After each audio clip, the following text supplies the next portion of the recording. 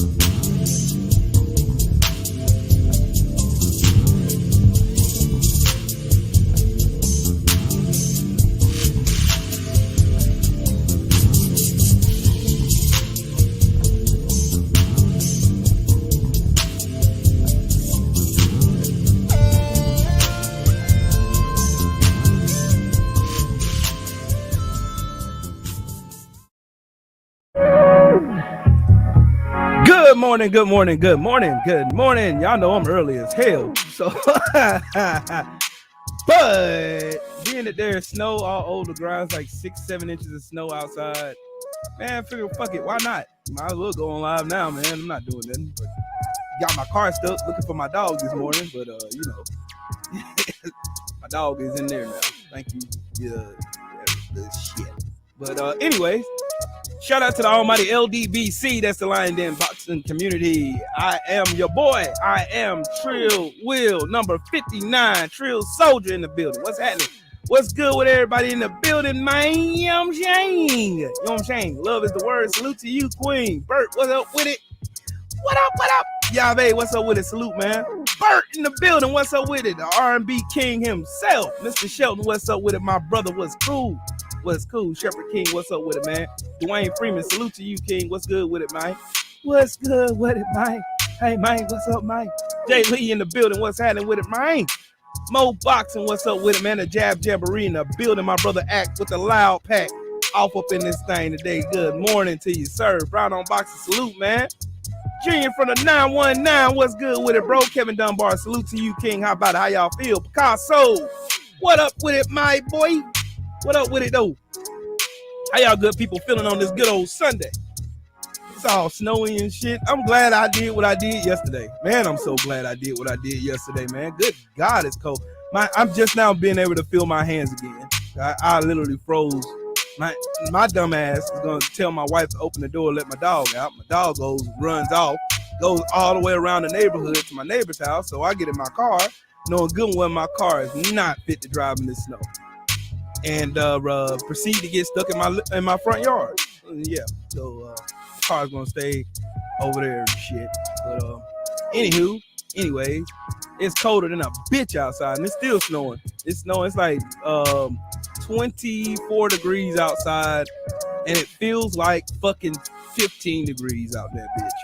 Feels like cold weather train. Feels like I got stuck in a fucking freezer and I didn't have no coat on, and I had on shorts that day. That's what it feels like. My hands are frostbit. That shit hurt. Just so y'all know. Ratchet since 91. What's up with it, family? How y'all doing? How you doing, man? How you doing? Y'all already know. Y'all know the routine, man. Make sure you smash that like button, man. Smash the like button when you come in the building, man.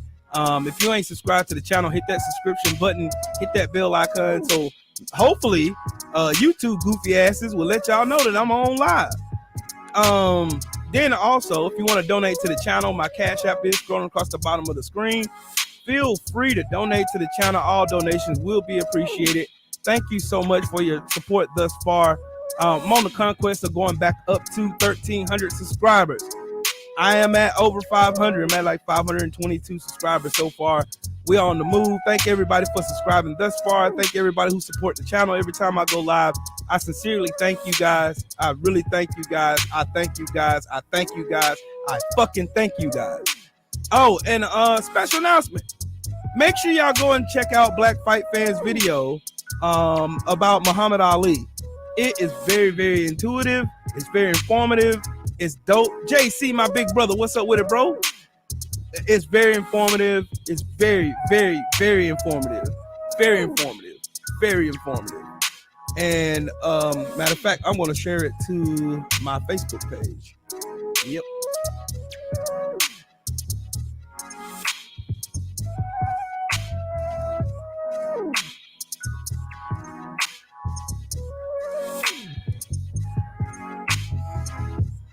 Go ahead and share this to my Facebook page. Boom.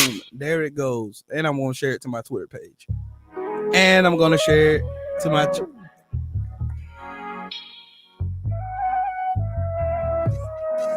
I'm going to do my part. I'm going to share this because Black just wrote me back on my comment. I just shared it to my Facebook and my Twitter page. Just shared it to both of them. So there you go. The truth about Muhammad Ali. Yeah.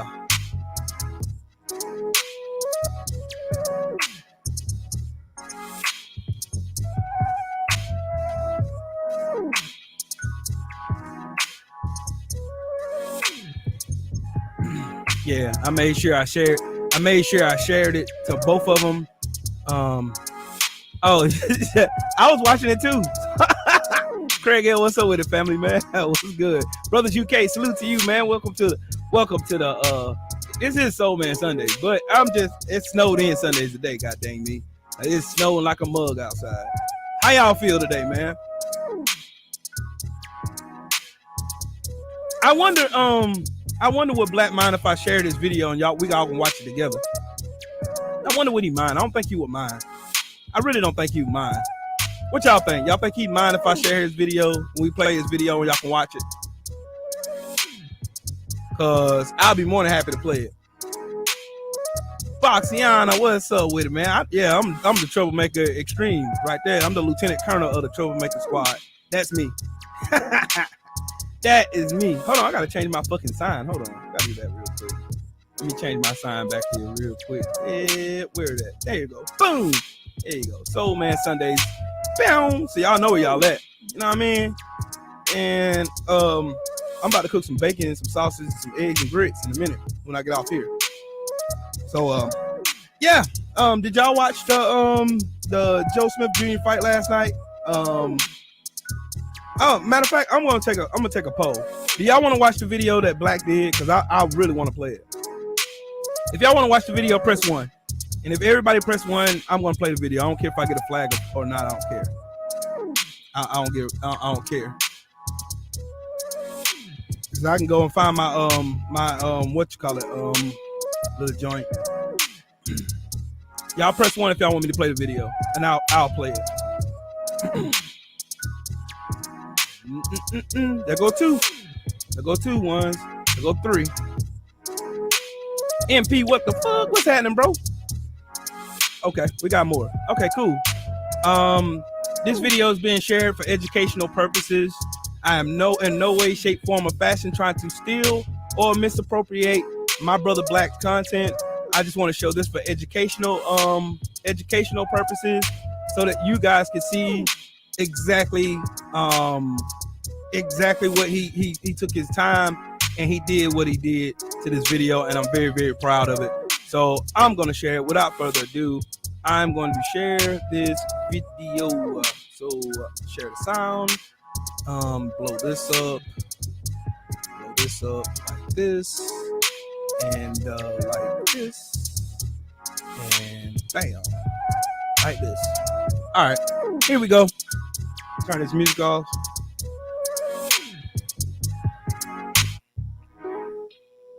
Turn this music down. And here we go. The truth about Ali. Here we go. Now, right here fighting you. If I want to die, you my enemy.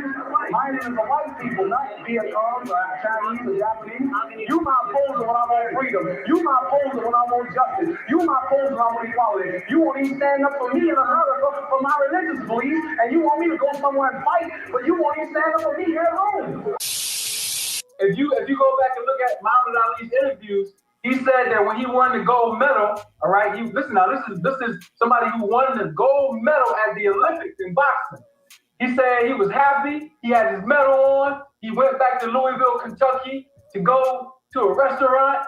He sat in there, he was so proud, and he said the people came to him and said, we don't serve Negroes. Man, he said he took that damn medal and threw that shit in the goddamn river. Because what he realized is that no matter what accomplishments that you made in so-called America, white society was still in the same type of prejudice, racism, and hatred towards black people. And he, at that time, he was a teenager. So right after that is when he first began visiting the Nation of Islam mosque. He was in Chicago training, and he started visiting the mosque. I think this was in Boxiana, that's the fucking truth. So he was only 17 years old when he first came, to sit with the Nation of Islam. And then later in 1961 or early 62, he met Malcolm X. So this is a man who's only 20 years old, who's moving his way up through heavyweight, seeing what the world is like, how racist it is, how black people getting lynched, black people getting water hoses put on them, dogs put on them. I want the people to understand, Muhammad Ali was not a goddamn civil rights activist. Neither was Malcolm X. Neither were any of these people who now, after they die or they get older, they try to make them look like they was some foot shuffling, Uncle Tom Negroes who fighting for civil rights. You see what I'm saying? If you go back and you look at Muhammad Ali's life, it wasn't until he got really sick that he really calmed his speech down, because he couldn't keep going hard like he was when he was a young man.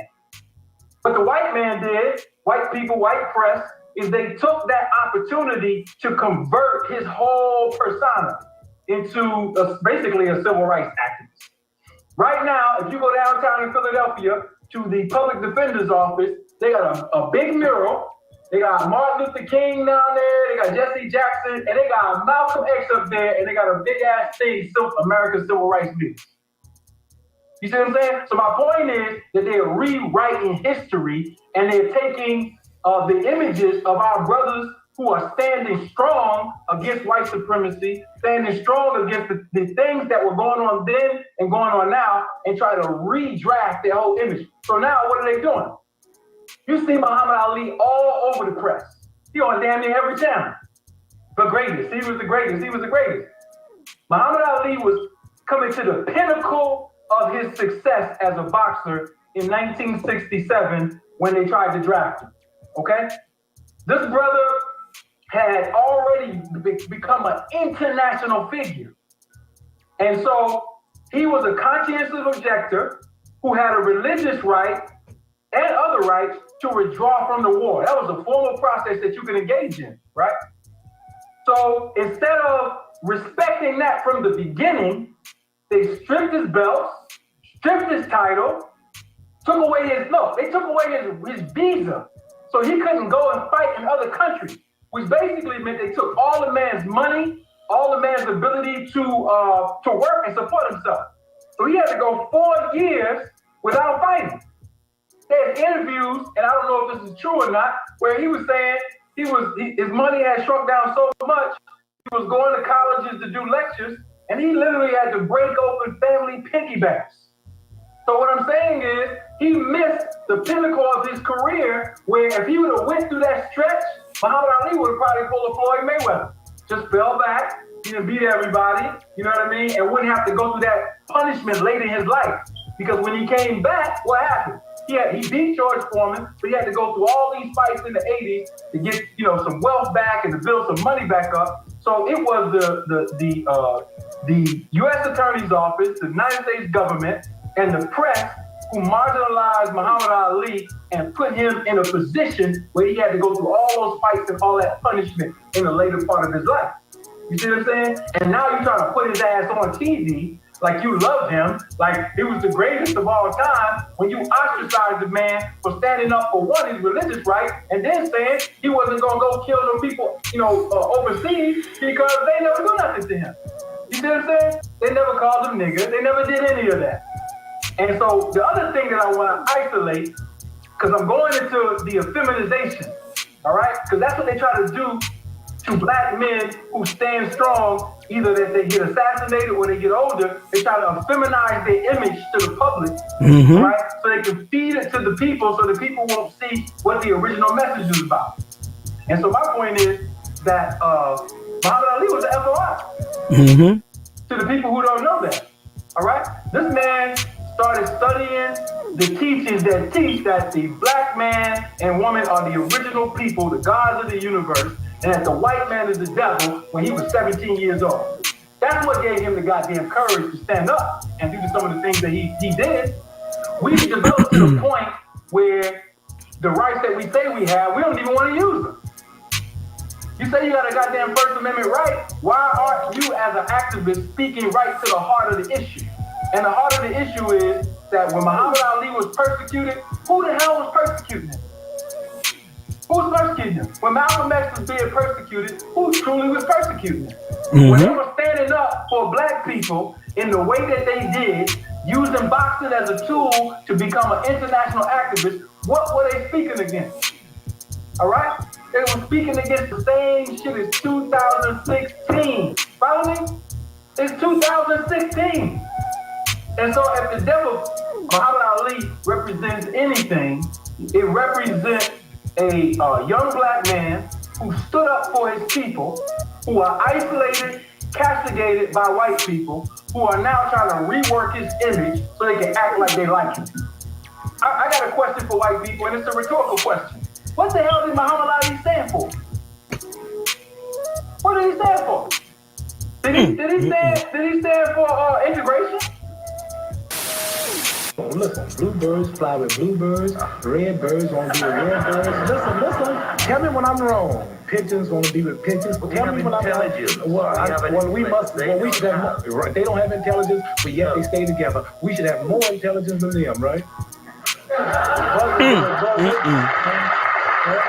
Buzzards with buzzards, bluebirds with bluebirds. They all are birds, but they got different cultures. The eagles like to hang out in the mountains. The buzzards like to fly around the desert. Yeah, we're gonna talk about it today, Mr. Show. The trees and the grass. It's sad that it ain't sad because I want my child to look like me. Every intelligent person wants his child to look like him. I'm sad because I want to blot out my race and lose my beautiful identity. Chinese love Chinese. They love the little slanted-eyed, pretty, brown-skinned babies. Pakistanis love their culture. Jewish people love their culture. A lot of Catholics don't want to marry another Catholic. They want the religion to stay the same. Who want to spot up yourself and kill your race? You're a hater of your people if you don't want to stay who you are. You shame what God made you. God didn't make no mistake when he made us all like we were. Facts. On this whole earth, not even a black woman in Muslim countries can please me and cook for me and socialize and talk to me like my American black woman. No woman, at last is a white woman, can really identify with me and my feelings and the way I act and the way I talk. It's just nature. You can do what you want, but it's nature to want to be with your own. I want to be with my own. I love my the truth. I don't believe Elijah Muhammad on how black people have been brainwashed, how they've been taught to love white and hate black, how we've been robbed of our names in slavery, their white sons. But Elijah Muhammad has been on record. You must have been asked this many times as saying that white men are devils. You don't believe that, do you? Yeah, I believe everything he preached. Now, what am I going to do? Get up and tell you Elijah Muhammad was wrong when he said they're not the devil? They have to prove they're not the devil. The history is the history of a devil. You cannot lynch and kill and rape and burn and castrate a man and rape his women for 400 years, enslave them and burn them and still mistreat them and drop bombs on them out all over the world, causing trouble everywhere they go, and then you're going to say he's not the devil? We'll prove he's not the devil. Facts. What are you saying for? You see what I'm saying? Donald Trump was on Twitter tweeting today talking about, what did he say? I'll paraphrase it. He said something like, "Oh yeah, we all got to remember the greatest, you know, whatever. He was the greatest. He's the champ." 2 months before, Donald Trump was saying, "Goddamn, we about to stop all Muslims from coming into the country. We about to make sure, like, you see, this is the double talk for those of you who are into the political shit. All right, if you're into that."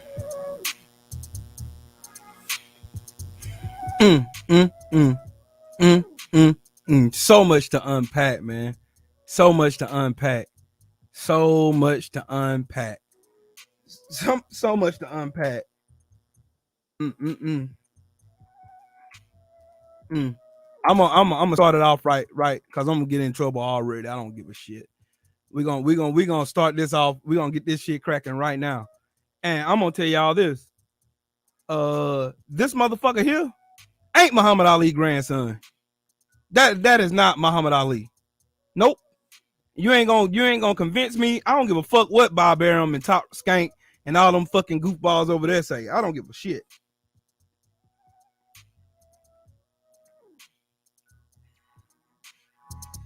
I don't give a shit. I don't give a shit what y'all say. That motherfucker there, that ain't no Ali. That ain't no. That's a wash, nigga. That is a wash. That is a wash. That is a wash. Don't give a fuck. That's Nico Walsh. Ain't no Ali shit. Nico Walsh. I don't give a fuck what Rashida get out here saying. There is nothing that I just heard in that video that's going to convince me. You know what I'm saying? It's going to convince me that that's any kind of lineage to the great Muhammad Ali after what I just heard him say. Red birds with red birds, blue birds with blue birds. That's a goddamn wash. Have y'all ever heard Layla Ali come out and speak in support of this motherfucker right here? Nope. I ain't that nigga a wash. A wash. I'm tired of hearing Top Skank. And matter of fact, another thing, Bob Arum stole Top Rank from Muhammad Ali. Robbed him blind. Robbed the fuck out of him. Let's not act like Bob Arum and Muhammad Ali had the greatest relationship like they're trying to sell right now, being in the light that Bud Crawford has sued Bob Arum, racist, old, dusty, retarded, goofy, dead-eye ass. Let's not act like that. Matter of fact, let me say something. Tom Bradley is the biggest fucking sellout I've ever seen in my history. I am ashamed that motherfucker shared the same skin tone as me. I'm ashamed of that piece of shit. That piece of shit went on ahead. Last night, they asked him, well, in light of Terrence Bud Crawford is suing Bob Arum for racial discrimination, blah, blah, blah. So the person asked Tom Bradley, what do you think of this? Hey, man, you know, ever since I've been here, Master's been good. He gives me sleeps. He gives me foods. He gives me sleeps. He let me play outside. He let me sleep by his bed and eat the crumbs off the floor. See, man. I ain't never seen nothing like that before. Man, shut up, man. Shut up. Shut up. Just shut up. Just shut the fuck up. Shut up. Shut the fuck up. Shut up. Tom Bradley made me sick. That's Walsh. They ain't no Ali. They trying to tie Muhammad Ali's legacy to this motherfucker here. Nah. Y'all listen to what the brother said in the video. The brother said that anytime that you stand up for our people, black people, when you stand up for us, they do everything they can while you live. They hated your guts. They hated you. They couldn't tell you what you stood. They still can't tell you what Muhammad Ali stood for. We as black people, if you really study boxing and you know who Muhammad Ali is, I know what he stood for. He stood for our people. He stood for our people to be treated as people, as great as we are. No integration, no none of that shit. Us coexisting with each other. So you ain't gonna convince me that motherfucker here, this son bitch, is Muhammad Ali's grandson. You ain't gonna convince me. That's Nico. That's Nico Walsh, nigga. Give a fuck about that bullshit, homie. You can go tell that to somebody else down the street, homie. Go on down the street with that bullshit, homie. Go right, look, take that shit right the fuck down there. Look. I want y'all to do me a favor. Look out your window. Look all the way down the fuck over there where you can't see no more. Over the hill, over there, past the trees, past everything that you see, past all the buildings and shit. All the way over there and past that is where you got me fucked up at. That's where you got me fucked up. Yeah, that's Bigelow's brother. Bigelow. Hell no. Hell no. Hell no. Hell no. Hell no. Why hell no, Your Honor? Hell no. Trill Will, do you believe that's Muhammad Ali's grandchild? No, I do not. I do not. No, I don't. He don't share no resemblance to him. He don't stand for the principles that he stand on. No, fuck no. Nope. Don't give a fuck. Don't care. Way over yonder, Jay Lee. Way the fuck over yonder. Over the bridge, past the buildings, past all them other businesses and all that shit, all the way over the hill to where you can't see no more. And then past that, that's where you got me fucked up at. That's Bam Bam Bigelow. Hell no. Hell no. I know me and my brothers and them, we was cooking on this shit not too long ago. And we was talking about this shit. No, hell no, no, sir. Not after what the fuck I just heard. No, sir. No, sir. Not for all. So you mean to tell me everything that Muhammad Ali stood for was a lie? And Rashida out here trying to make Muhammad Ali legacy look like a fucking lie? Nah. Fuck all that. Fuck that. Not on Muhammad. Not on the late great Martin Luther King's birthday. Not the day. Not the fucking day. This motherfucker off my goddamn screen. Get your bitch ass off my screen, nigga. Bam Bam Bigelow. Get your goofy ass the fuck up out of here, cuz. Nigga, a whole goofball. Y'all want us to sit up here. Oh man, that's Muhammad Ali's grandson. Man, if you don't eat a dick, if you don't eat several dicks. Yeah, how we get Nikolai Kovalev Walsh? Hell no, man. You better take that shit down the street, cuz. Take that shit down the street, man. Take that shit down the street.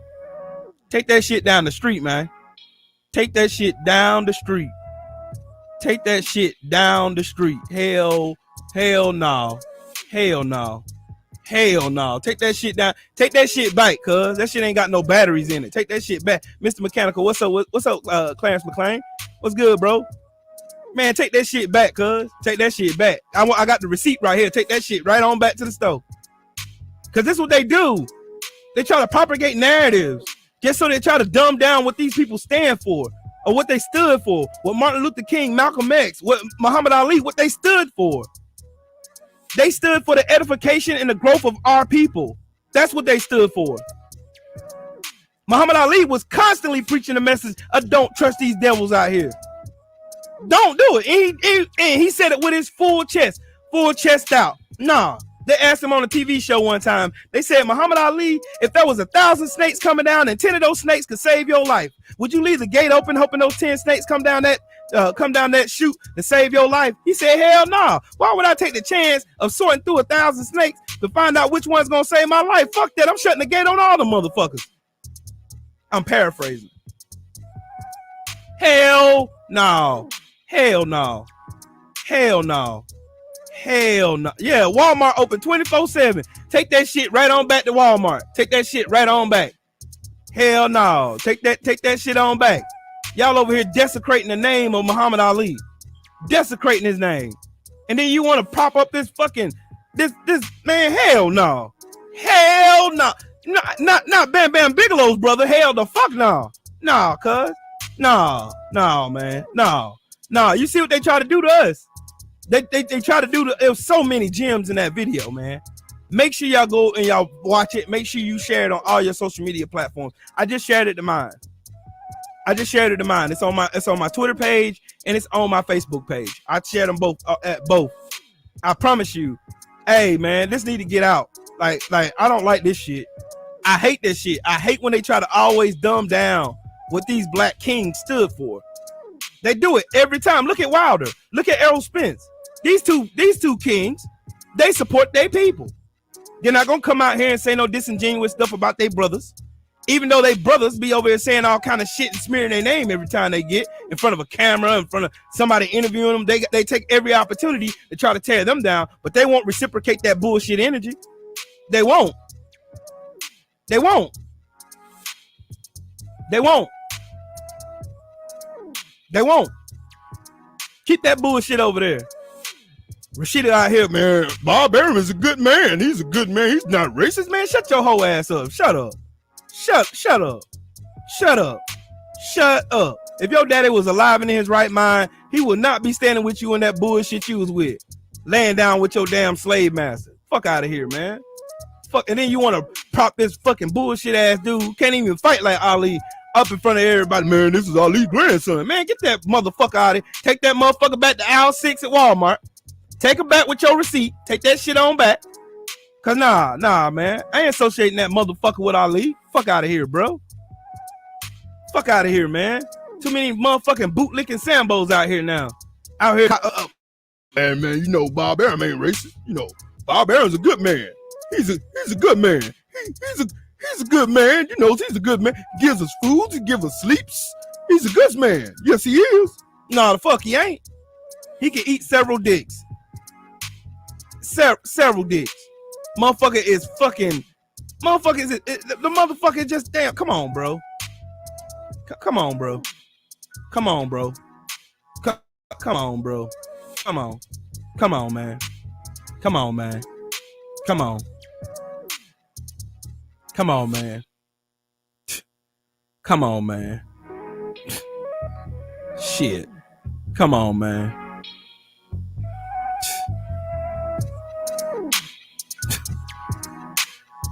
Fuck out of here, man.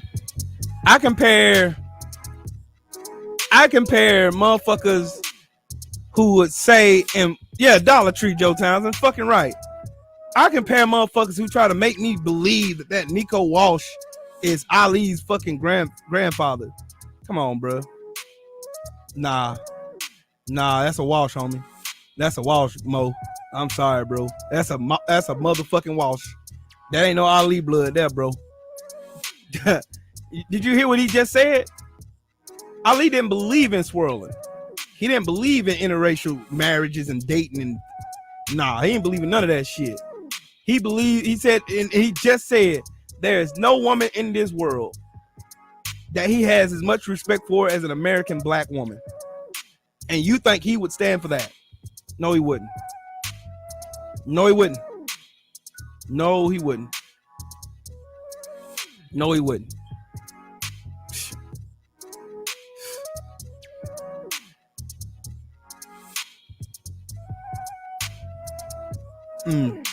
Motherfuckers are sick, man.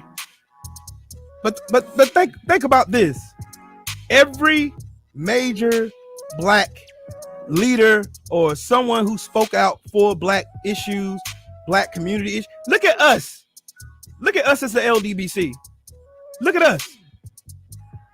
Look at us. Just look at what we're doing. Look at all the hate that we catch for no reason. Look at it. Look at it. Just for us standing up for our people, for us liberating ourselves from white old media, for us liberating ourselves from the racist narratives that's in boxing. Just like y'all see right now. You see it now. It's right here. Look, there was said, look, for example, concerning Bud Crawford in this whole lawsuit. Look at how they marketed Lomachenko versus Bud Crawford. And then get back to me. And then tell me that there is no such thing as racism in boxing. And tell me that Bud Crawford don't have a liable case. Look at how they market Lomachenko. They took away this man's loss against Orlando Salido. And they was out advertising the shit like it was legit. And we all know he lost his second fight. We all know he lost. We know he lost to Orlando Salido. Salido beat the fuck out of Lomachenko. And they still erased it. They didn't give a fuck. They didn't care. They didn't give no fucks about it. They didn't give a fuck. They don't give a fuck now. So what they're going to continue to do is create these false narratives and create these false fan principles about these guys, about Muhammad Ali, about Malcolm X, about Martin Luther King. They'll sit up here and they'll tell us that, oh, they were just activists. They were just, no, they were rebels. That's what they were. They weren't activists. They were rebels. They were willing to go to jail. They were willing to lay down their lives for our people. And this is what they fail to realize. And this is what they keep trying to preach to us. Man, you know, man, come on, man, you know. Hey, and I got to ask y'all a question.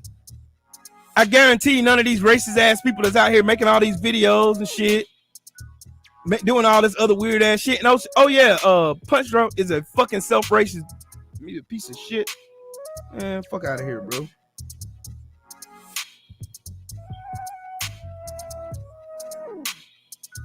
Oh, okay.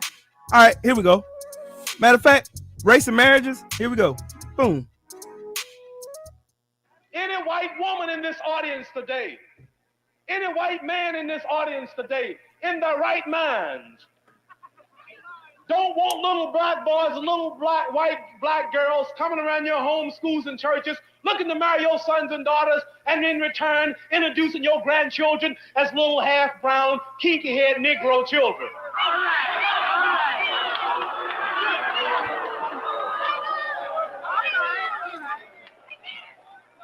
No intelligent black man in this audience, no intelligent black woman in this audience want little white boys and little white girls coming to marry their sons and daughters, and in return, introducing your grandchildren as little half-white, green-eyed, blonde-haired Negroes. We are not seeking to lose our identity in blood mixing and our beautiful black African history. We don't hate you. We don't hate those of you who are white.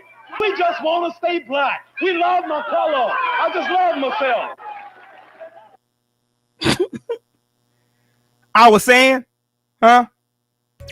saying, so ain't no way in the fuck are you gonna have me believe Nico Walsh is fucking, man, fuck out of here, bro. Fuck out of here, bro. Fuck out of here. The fuck out of here, bro. The fuck out of here, bro. Fuck out of here, bro. The fuck out of here. The fuck out of here, bro. The fuck out of here, bro. The fuck out of here. Hold on. And the further cement the message, hold on. Muhammad Ali on integration. People to move in the neighborhoods, but clean their own neighborhoods. And another thing, when you say integration, it comes under intermarriage too, right? All right, been together. Right, sure. And I'm sure no intelligent white person watching this show, or no intelligent white man in his or her right white mind, want black boys and black girls marrying their white sons and daughters, and in return introducing their grandchildren as half-brown, kinky-haired black people. I wouldn't object to that. Well, you wouldn't, but a lot of them would. Well, I'm sure a lot of people. No, this is the point. What I'm trying to say is this. You don't have it. You say you don't, but you don't have it. You really ain't gonna have it. You on the show and you gotta say that. But that's not true. Why would you want to do that? Because I don't think I'm any different from you. You see. Yeah, we much different. I mean, I think society's made us different. You know, we're different. If we all together. But society's made us different. No, not society. God made us different. No, we're just human beings. He made all of us. Oh man, come on. We all listen. Bluebirds fly with bluebirds. Red birds want to be with red birds. Listen. Tell me when I'm wrong. Pigeons want to be with pigeons. Tell me when I'm wrong. We should have. They don't have intelligence, but yet they stay together. We should have more intelligence than them, right? Buzzards are with buzzards. Right? Buzzards are with buzzards. Bluebirds are with bluebirds. They all are birds. But they got different cultures. The eagles like to hang out in the mountains. The buzzard like to fly around the desert. Well, the bluebird like to fly around the trees and the grass. There'd be problems a buzzard mating with a sparrow, wouldn't there? What? There'd be certain. Right. And we have the problems too. No, I don't see no black and white couples in England or America walking around proud, holding their children. That's because society and going out. That's society's fault. I mean, we've got to educate people around it. Well, life is too short for me to be raised catching hell for something like that. I'd rather go and be my own. Have a beautiful daughter, beautiful wife. They look like me. We're all happy, and I don't have no trouble. I ain't that much in love with no woman to go through all that hell. Ain't no one woman that good. You understand? I understand. Yeah, I do understand. I understand. I think it's sad that it ain't sad because I want my child to look like me. Every intelligent person wants his child to look like him. I'm sad because I want to blot out my race and lose my beautiful identity. Chinese love Chinese. They love the little slanted-eyed, pretty brown-skinned babies. Pakistanis love their culture. Jewish people love their culture. A lot of Catholics don't want to marry number of Catholics. They want the religion to stay the same. Who want to spot up yourself and kill your race? You a hater of your people if you don't want to stay who you are. You shame what God made you. God didn't make no mistake when he made us all like we were. I think that's a philosophy of despair. Despair. I really do. It ain't no despair. Can't no woman. Let me tell you something. I want to tell you. Listen, no woman on this whole earth, not even a black woman in Muslim countries, can please me and cook for me and socialize and talk to me like my American black woman. No woman, at last is a white woman, can really identify with me and my feelings and the way I act and the way I talk. And you can't take no Chinese man and give him no Puerto Rican woman and holler about we're in love and you emotionally in love and physically, but really they're not happy because she's gonna hear some Puerto Rican music, he's gonna hear some Chinese music, and they're gonna be clashing all the time. It's just nature. You can do what you want, but it's nature to want to be with your own. I want to be with my own. I love my people. That's all. I don't hate nobody. I love being right. I love being right. I love being right. I love it. I love being right. What did he just say? You're not going to sit here and convince me that Rashida Ali is right. She's not. Nope. Ain't no way in the fuck. You're not. Muhammad Ali said that out of his own mouth. He don't hate nobody. I don't hate nobody. I love my people. And I don't think no other race of people on this planet can relate to me like a black woman. That's why I married one. A black woman, a black queen. They can identify with your pain because they go through the same pain we go through. Social pain. Social anxiety. So you ain't gonna sit up here and convince me Nico Walsh is a product of Muhammad Ali. Fuck nah. Not the what I just played for y'all. Oh, there he is. He's a racist. He's a racist. No, I'm not. I love my people. Just like you love yours. You love your people. I love my people. And we pretty much identify with the same thing. We both love our people. And I'm cool with that. You can call me racist all you want to. I don't give a fuck. Don't care. Muhammad Ali said what the fuck he said with his full chest. That's his words, not mine. I didn't mince none of my, them ain't none of my words. That was him sitting on national TV. Right on the BBC network in England. The white Ali, the fuck out of here, bro. You see how they try to dumb down this man's legacy, man? As much work he put in as a social rebel, as a revolutionary.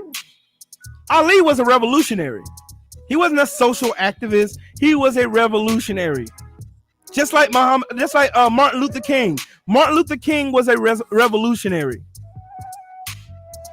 He was a badass. That's what they won't tell you about Martin Luther King. They'll tell you Martin Luther King was soft-spoken and he believed in peace and he was this, that, and the third. No, Martin Luther King got arrested every time he stepped foot in Alabama. Got his ass whooped. Got hoses turned on him. Dogs sicked on him. But you want me to sit up? Man, hell no. See, when you're alive and you out here speaking like Muhammad Ali was speaking in terms of his people, oh, they hate the fuck out of your ass. They hated Muhammad Ali. They hate it. Now, why all of a sudden, now he's the greatest of all time? Now he's the GOAT. Now he's the best that ever stepped in the ring. Now he's this, that, and the third. Now all these white people, Muhammad Ali. Muhammad Ali. No, they ain't got no lips. Muhammad Ali. Muhammad Ali. He was great.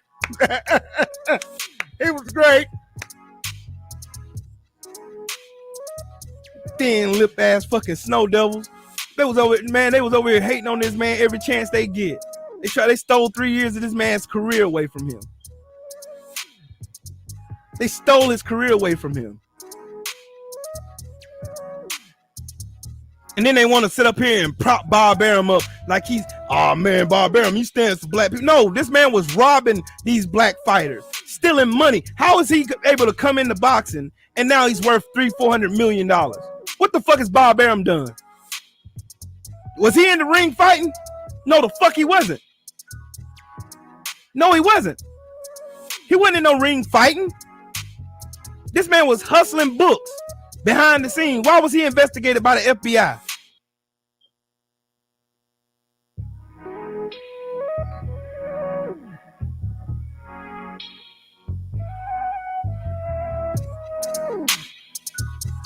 Right, Joe Townsend. Right.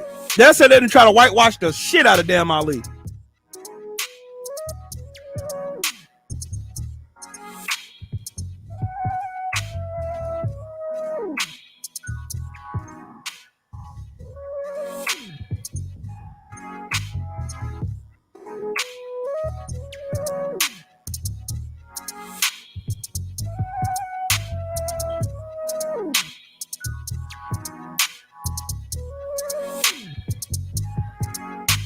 Why was Bob Arum's office raided by the FBI?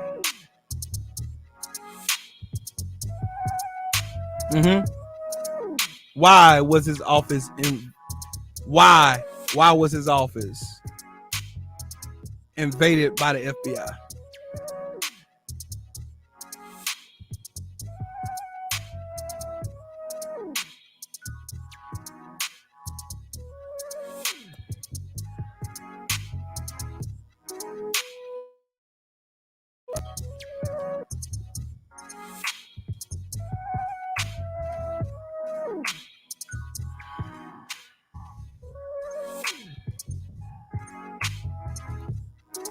Why?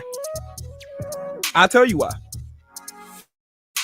Why was Bob Arum's office raided by the FBI? Anwar Willis, what's up, champ? Why was his office raided by the FBI?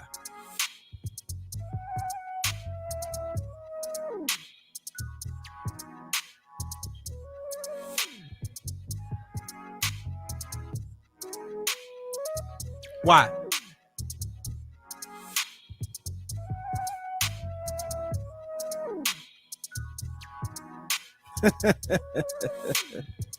It's funny as hell, man.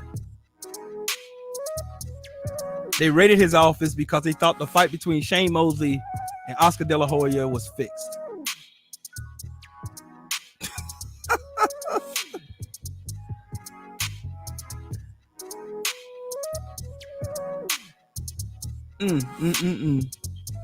Because Oscar De La Hoya and Bob Arum was saying that fight was fixed. So the FBI just took them on their word. But Bob Arum is a good guy. Bob Arum has a good heart.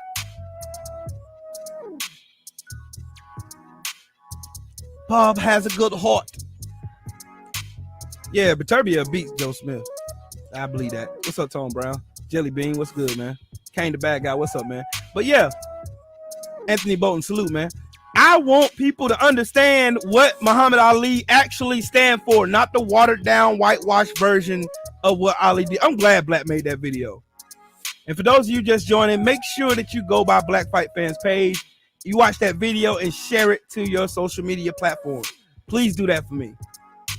Please do that for me. Go and watch Black Fight Fans video of the truth about Muhammad Ali. Go and watch that. That's why. And you want to know something funny? I put the picture up of Muhammad Ali on my still shot picture for this video before I even seen the video that Black did.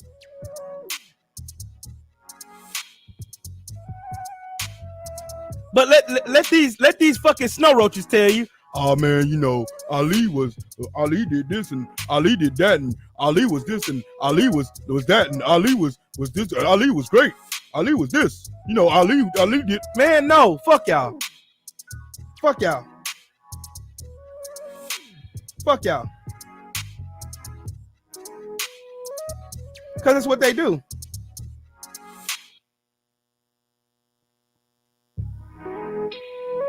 That is what they do. That is what they do. They'll turn someone great like Muhammad Ali. They'll whitewash him to shit They'll destroy everything that they stood for, and then they'll dumb them down to just something small, like, oh, he was just an activist.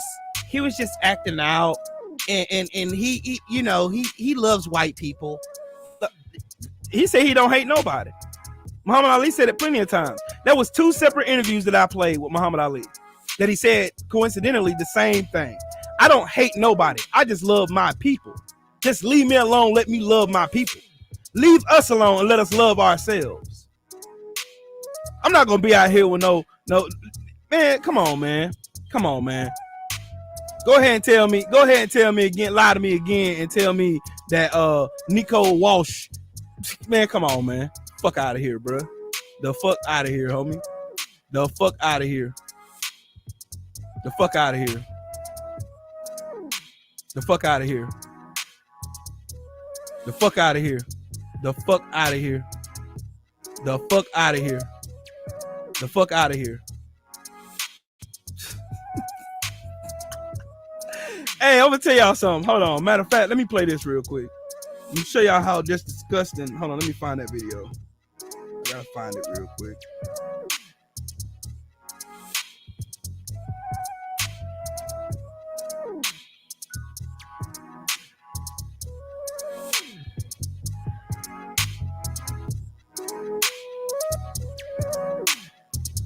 Where is it at? Where is it at? Where is it at? Where is it at?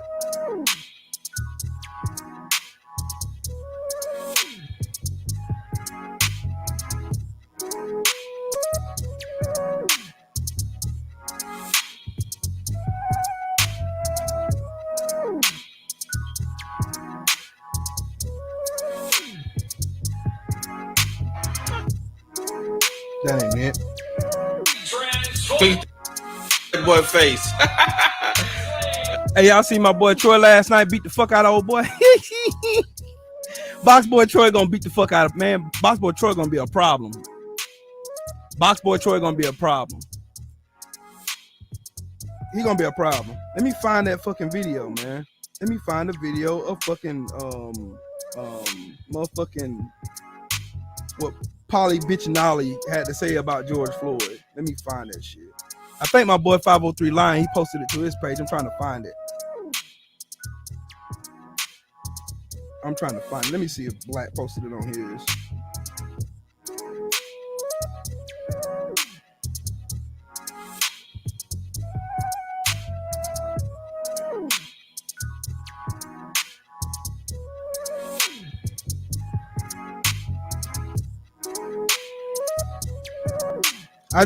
I want y'all to hear it. First I want y'all to hear this though. Shit. Goddamn fly. So I'm at the table. Hey yo, I want y'all to hear this shit again. He did a promo for 78, man. This shit so fucking motherfucking fly. Hold on, listen to this. Check this shit out. Shit. Goddamn fly. So I'm at the He goddamn fly. Okay, I gotta find. Hey, who posted that video of what that fucking shitbird Polly Maldonado was saying about George Floyd? Him and Steve Rice forehead ass Steve Kim was saying. What's up, G5? Who posted that video? I want to find it because I'll tell you why Polly Maldonado, he got a lot of reason to be mad at black fighters. Lots of reasons. Because matter of fact, y'all remember when Sean Porter beat the fuck out of Polly Maldonado?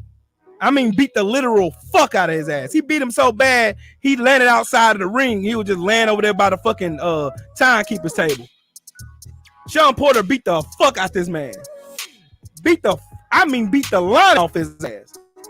Like, beat the fuck out of him. Like, I'm talking about beat the brakes off this motherfucker, bruh. The brakes. I understand why Paulie mad. He got his ass beat by, anytime he fought an athletic black fight, he got his ass handed to him. Sean Porter just literally just walloped the fuck out of his ass. Matter of fact, fuck that. I'm gonna let y'all see this clip. Hold on. I'm gonna let y'all see. I ain't gonna play the sound because I don't want to get damn flagged, but I want y'all to see this shit. I want y'all to see where Sean Porter beat the fuck out this man. I want y'all to see this shit. I don't give a fuck what y'all say. Y'all can say what the fuck you want. This is the reason why this motherfucker don't. There he is, the first time he got dropped. Sean Porter beat the fuck out his ass. Yep. Bam!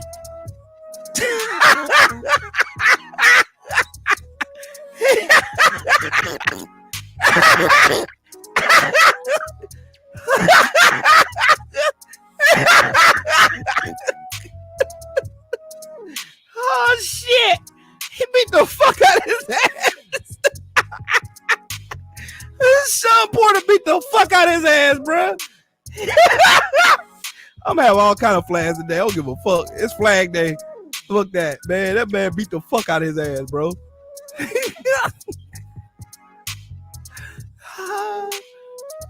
Oh my god. Oh my god. Oh my god. Oh my god. Oh man.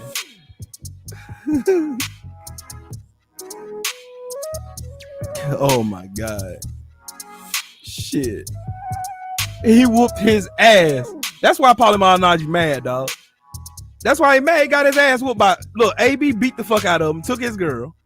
And then Sean Porter beat the lining off his ass. I mean, the fucking lining. He beat the fuck out this motherfucker, bro. Shit. Beat the fuck out his ass. Beat the fuck out his ass. Shit.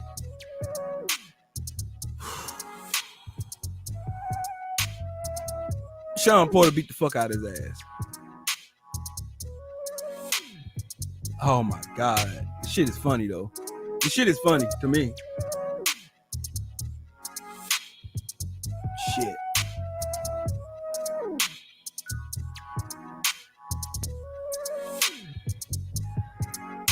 Oh yeah, O'Shaquie Foster's #1 in the world in the WBC for super featherweight.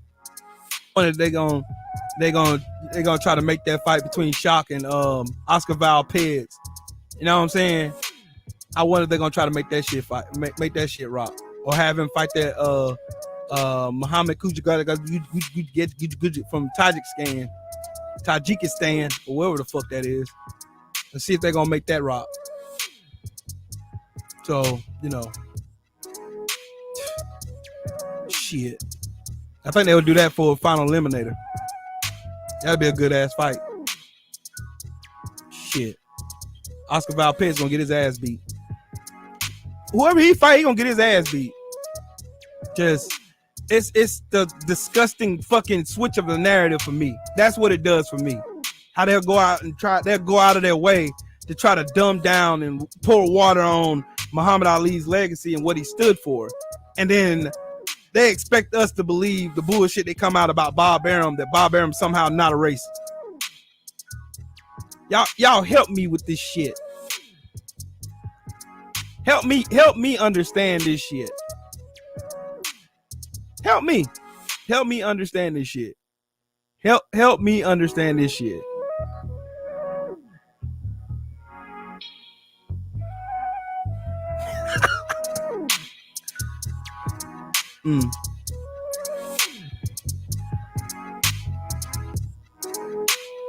Like they'll say stupid shit like Bob Arum worked with a lot of black fighters. And then I'll ask the question, why? Why did Bob Arum work with black fighters? So he can steal money from them. So he can steal money off their backs. So he can become super rich.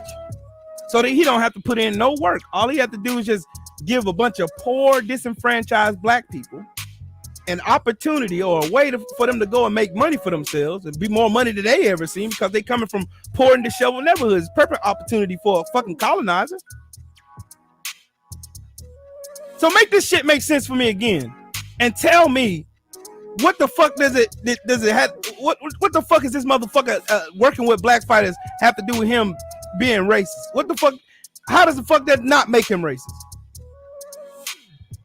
It's just like the NFL, just like every other fucking pro sport that's out there, capitalizing off of the backs of black fighters and black athletes.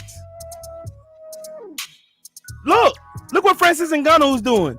Francis Ngannou's not going to renew his contract with UFC until he's paid fairly. He said he ain't doing no more $500,000 and $600,000 fights. He wants M's. I don't blame him.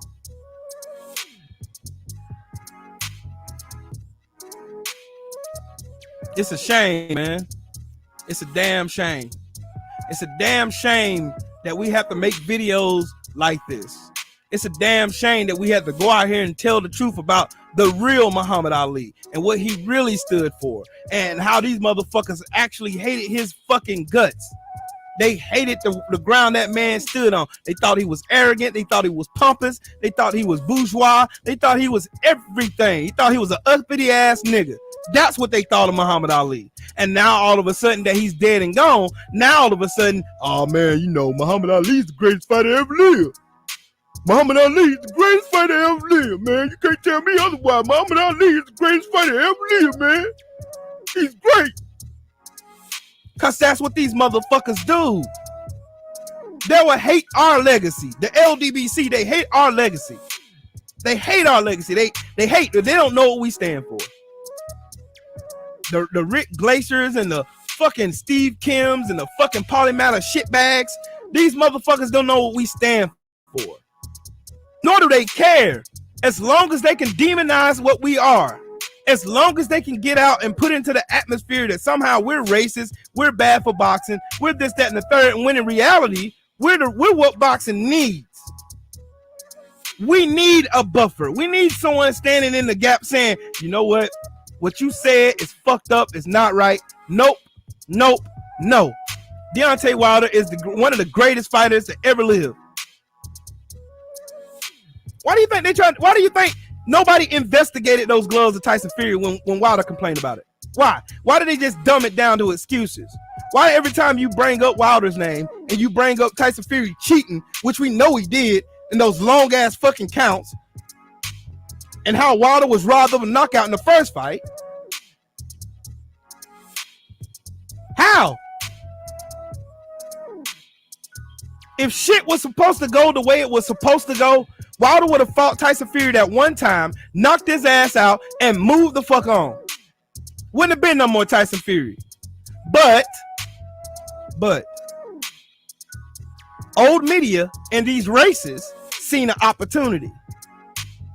So he signs with Bob Arum, the most corrupt fucking promoter. Hey, every fucking cheat in boxing came from what brand? I'm giving y'all some damn questions today. Every cheater in boxing that's ever been caught have been under what brand? And they all been under the same brand. All of them been under the same brand. Just so y'all know, I'm giving y'all a hint. Thank you, Akondo. Every fucking cheater that has ever been discovered in boxing, Margarito and those bullshit ass gloves and those plaster wraps, top skank. Most all of the drug cheaters, top skank. If not, and in crack room is top second. This shit is easy work, man. So, and then you take the dirtiest fucking fighter, the dirtiest heavyweight fighter ever in the history of boxing, dirtier than the Galata, and Galata was a dirty motherfucker. A man dirtier than Galata, and you take him and put him with the dirtiest promoter in boxing? What do you think's gonna fucking happen? They're gonna cover up everything this fucking piece of shit does, which is exactly what happened. Why wasn't there an investigation into those gloves when Deontay Wilder complained about it? Because Bob Arum was at the end of that shit. Bob Arum wasn't gonna let them investigate them gloves. And guess what? Mauricio Sulaimán, what's his fucking greatest fucking flaw? This man loves money. Flash some money in his face, he'll go away. Flash some money in his face, he'll go away. Mauricio Sulaimán won't investigate shit. You give him, you grease his palms the right way. You put a little bit of money in his hand, he'll go away. He won't say shit. Unless they're a Mexican fighter, though. If they're Mexican, oh, he's all over that shit. He's all over that shit. Look at Alejandra Jimenez. Look at her. Look like a damn man. I'd like to thank all the people, man. You know, I'd like to thank everybody. Buenos dias. I gotta go get me some tacos. I need some Mexican meat. Voice deeper than mine. Look like a fucking dude. And we all here telling them, man, drug test this bitch. That is a whole man in there fighting Franchon Discern Cruz. There's a whole man fighting. And what did Mauricio Suleiman say? Man, y'all over here just trying to take away from the legacy. I've known this young woman since she was a little baby. I've known her. She wasn't capable of doing that. And then when the drug test come back and find she had all kind of fucking testosterone in her fucking system. Bitch got a beard all the way down to the fucking floor. Done grew some balls. And now all of a sudden, man. And what apology did he give Franchon Discern Cruz? What did he give her? What kind of apology did he give Discern Cruz? What kind of apology? None. There was none. There won't be any. You won't hear shit from Mauricio Suleiman fat ass because he ain't gonna say shit because he know he was wrong. But we were calling for that.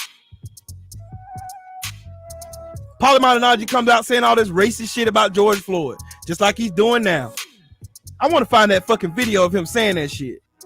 I really do. I want to find that fucking video of these motherfuckers. Steve Kim, you piece of shit.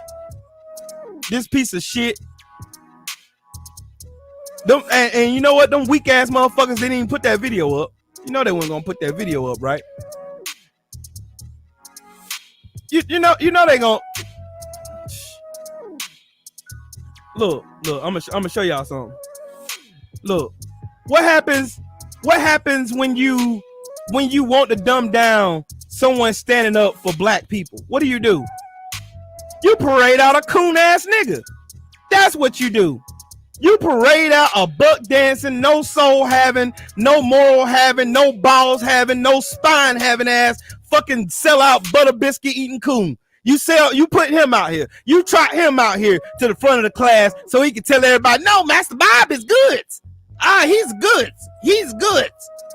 He's been goods to me. He shines my bald head. He spits on me and shines my head. I don't know what Terrence Crawford's talking about. You send somebody who has no backbone, who has no moral compass, who would do and say anything for money. You'll put them out there because they're going to propagate what you're trying to sell. Bob Arum's not racist. He's helped plenty of black fighters. Help them do what? What happened when Floyd Mayweather left Top Rank? He became a multi-millionaire, damn near a billionaire. When he left Bob Arum. Bob Arum helped himself. He wasn't helping on black fighters. He locked them in a 7-year contract, 7-fight deals, 7-fight contracts. These motherfuckers got to pay him a big percentage of their check. He'll front them a little bit of money. I'll give you $450,000. You know, come fight me on 7-fight deal, and you know what I'm saying. And then we'll get you this, that, and the third, and then I promise you a fight I know I can't make.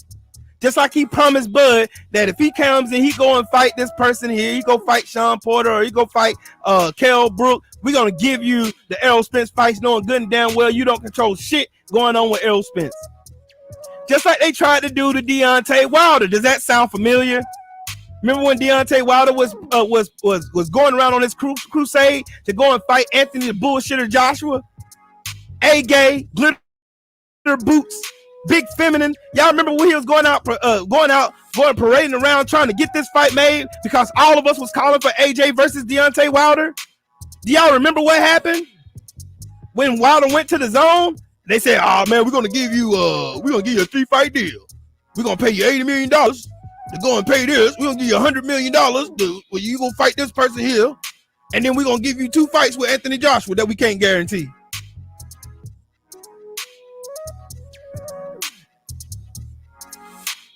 They prop out and they send out these weak, spineless pieces of shit who happen to have melanated skin.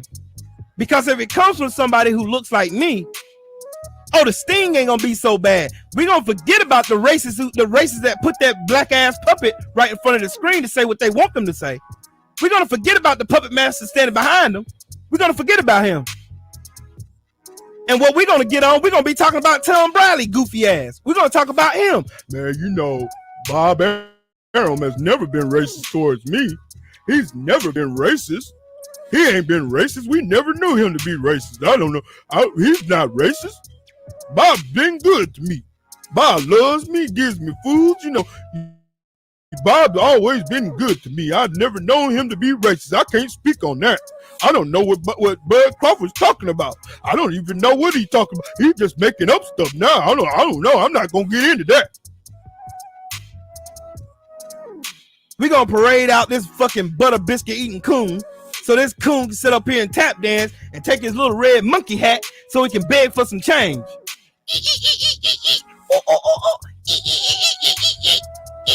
They're gonna be like, that's a good monkey. Go out there, Tom Bradley. You go out there and you go tell them how good of a man Bob Arum is. You go on there, yeah, that's a good monkey.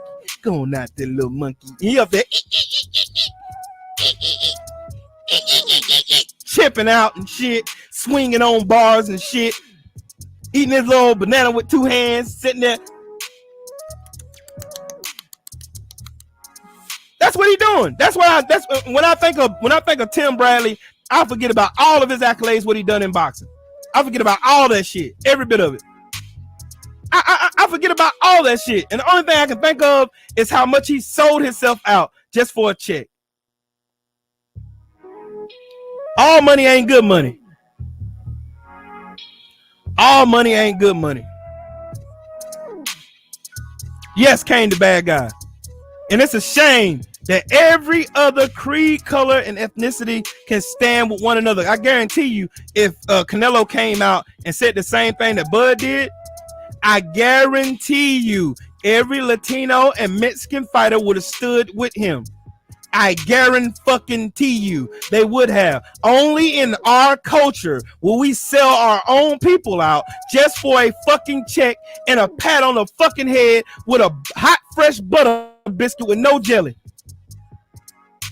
Guarantee you there's no other race of people on this planet that'll sell each other out faster than our people. It's a fucking shame. It's a fucking shame, bro.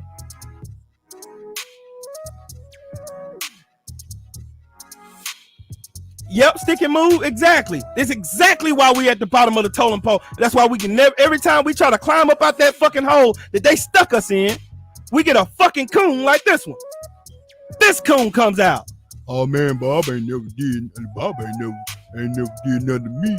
Standing up there looking at the screen like this, Bob ain't never did nothing to me, man. You know, I like to say that Bob Arum is a good man. You know, I like to say that Bob Arum was a good man. You know, Bob Arum takes care of his fighters. You know, he gives black fighters opportunities and stuff they never would have. That's what he do.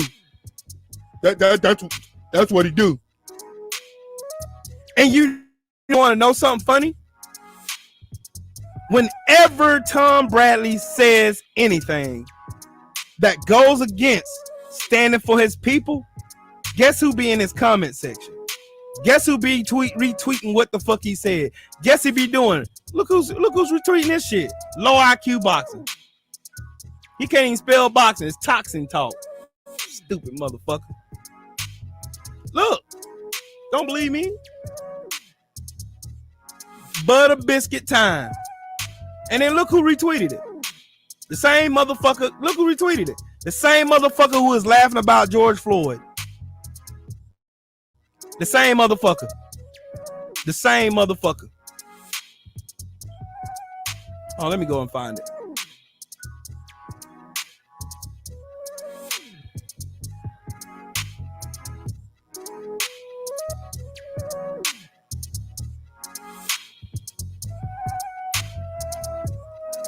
Let me go back and find it. I'll show you. It's on Steve Kim's page. That's where I found it.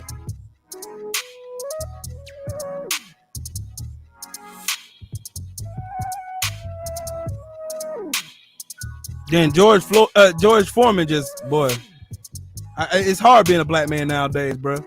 It really is. It's hard being a black man.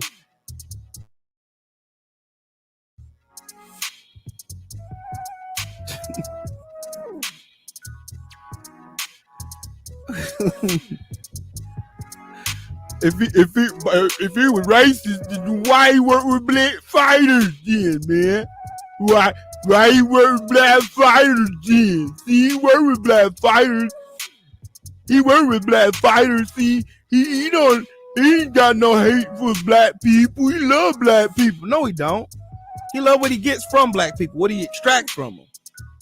Look, Steve Kim, him and fucking the D-list celebrity Mario fucking the goofball Lopez, and Steve strip fried rice head ass Cruz, Kim with his stinking ass. And look, like I said, guess who retweeted it? Look who retweeted it.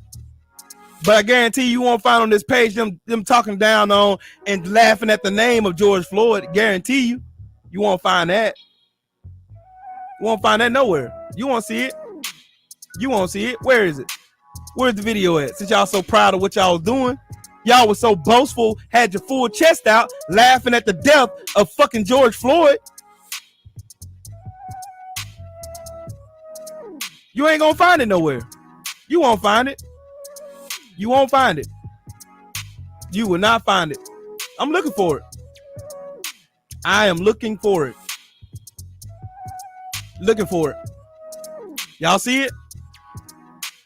Do y'all see it? Yep, Donald Sterling worked with black people too and couldn't stand them. But they made him money. So that makes him tolerate them. Where's the video? I don't see the video. Do y'all see it? Do y'all see it? But I see a lot of coons and buck dancers on the Steve Kim page trying to get some notoriety because it's Steve Kim. Fuck him. Kung Fu Panda head ass nigga.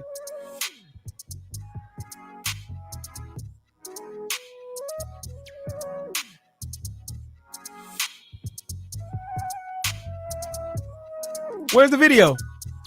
That was so proud of it.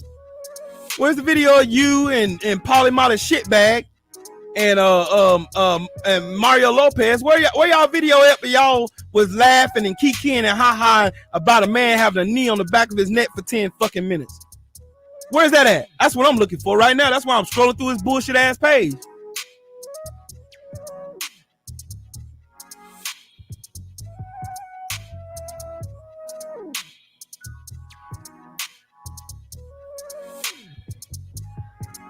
Where is it?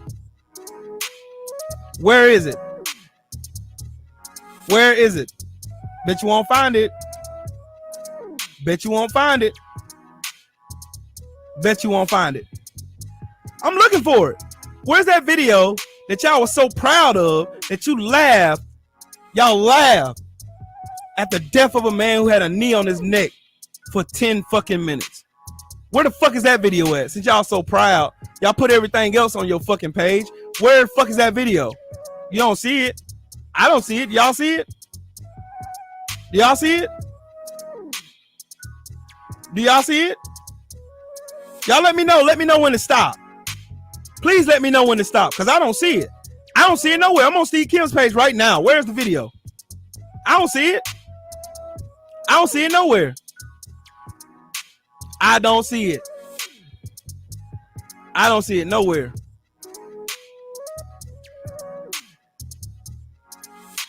I don't see it nowhere. Where is it?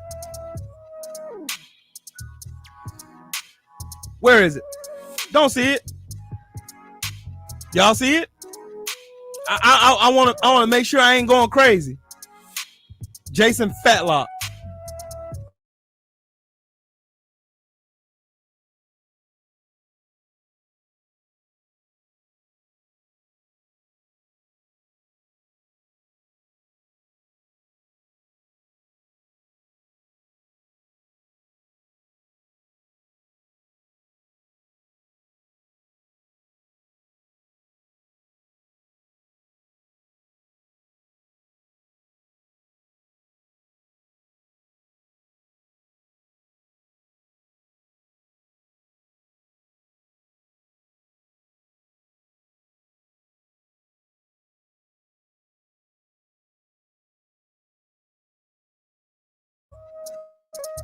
I can't see the video nowhere.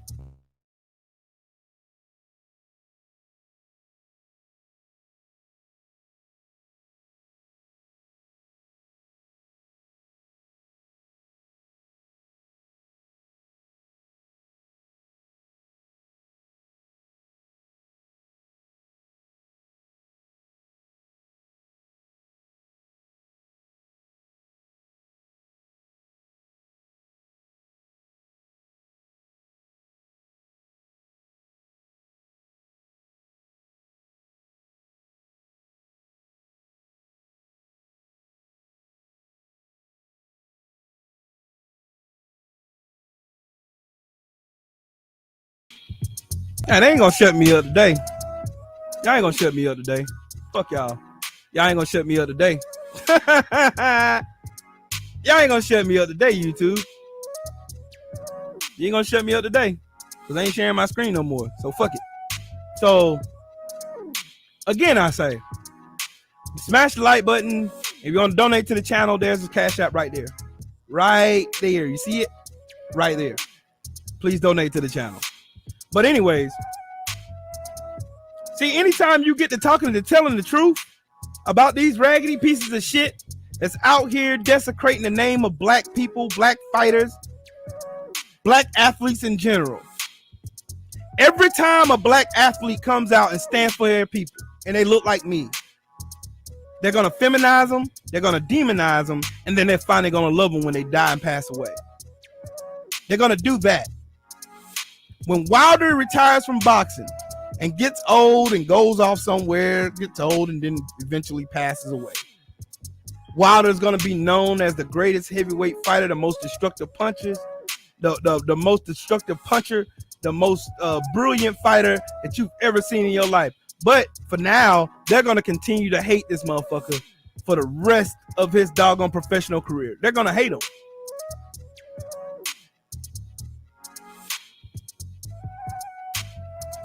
Right, Anthony Bolton. They'll do and say anything to hate on us as a people. They don't give a fuck. They don't. They don't. They cut them off. Shout out to Champ Side, man. They hate when we get on this motherfucker cooking, man. They hate when we come up here and we're able to tell the truth about who and what we stand for. Because they're going to continue to dumb down the name of Muhammad Ali. They're going to continue to do it. They enjoy doing it. Why? Because it goes with their narrative. So they can continue to dumb down the name of Muhammad Ali. They can continue to make us believe that Muhammad Ali was just, oh man, he was so soft-spoken and so quiet. Oh, he just loved the sport of boxing. He was just a great activist. He stood up for what was right and wrong. Wrong! He was a revolutionary. He believed in the love of his people, the love for his people. He didn't believe in interracial marriage. He believed that we should love one another. We should love each other as black people. There's no other person on this planet that can love you better than a black woman. That's what he said. That's what his real message was. And then they want to prop up and bring out Nico Ali Wash. Nah, ain't no Ali. Nico Wash. Nico Kovalev motherfucking Wash. Bitch, you a lie. And the truth ain't in you.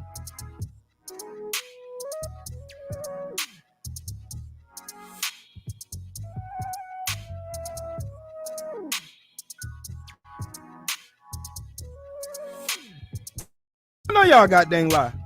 You know you a lie. Y'all don't care about being a lie. And thank you, Joe, for that video, bro. Right. Then your daughter going, man, come on, bro. Bigelow. Come on, bro. That's Bigelow, brother. Shit, fuck out of here, bro. Bigelow. Nah, fuck out of here, bro. Fuck out of here. Fuck out of here, bro. Mm-hmm.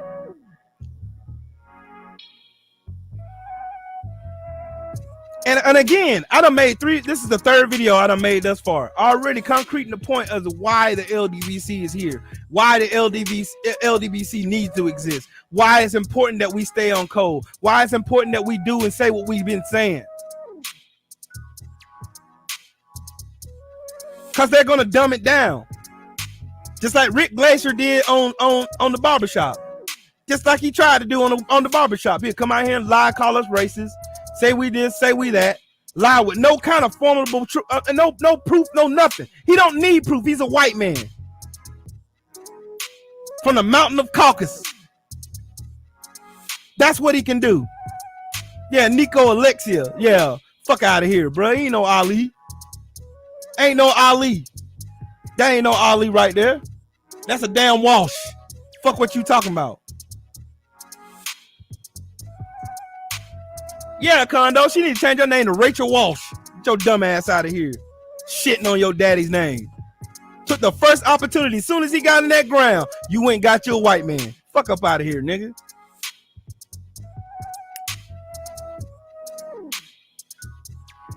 Oh, you love who you love. You love who you love. You gotta love who you love, you know. You gotta love who you love. I love my white man. This is Ali. This is the remake Ali right here. Man, if you don't get your dumb ass out of here, Rashida, and shut the fuck up and sit at the back of the class, you just shit on your daddy's legacy. Because your daddy just said, I don't believe in interracial marriages. Your daddy just said that shit. Stand on what your daddy stood on. Because that's what he stood on. That's what your daddy stood on, man. That's all I'm saying. If y'all gonna tell the truth about Muhammad Ali, tell the truth about him. That's what he said. I played for you word for word what he said. That's what he said. Ali said that. Not me. Trill Wheel. Not me. Ali said that. That wasn't me. That was Ali sitting there with that blue suit on. Head held high, chest all out. You know what I'm saying? Full chest. That was Ali that said that shit. Not Will, not me. Fuck all that. With it, Drew? That's what he said. Ali said that shit. He said bluebirds go with bluebirds. Red birds go with red birds. You don't see no bluebird out here with no buzzer. You sure don't. Say you have a Puerto Rican and a Chinese man, a Puerto Rican woman and a Chinese man get married. The Chinese man get mad because he want to listen to Chinese music, and the Puerto Rican woman get mad because she want to listen to her Puerto Rican salsa. You know what I mean? They're gonna bump heads because they don't share the same ideals. They share the same pains. They don't share the same shit. And he said it, and he made an emphasis that I love my people. I don't hate anybody. I just love my people. So why is it that when black people congregate together and we talk this shit and we talk our shit and we stand on our square and we support our own, why are we deemed racist? Why does people like Rick Glacier have the opportunity to open his fucking pale ass mouth with no lips and come out and tell everybody, oh, the LDBC is racist? How? Tell me how that work? Tell me how that work.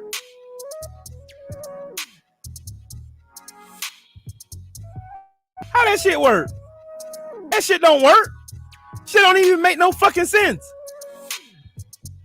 You see a butterfly with a dog? They in love?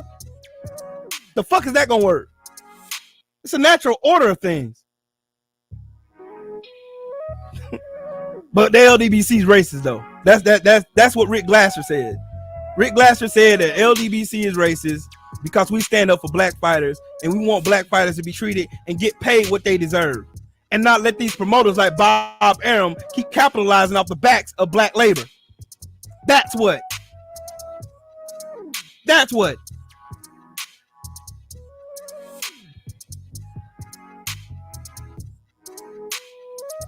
Then Rashida Ali is the biggest disappointment I ever seen. You just come out here and just shit on your daddy's legacy altogether. Just didn't give a fuck. Like, oh, I'm gonna shit on my daddy's legacy. Hey, Drew, I sent you a link if you want to hop on, bro. If you want to shit on your daddy's legacy, just say that. You're gonna bring Bigelow brother up out of here, man. Come on, get the fuck out of here, bro. Oh man, Nico, that's the next Floyd Mayweather. Oh, that's the next Muhammad Ali. Man, get the fuck out of here, bro. Get that flower ranger up out of here, bro. Fuck up out of here, bro. Now we ain't gonna recognize him as Ali. Now, and because we know what Ali stood for. And what he stood for is what he stood for.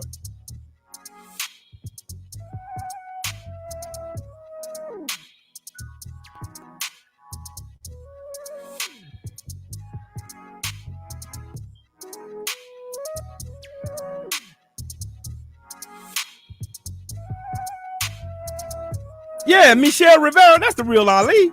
Shit. Michelle Rivera. Yes, sir. Michelle Rivera. Oh, damn. There's a whole white boy out here, man. That nigga can't even play basketball. He can't even dunk. Fuck out of here, man. You gonna bring this whole white boy up out here, and then you gonna put some cornrows in his hair and appropriate a black hairstyle, a black protective hairstyle, and then you gonna prop this motherfucker out here and expect us to believe this is Ali. The fuck out of here, bruh. Don't even stand for what Ali stood for. You don't stand for what he stood for. Not in the least bit.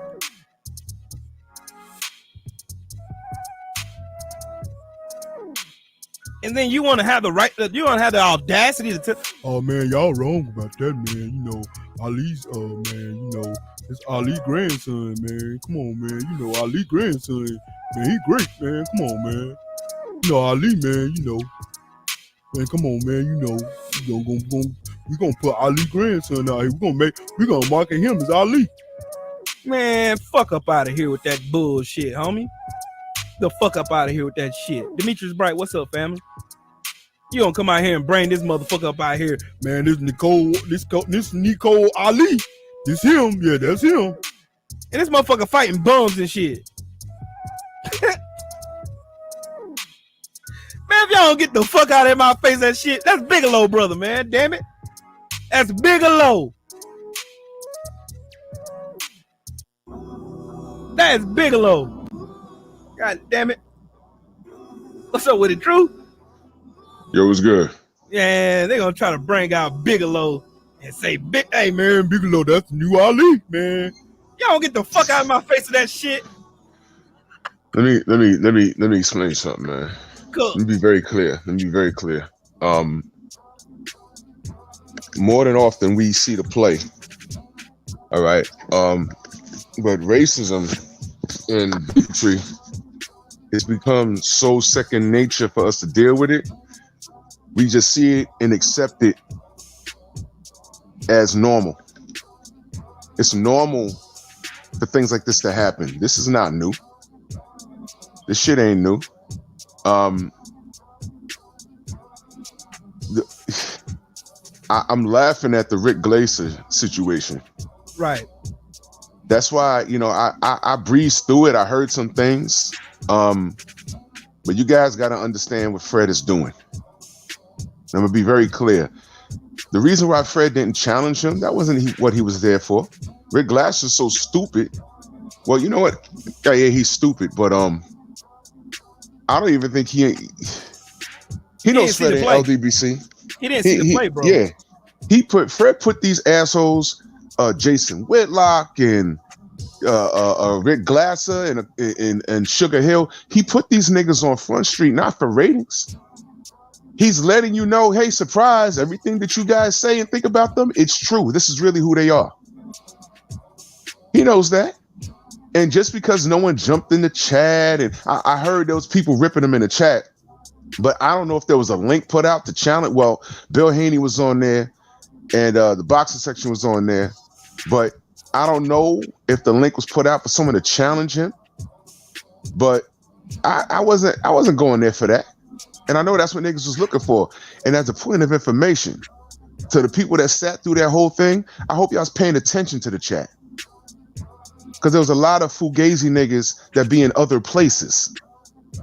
And they're there specifically because when they see someone that's anti what we do, they're there to co-sign the bullshit. All right? Everybody that has all kinds of negative to say about the LDBC, or we're racist, or we're about making money. Ain't nobody over here rich, man. Niggas over here got day jobs. What the fuck are y'all talking about? What the fuck are y'all talking about? All we're doing is getting together and talking boxing, and y'all come over here fucking with us. We just want to be left alone in reality. We just want to be left alone. Because when we was in the YTBC, I didn't even know if that's what it was called. I remember going into various chats, and the moment I co-signed a black fighter winning a fight, and I'm just explaining why, I couldn't get through the damn chat without getting called all kinds of nigga by several different people. And then when you respond and retaliate, the owner of the page would reprimand you. I was there for that. This is dating back like 12 years ago, man. Facts. I was here for all of that. Rick Glaser wasn't there because back then it was just all the YouTube guys. It was a big old joke back then. We were just a bunch of screaming fans not making any money. And then when YouTube says, hey, man, these guys on here in abundance, some of these guys got a lot of followers. We got people wanting to air commercials on their channels. There's money in this. Enter live streams. This live stream shit is still relatively new. Yep. Enter Google Hangouts. See, a lot of y'all just got here. Y'all don't remember all of that shit. It's like 5 years ago. Yeah, it's still relatively new. I go back to when someone said something to you, you had to read it and refresh the page to respond, and refresh the page again, and refresh. And it was a big old headache. And it got to the point where I had to stop and say, why the fuck am I here? But I couldn't go talk no boxing anywhere without getting called out of my name. Facts. Pacquiao fans and any kind of Latino fans. And anytime I picked Tim Bradley to win a fight, or Floyd to win a fight, or Shane Mosley to win a fight, it wasn't long before I was getting called a nigga. The YouTube was a wild, wild west. Facts. And then the moment you respond, the owner of the page, who was the same ethnicity, would tell you don't talk to his people that way. I swear to God that was happening. And 2 seconds from when I was saying, you know what, I'm just going to go on YouTube just to listen to music and watch old cartoons from when I was a kid, I found 78 Fight News. Yep. I was almost done with boxing on YouTube and all sports on YouTube. I was almost done with reading comments, because whenever it was a black person doing anything on YouTube, anything, even a child, someone posting something cute their child did, you scroll down, there's some trolls saying, oh, look at the little nigga baby. Facts. That's I was like, yo, man, I was almost done with YouTube, period, because it was an evil place for trolls. And then I found 78 Fight News. Hey, Drew, I got a question for you, bro. Yeah. Do you remember when Shane Mosley beat Oscar De La Hoya the first time? Yes. Do you remember what happened on YouTube? Like, I starkly remember that shit. I remember the shit. I got called all kinds of niggas. I really don't. I really knew what was waiting, so I didn't pay attention. I swear to God, I didn't. I got called all kind of niggas. I could imagine. But I really didn't pay attention, because at that time, I knew what it was about. I knew what it was about. So I was just going on there, and whoever videoed the post fight at that time, it was this guy at Fight Hype. And there was only like a handful of like quote unquote real media. And I was going there to see what happened after, but I knew not to listen or read the comment section, and all these random people that hide their face, and they do their little videos to post. Oh, Shane Mosley, oh, Floyd Mayweather, oh yeah, you know, they run in the ring, and I think that Oscar got robbed, and they give these guys the outlet. You see, that's the beauty of the internet. The beauty of the internet, it gives us a voice, but the bad part of the internet is that it gives every asshole a voice. Facts. You can't like regulate that, because everybody has a voice. But you know what? That's how we judoed it. And that's what the LDBC has done. We judoed it. Go ahead and have your voice. Look at the trolls that invade our comment section. Look at how many people, who the fuck comes into a goddamn chat, and the first thing they say is, oh my God, why you got so many wrenches? Why you worried about the wrenches? Right. Why you about the wrenches? If you cool and you here for X amount of time, and you contributed to the conversation in a mature manner, you can get a wrench. So what the fuck you worried about all the wrenches for? Why do you think we have so many wrenches? First of all, this is family. We're cool with them. All right. And mind you, I'm being very clear. People been around here before there was even something called a super chat. All this shit is new, y'all. This is new. If people were wanted to donate to their channel, it was a PayPal. Because matter of fact, Cash App wasn't even around. Nope. There was no Zelle. There was no Cash App. There was no Venmo. All of this shit is new, ladies and gentlemen. This is how far back this goes. We're talking about 13 years, 14 years now. We've been dealing with this. And the moment, there was no LDBC when I went back and forth with Rick Glasser on Facebook. I was talking with him on Facebook, and I was like, yo, bro, I don't get what you're saying. You're saying that they're in the red, and he said that he's seen the books, and he knows people. Yeah, they're going to fail, and Al Hammond is just wasting money, and this was a tax scheme, and he was saying all this shit that made him sound smart. So I addressed him. I said, do tell. And he starts doing all this dick math on Facebook, and I said, bro, keep it simple. I don't understand all of that. Mr. Boxing Insider, I don't know you. Right. I don't know you, Mr. Boxing Insider, but I'm going to give you I'm going to entertain you. They're in the red. I said, listen, I don't know what the problem is. I just got in here. I'm reading your conversation. And all I know is that I've been seeing free fights on TV. I saw Sean Porter versus Keith Thurman. I've seen Danny Garcia fight on free TV. These are top welterweight guys. And he's giving it to us on free TV. I don't know what the problem is. If it's going to fail, you should be hoping that it wins. Why are you worried about a tax write-off or him doing something with his pockets? In the meantime, the supporters of the sport are getting what they want. What is the problem? Well, I didn't say what I said. What is the problem? But I meant what is your problem? But I didn't want to accuse him of anything at first. Right. I said, what is the problem? And then he starts doing all this mathematics. I say, Rick, don't no one understand that shit? Don't no one understand lawyer talk? Who are you? I'm a boxing insider. And he started name dropping Roberto Duran, Sugar Ray Leonard. So I click on his profile. I said, okay, he's an old white man posted up with his black wife. I said, I'm not impressed. I'm not impressed. But whatever. And he had on these shades and he's a cancer survivor. Blah, blah, blah. I don't know what your problem is. What is the problem? Because this guy, Al Heyman, came in. He has a roster full of fighters. Everybody's running to him because they seem happy. Right. But never mind the black fighters. Leo Santa Cruz named his seed after Al. Do y'all know that? Leo Santa Cruz, I'll say it again. Leo Santa Cruz named his child after Al Heyman. Okay? Who's the 154 pounder? I forget his name for a second. That fought Triple G. What's his name? Matt Erosion. Yeah. He said on live TV he regrets leaving Al Heyman. Those guys are not black. I'll say it again. Those guys are not black. So who am I supposed to believe? The fighters that are actually dealing with him? Or some dude in a Facebook group where 80% of them were fucking idiots in there to begin with? What you mean? You got they're gonna be done. And listen, the average business, the conventional business fails within 2 to 5 years. We know this. Some of you don't.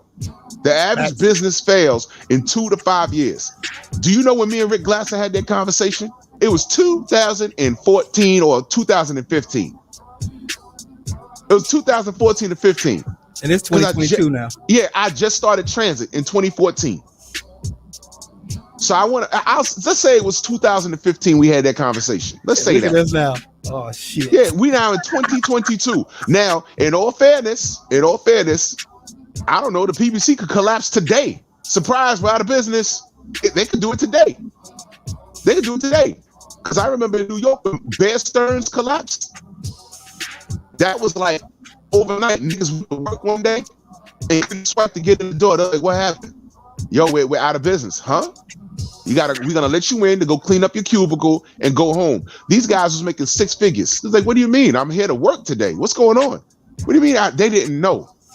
Who knows? It could be a situation like that. But what I am saying is that was 2014 or 2015. I had that conversation with Rick Glasser on Facebook. Yeah. He's putting his phone number in the goddamn chat. Yo, I can break it down to you. Call me. Don't nobody want to talk to your fucking gecko lizard looking ass. Hey, Drew, I think you did that whole interview with Fred for relevancy. Man, that's listen, all.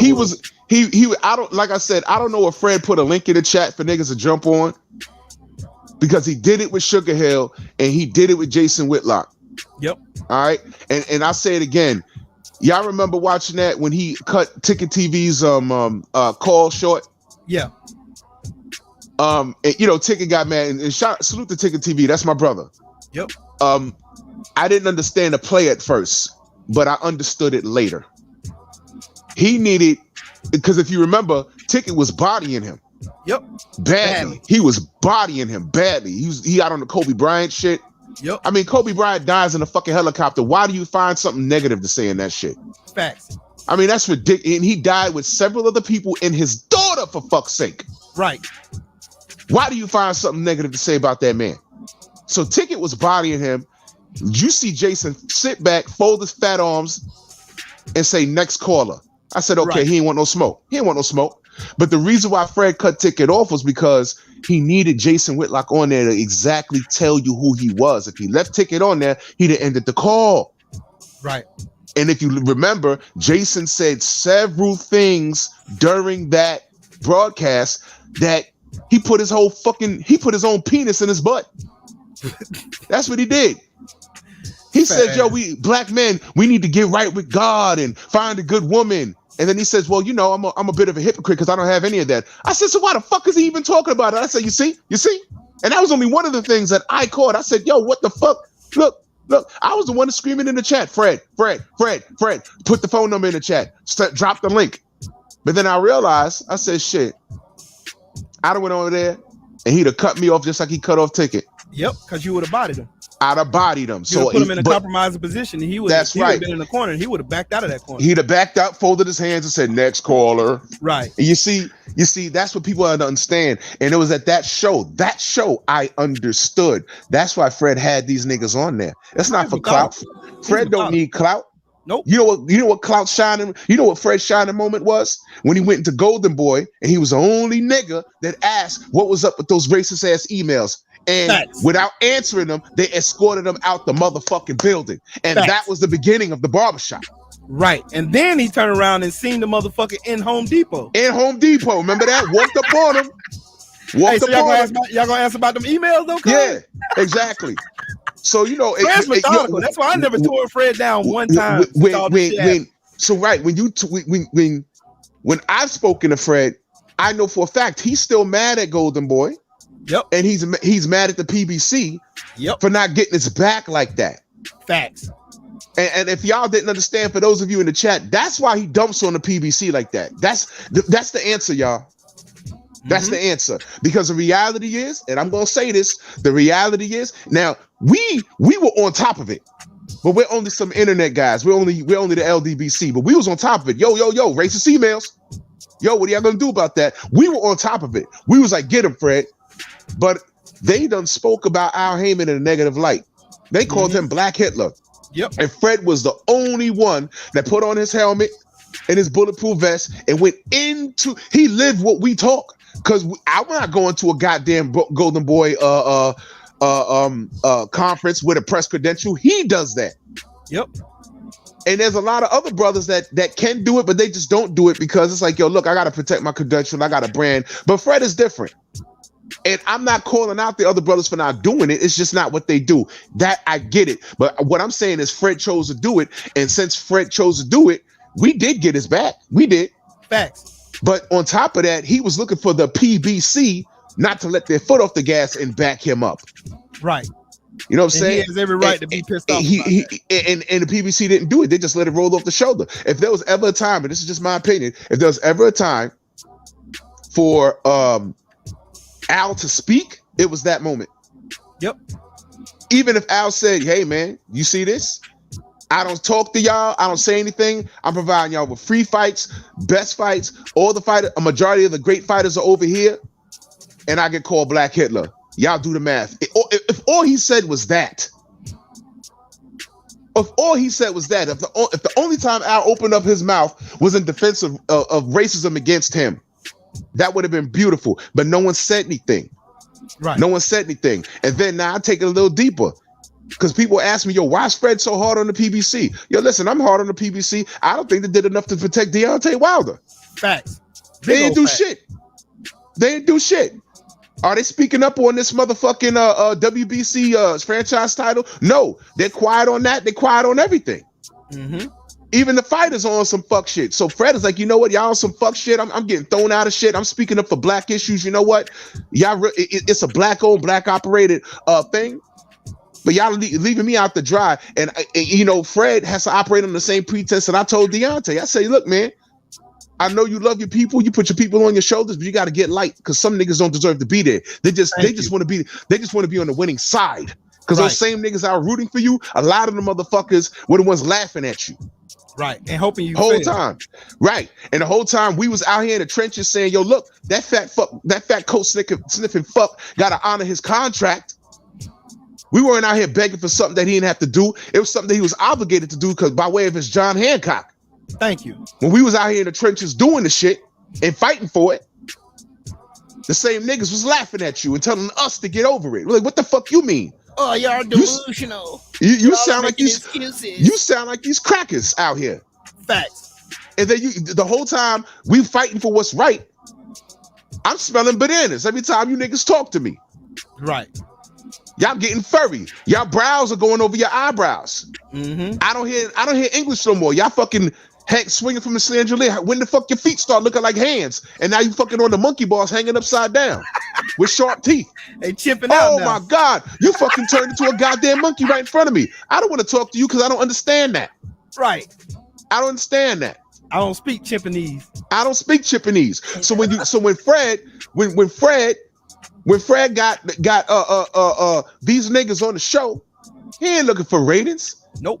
He's saying, you see what's out here? I tried to fight it. You see what's out here? He put Rick Glass on there. He didn't challenge him on that one motherfucking thing. He put that fucking cracker on there for you to see. Right. And all the screaming and shit at the chat, I get it. But I want you to pay attention to the chat because the enemy was in the chat, y'all. Right. And they were in there heavy too, especially when Rick Glass started shitting on Clarissa Shields. That's what pissed me off about the shit. Oh, come on, like B. See, I heard about it. Like I said, I flicked to it a couple of times, but I ain't stay. I ain't like that Cause I'm the type of person if I see someone I like, I can't just stand there. Right. I'm saying that and that's what I'm talking about, these trolls. That's why they hide their face, because it's a high probability that when I'm at a hot fight, they're gonna see me. And if I know how you look, listen carefully. I can't just see someone I don't like. Yeah. If I see you and I don't like you, there's a probability that if I see you up close, we're gonna have a conversation. That's the problem. That's why they hide. And if you recognize Fred's chat that night, I breezed through there for a second. I looked at the chat. I'm like, yeah, blocked him. I don't fuck with him. This nigga talk shit about me. Don't know any of these niggas. But these be the niggas that come up that wait 6 weeks to get a wrench and pop up in your goddamn stream to ask why there's so many wrenches. Yeah, for you. Cause you about to get gang jumped with a wrench. This is the problem, y'all. So I understand what Fred does. That's why he ain't challenge him. He sat up there talk reckless about the LDBC, reckless about Deontay Wilder, reckless about Clarissa Shields. And then talking about, yeah, I'm here for smoke. No, you're not. No, you're not. You're looking for your 2 minutes of fame. You're not going to like it. There's nothing racist about what we do. We are the direct result of racism. Anytime black people get up and say, yo, look, we ain't doing this shit no more. We're racist. We're racist for loving our own. We're racist for being by ourselves and wanting to move away from you. A la Black Wall Street. There was multiple Black Wall Streets. All right? Rosewood was a thriving black community. Burnt it to the ground off of a white lie. Little white lies. So let me tell you something. Little white lies don't exist. White lies aren't little. And this is not racism. This is the world we live in.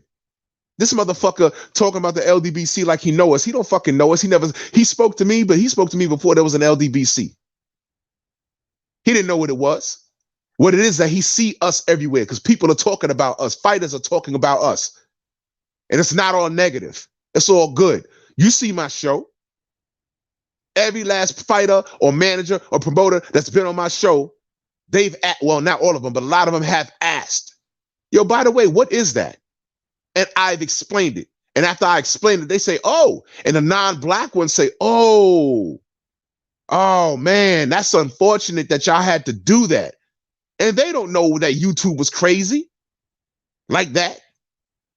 What do you think me and Devin Alexander, under what pretense do you think me and Devin Alexander even met? Why do you think that even happened? Because they lied to the brother. When he agreed, when we had that conversation on Fanon's show, when he agreed to come there were people in his DM and so, oh, watch out for Drew. He's a racist. He's a racist, calling me racist. And when I spoke to him and explained it to him, he said, oh, and he understood. He said, man, every time black people get together and do anything, they call us racist. So you can go to an all Mexican event and you see Mexican flags and you can see they can have Mexico versus Puerto Rico versus Dominican Republic. That's not racist. That's not racist, right? We live in America. Deontay Wilder walks to walks to the ring with an outfit that represents his black people with a black song, and none of it was saying kill Whitey. None of it was saying kill Whitey. We were just saying, yo, look, man, look, we're black. It's 2020, it's 2019, whatever year that was, and we're still in the struggle. And we acknowledge that. Why is it okay? Why is it not okay to admit that we have problems and we have a struggle? It's not okay for us to do that, but tell that to a Jewish person. Tell that to a Jewish person. Every Jewish person that I know, even my age and younger, they're raised to understand and know. They know who Adolf Hitler is. They know what the Holocaust is. It's taught to them in their schools, and they can recite everything that's happened today, all the way up till now. You would talk to a Jewish kid right now, and they are so educated about their struggle, you would think the Holocaust happened within our lifetime. With us, we don't have that luxury. There are no books about the various tribes that were conquered, that were annihilated. We have no fucking history. We got to go looking for our shit. The Holocaust is documented by way of film, y'all. We don't have that luxury. The Black Holocaust is so deep, we got to go look for it. Because they tried to erase us. They tried to erase us. But Jewish bloodline, Hasidic Jews, their bloodline is kept pure on purpose. Because, believe it or not, they have PTSD. They do. So I don't undermine their struggle. The difference between them and us is that they are tight-knit and they stick together. We are so traumatized, we don't trust each other. Which is why you could look at when Rick Glasser was on Fred's show, look at the fucking chat. Look at the chat. You in here selling with that, shooting that doggone gasoline out here today, sir. Look at the chat. Look at the chat. There was a bunch of niggas in the chat that are anti-LDBC, and we didn't do shit to these niggas. We don't talk about it. We don't say their name. We're looking at them like, what the fuck? Get the fuck out of here, man. That man will never, that nigga will never come on my platform. First of all, he's not invited. But in the event I have an open panel and I see him backstage, oh, he's getting on. Because I'm going to say, Rick, you got 3 minutes to shoot your shit. But if you a man, you're going to stand right there and get this smoke. And I ain't going to curse at him not once. I'm going to hit him in his ugly face with facts. And I'm going to tell him, why you at it? Go get your wife. And I'm going to ask her why she married you. We're going to go all the way with this shit. And does she know you on here trolling black people? And asking why he got arrested by the FBI. Man, listen, his criminal record is public. I ain't got no criminal record. Me either. And I say that proudly. I ain't got no criminal record. And I'm born in 1975, and I grew up in I was born in Harlem and raised in the Bronx. I ain't got no criminal record. I got through all my life with no criminal record. He did not grow up in I don't know. To be fair, I don't know how he grew up. He could have been poor just like everybody else. Right. I was poor, and I still ain't got a criminal record. You know what I'm saying? And I'm a military veteran. But he got to a point where he knew the difference between right and wrong, and he big dogged it and got investigated by the FBI. Yep, because he was committing deposit fraud. Now watch this. Now watch this. He did all that bullshit, and what do you decide to do? Get in the business of boxing. So I say to all of you trolls, is there cheating in boxing? Is boxing a correct and legal sport? Because we got tons of evidence to prove that it's fucked up. It's a fucked up business, from Deontay Wilder's situation to Top Rank to the WBC to people running around in it like Rick Glasser. And here comes Al Heyman, who's just getting his piece of the pie. I don't know about it. If he has a criminal record or whatever, I know he came from the music industry and he don't even do interviews. And all the criminals point towards him. Like he's breaking the rules. Come on. Bob Arum, Oscar De La Hoya with the coke and all this other weird shit. Mm-hmm. And Rick Glasser talking bullshit. Look at all the names I mentioned. There's some shit with every last one of them. And Al Heyman is not perfect, but he ain't them. Nope. It's any like of we this ain't shit perfect, registered. but we ain't them. Yeah, we ain't perfect. Them. We got all kinds of people that listen to us, LDBC or not. No one's perfect. This is life. But the But thing don't about point the at LDB us like, go ahead, bro. You know what the thing about the LDBC? We don't go around demonizing people because they got a criminal record. We don't do that shit. We love everybody. Man, listen. Everybody in the LDBC, I love all y'all. I tell these pieces of shit, you don't know who's in our chats. We got everybody from gang members to brain surgeons. Right. And we're formed here as a united front because we love the sport of boxing, and they don't love us. Right. They don't love us, man. They got a fucking obsession with us, bro. For real. They do. Ain't no one talking about Rick Glass. He talking about us. Ain't no one over here was talking about E. Shade Smith. He started talking about us. Right. Ain't nobody was talking about. And listen, I say this with good heart. Nobody was talking about Devin Alexander, but he started talking about us. And when I found out why, they sent him the Sugar Hill interview, and they only sent him a 3-minute clip and made it look like all I did was out talk Sugar Hill. And I said, Devin, do you think that grown man would have sat there and let me do that to him? He said, I was wondering why he was sitting there. I said, bro, that's the end of the I said, you know, I talked to that man for damn near 25 minutes. He said, 25 minutes. I said, I will send you the link. And I sent them the link. I said, this is the unedited version of the interview right here. I said, see, what just happened was they sent them the link on Twitter. It was a link to someone's page who edited it. Right. So that person probably got like 100,000 views. Just like Bitch from Boston, that when he did that video about us. Yeah, exactly. They're a hate group. They're gonna edit out fucking parts, but he don't show the part where the motherfuckers in the chat calling us all kind of niggas and monkeys. Yeah, he's not gonna show. He ain't gonna show that part though. All right, and he's been around YouTube all that time. Right. He's been around YouTube for about 13 years. So he knows that whenever a black person was doing anything on YouTube, all you gotta do is scroll down, look at the comment section to see the monkey emojis. Matter of fact, I'll go back that far. I don't think there was no monkey emoji back then. No, they were just saying niggas. They were just saying nigga. Just saying knuckle dragger. Kool-Aid and your grape drink and your watermelon and shit. There were no emojis back then. They were just out loud with it. And these guys, I ain't gonna say all of their names, but those same names are roaming around the internet right now, and they still hiding behind avatars. They don't do live streams with showing their face. See what do the KKK does? They hide. Because a lot of these guys, they're your police officers, they're your judges, they're your local butchers, they all of that. A lot of them are in the motherfucking military. Facts. You understand what I'm saying? A few of them out. Shit. So these motherfuckers, they stand by their principles, but they know they can't do it within eye and earshot. Because you're right, this ain't the 60s. You will get fucked up because I'm not my ancestors. I will fuck you up. I will fuck you up.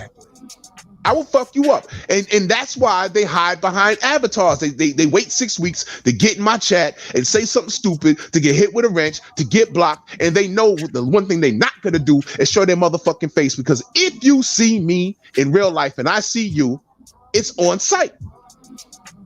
There, exactly. I said it. It's on sight. Exactly. It's on sight and you know it. So that's why they hide, bro. They don't come to no live events, man. They'll go to live events and hide behind something. So when those cowards, you know they there. when those cowards did that at the Wilder fight, I said, never mind what I did and it was them because I did something very specific when the fight ended. And I said, no, shit, they were there. That's them. And you two homosexuals. Y'all were holding hands when I came and sat down. That's not your brother. Because he tried to say, oh, why'd you block my brother? He has his opinion. I said, that wasn't your brother, dude. You spelled husband wrong. That was your husband. Because when I came and sat down, y'all were holding hands. And I said, oh, I'm sitting in front of that. Okay. Lovey-dovey and shit. Yeah, I said, y'all were holding hands. I said, what's your brother? You spelled lover wrong. Don't front for me. I said, never find that Pauly Malignaggi video, him and Steve fucking shrimp fried rice Kim. I want to find that shit. Man, no, listen. I'm gonna find that shit. Man, listen. I told this dude, I said, look, never mind all of that. Why don't you just tap me on the shoulder and say hello and introduce yourself?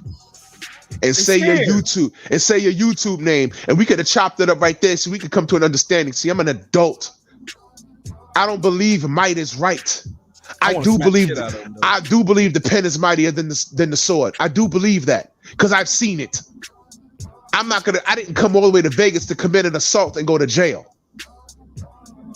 You understand what I just said? I didn't come to Vegas to commit an assault and go to jail. You could have tapped me on the shoulder and say, yo, I'm so-and-so, I'm Butt Blast 3000. You blocked me a month ago. Okay. Okay. So why did I block you?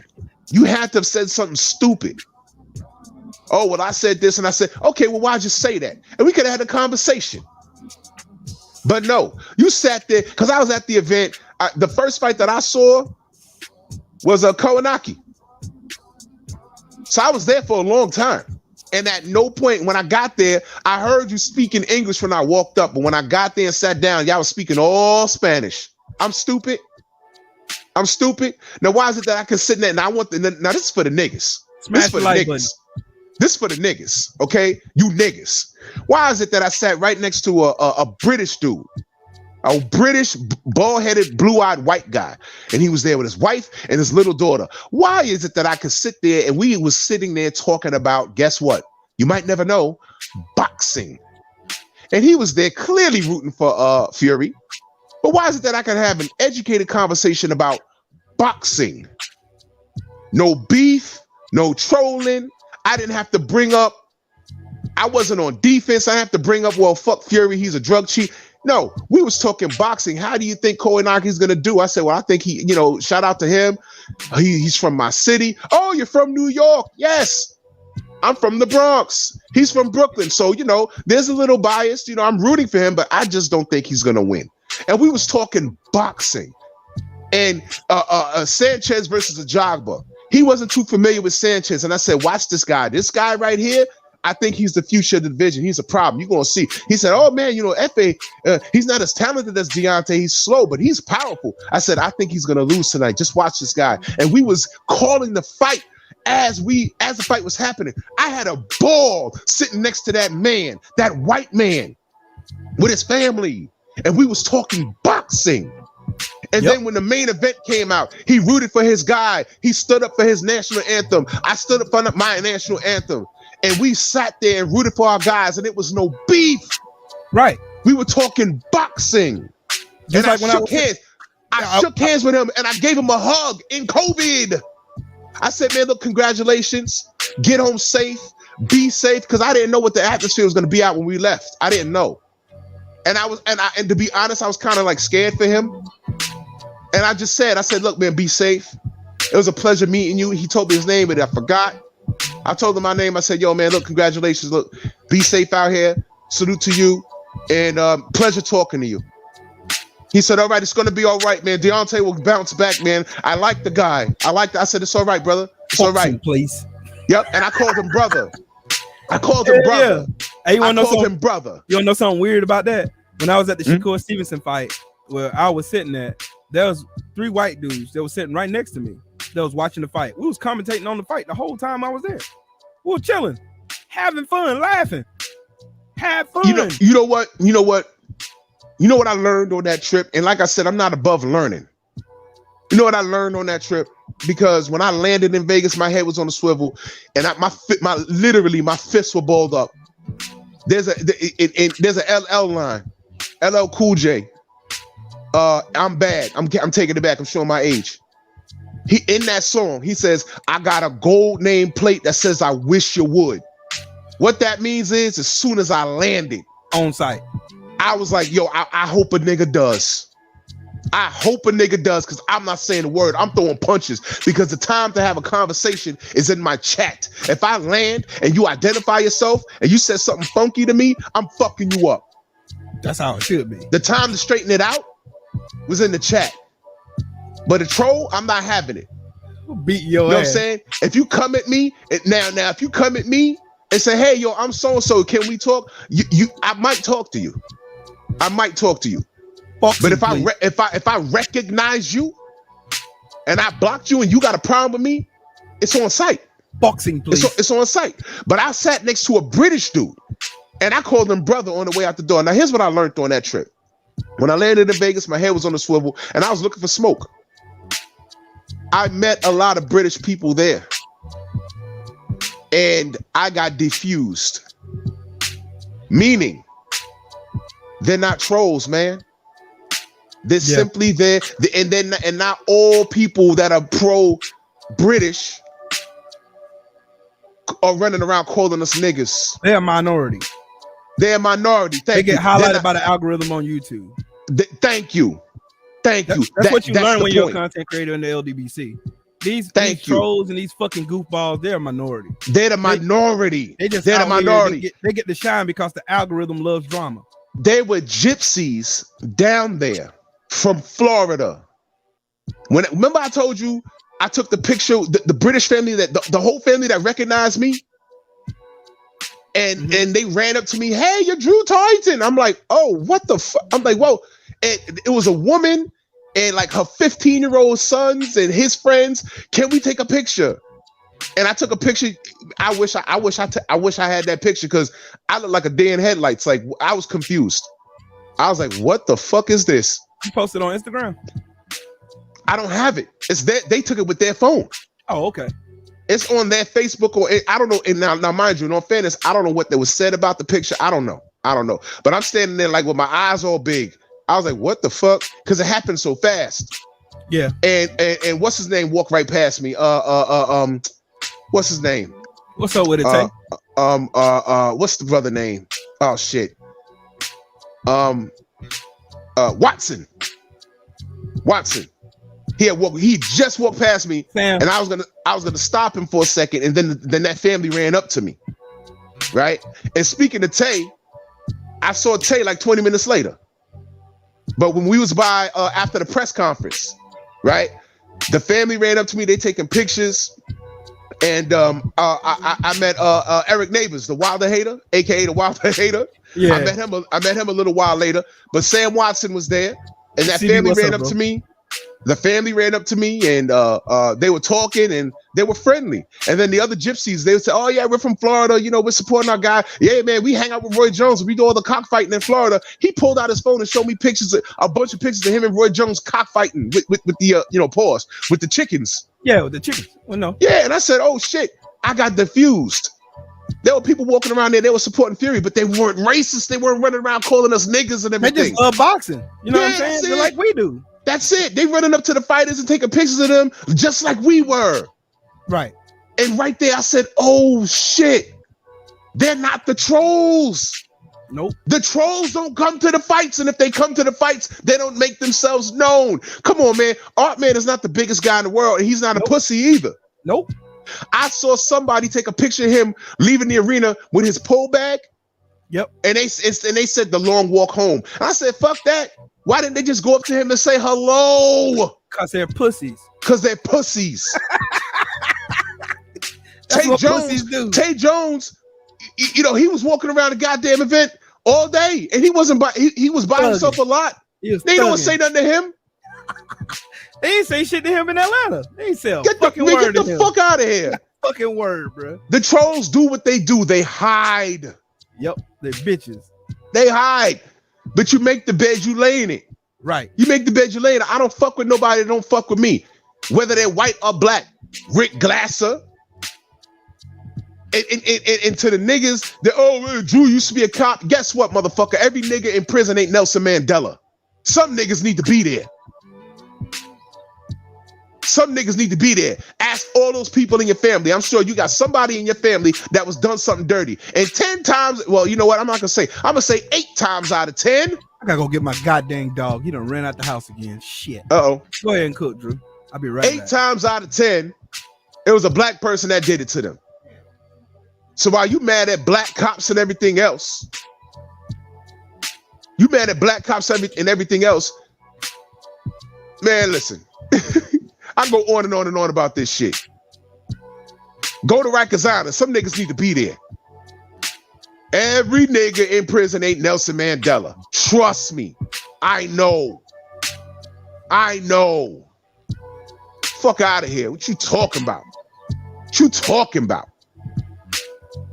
Oh, how many black people you locked up? Same amount that Sugar Hill locked up. Nigga. You forgot what he did for a living? But you okay with him, though? Because he's on the white side of history. Oh, I'm sorry, the right side of history, right? Right? Remember those pictures of deflated gloves. Remember the pictures of the floppy gloves. Remember the dent in our brother's head and how to get there. Okay? Remember all of the cocaine he sniffed and admitted And he went through his life cheating all this time to land a job with Sugar Hill, for Sugar Hill to land a job with him. And you got a problem with black officers? Nah. We're the LDBC. When we say up, you say down. We say right, you say left. Because it's popular to disagree with us.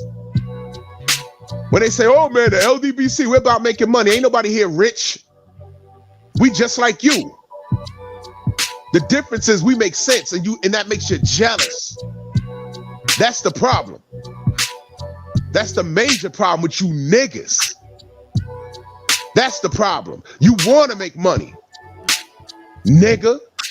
How could we do a dual? Hey Fred, how could we do a dual live stream where we could stop the violence in boxing? Violence in boxing? What are you talking about?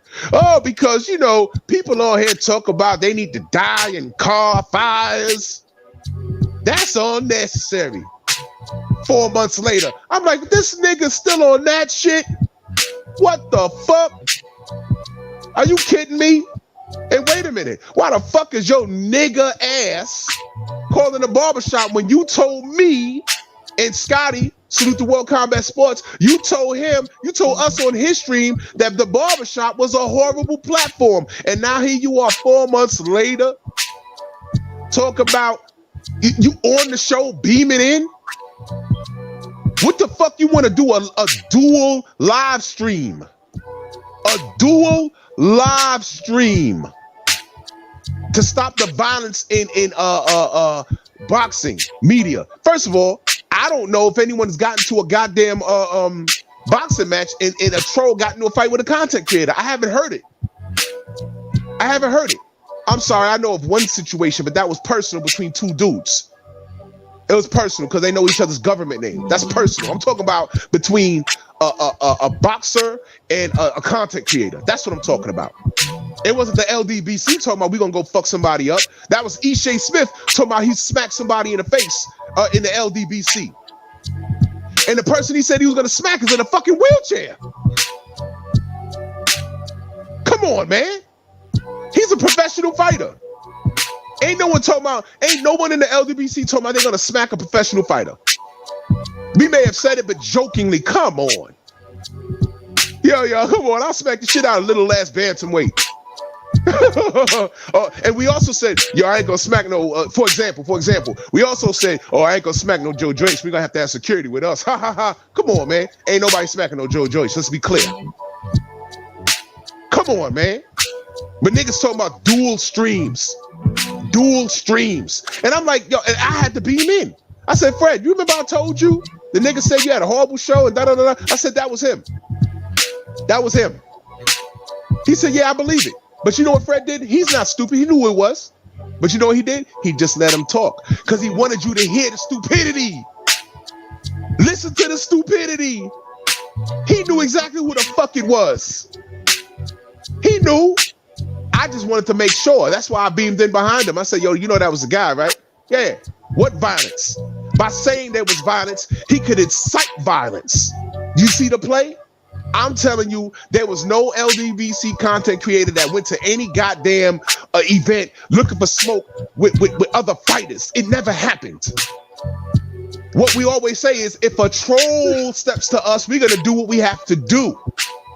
Because we don't go to events looking for smoke. We go there to enjoy the festivities like everybody else. And what we worry about, not worry like, oh God, is it? No, what we have to be on point about, what we have to be hip about is if a troll who hides behind an avatar, who we don't know how it looks, runs up and blindsides us. So that's why we go with our head on the swivel, because we get threatened. It's not the other way around.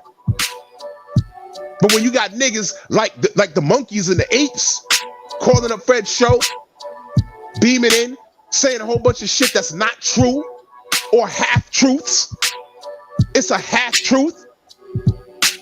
I did say I hope this motherfucker dies in a car fire, but that was based off of the pretense that I thought that he assisted in a crime against our brother that could have killed him. But I also said, if you didn't do it, I'll take you at your word. But I hope you understand the term in concert. You bitch ass nigga.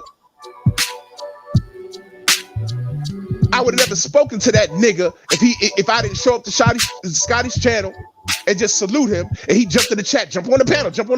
Nigga, I bodied Sugar Hill. What makes you think I ain't gonna body you? And that's just what happened. Twice. You bitch ass nigga. You bitch ass nigga. You are what's wrong with the black community. You want to do a dual stream? You want to do a dual stream with a popular channel? Why? Why can't you just do a stream with Fred? And if violence in the boxing community is a problem, just talk about it. But you know why he can't talk about it? Because number one, no one's watching this bitch ass. And number two, he wants more views. You are on YouTube because you want to make money. And it's popular to hate on us and side with everything that's against us. You found a small group of black motherfuckers that stand against us, not because what we say is wrong, but because it's popular. Facts. And because what 78 put together is genius. And you're looking at him and say, why that man that sound like that and talk like that got millions of people following behind his lead? I don't like that nigga. So I'm going to form the LDBC. Facts. And I'm going to do what he does. And all I'm going to do is make content 7 times a week, degrading and downing them. Yes. It don't work because every time, see, what you dumb motherfuckers don't realize, what you dumbass motherfuckers, there are people that legitimately come to YouTube daily for the first time. There are people walking around here right now that never knew what YouTube was. And they say, you know what, let me just go on here for the first time. And they start out finding shit. Oh, yeah, I used to watch this as a kid, whatever. Oh, well, you know what, I love boxing. And they start out watching fights, whatever. And then they start seeing these live streams. Oh, and they see their favorite fighter mentioned in the comment. And they go in there and they say, oh, I don't like him. Oh, another live stream with my favorite fighter's name in their mouth. Oh, I don't like him. Oh, I like him. Oh, but what's he talking about? And for a month, they start hearing, oh, what's this LDBC shit? And then they Google it. And all they see is negative. And then they finally stumble upon one of our channels. And they listen to it and they say, hey, this ain't so bad. Is this guy the LDBC? Oh, the LDBC is not a guy. It's a group. Right. It's a community. So now they find we're a hate group. We're a hate group. That's what they say. Oh, so okay, this guy's LDBC. This guy's LDBC. Oh, this guy, I've been listening to this guy. He's been talking about the LDBC all week long. I thought I was going to hear him talk about Mike Tyson or Sugar Ray Robinson or Deontay Wilder or Tyson Fury. But all he's doing is talk about LDBC members. And who's 78? Who's Black Fight Fan? Who's CC? Who's Trill Will? Who's Drew Titan? Who's KQKC? Who's Stormy B Man? And they go to our channels. And we're actually talking boxing. Fact. And they stay. Yep. And they stay. Yep. And they start commenting and they start super chatting. And then they go back to the channel 2 months prior that they were going to, and they find out, hey, wait a minute, this guy, he don't have that little $sign down there. I can't contribute to his channel. And wait a minute, I don't get no boxing knowledge from him anyway. All he's doing is screaming about these guys. I'm over here with these guys and I like these guys. And then they stay and then they hear 78 talk about why we exist. And they say, oh man, that's bad. And it'll be the whitest person you ever known. Facts. And they say, oh man, that's bad. I ain't with that. And then they go to KQKC's channel and he's talking. KQKC don't even address the bullshit. Nope. And then they come here and then they come to my channel and I'll address it for about maybe 10 minutes, but I get back to boxing. And then they go to Stormy and they absolutely fall in love with the historic content. Right. And then boom, we have a new sub and a new supporter, and they're super chatting, and there's Venmoing, and they're Zelling, not because we asked them to, because they appreciate the content. Similar to when you used to buy Ring Magazine and KO Magazine, and we had faith in old media, and we trusted them to tell us the truth. Did you not reach in your pocket and pay them $5 to buy their material? Yes or no? Facts. Big facts. So what's the difference between that and the fucking super chat? Damn, you got hot grease over there, Drew? You cooking today? Shit. Man, I'm here and I'm talking passionate because I know it.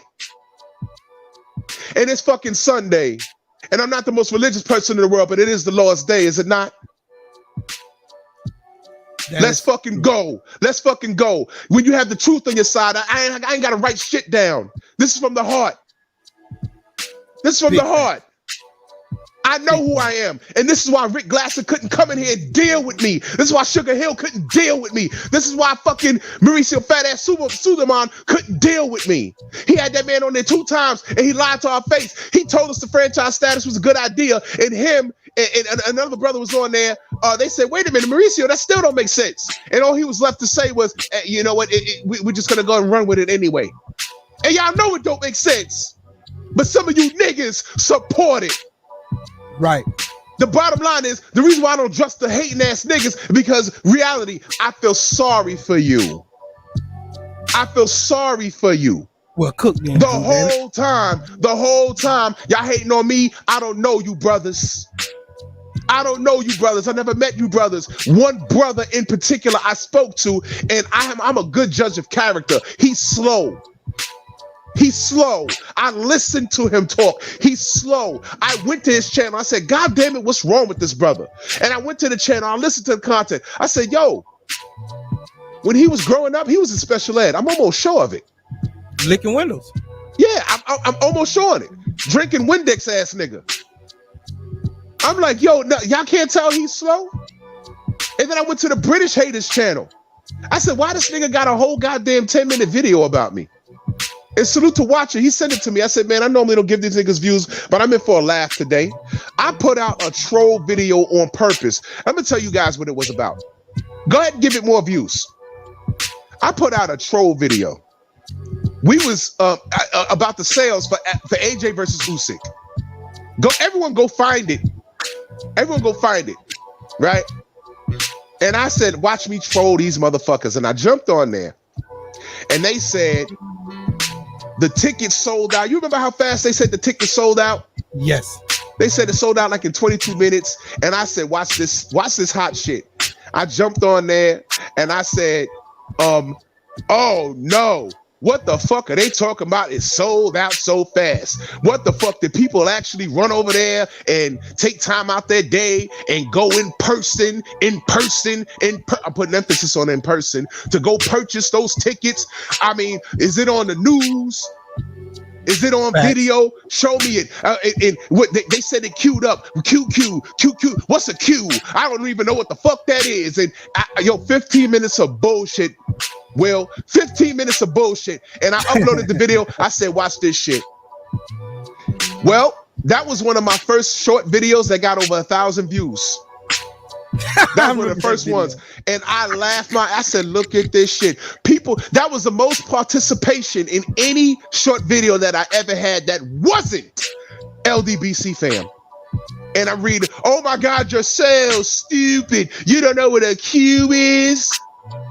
Oh my God, Drew Titan, you don't know that they didn't mean that the tickets were bought online? Of course I know. We're still in the pandemic, you idiot. Thank you. But I said, no. I said, you motherfuckers don't understand sarcasm at all? Nope. Y'all don't understand that? Nope. Because everyone likes to eyeball Deontay Wilder sales. So I did it on purpose to AJ and Usyk off of the pandemic. So I created a 15, I forgot how long the video was. I think it may have been 10 to 15 minutes, a big old piece of, I know it was beyond 8 minutes, but it was a big old lie. Chestnut checkers. Yep. And you dumb motherfuckers paid me about $700 that month for that video alone. You idiots. You idiots. I clickbaited you, you dumb motherfuckers. And these fucking haters ran on their channels and made videos about that video. Thank you, because a bunch of motherfuckers ran and watched that video. Mr. Shelton, is that the video right there? Go on and click it. No, that's the video he did, man. That's funny shit. Y'all click on that video. Yep. Go on and find my video. Because I had motherfuckers making videos about that video and saying, oh, y'all, Drew's a hawk. I told you, which means he's been talking about me before. I told you that guy Drew's a hawk. Yeah. Subscribe to me. Motherfucker got 112 subs. Thank you. Yeah. Drew's a hawk. Yeah. You know boxing? You know more boxing than me? Yeah, good. Yeah, and I love these motherfuckers. Yeah, I'll debate you. Nigga, what you gonna do? Debate me with your truth? Your truth is not my truth. Hey, dude, the thing about it is you can go live and you do a video, you got 200-300 people in your chat, and they go live, and they only got like what 9, 10. Man, listen, that last nigga that I'm talking about, that black nigga that tried to tell me, oh, you ain't from the Bronx talking like that. I said, nigga, I tell you exactly why I'm from the Bronx. Nigga, you ain't from the Bronx. Where you from?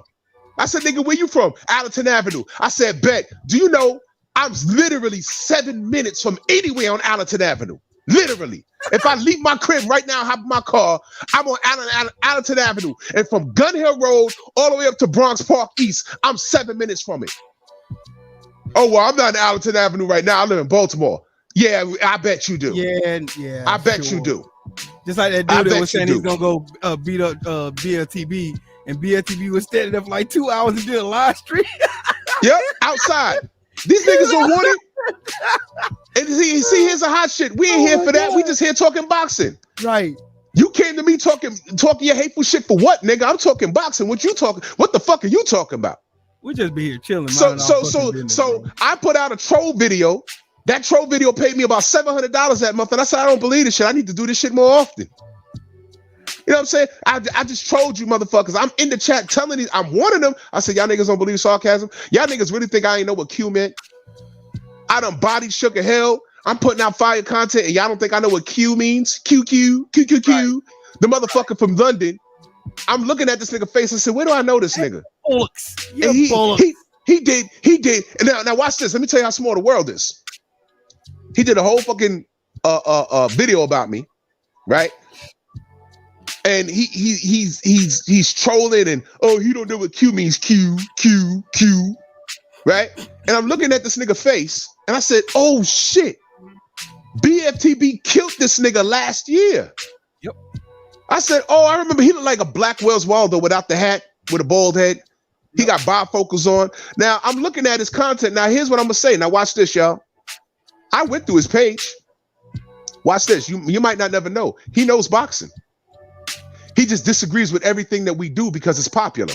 But he knows boxing. On the UK side, he knows boxing, right? But he ain't got no subs. I don't know how many subs he got now, but he ain't got no subs. He's not even monetized. Last I checked, he's not monetized, right? Now watch this. I go to the other faggot that I'm talking about that claimed he's from the Bronx. I go to that other gap tooth faggot. I go to his shit, and he does a live stream talking about why he's not working with him anymore. I didn't even know those guys were working together. Wow. So here's the moral of the story. The haters that hate us, them niggas don't even get along. Eventually they fall out. Why? Because the blind can't lead the blind. Nope. Can the church get an amen? Amen. The blind can't lead the blind. You preaching today, sir. And them niggas don't get along. Nope. So they fell out, and I didn't even know they were working together. Hey, did you know that every channel that tries to copy the sauce from the LDBC, every time they do live panels together, they can't have nothing like this? Man, listen. They can't. I told that faggot on some vindictive shit, and I wasn't really gonna do it, but I said, motherfucker, your channel is poo gas. Your channel is Chihuahua shit. And I said, nigga, and I told him, I will purposely go on vacation. And when you go live, I'll go live right when you go live, just so you can see me get 150 to 250 people in my chat. And I will wait to see what you're talking about. And I'll talk about the exact same thing. And I don't give a fuck if we're talking about food, nigga. We could be talking about the latest chopped cheese in the Bronx, and I'll go right on top of you and talk about the same shit. I have 150 to 200 people in my chat, and you won't have but 4, and 3 of them are your accounts. They're gonna be mad. Know what I mean? They're gonna be mad. Fuck I got that. 50 people in mine. So bitch ass nigga.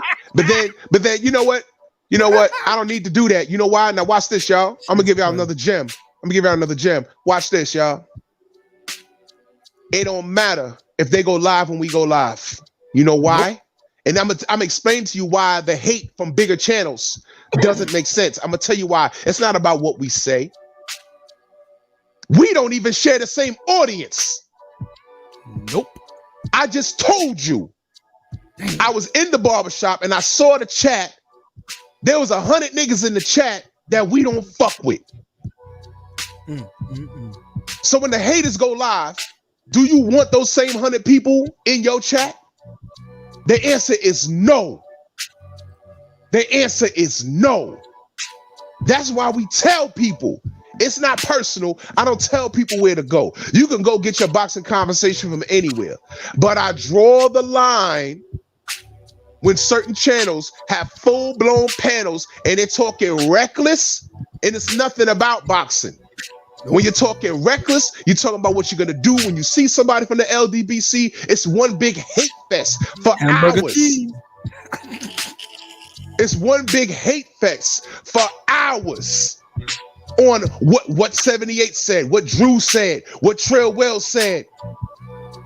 It's one big hate fest. And then you read the chat and it's saying, oh, if I see them, I'm going to do this, and that. And I'll slap this nigga and this fat motherfucker and this steroid using motherfucker. And then you're in the chat with the smiley faces. That's where I draw the line.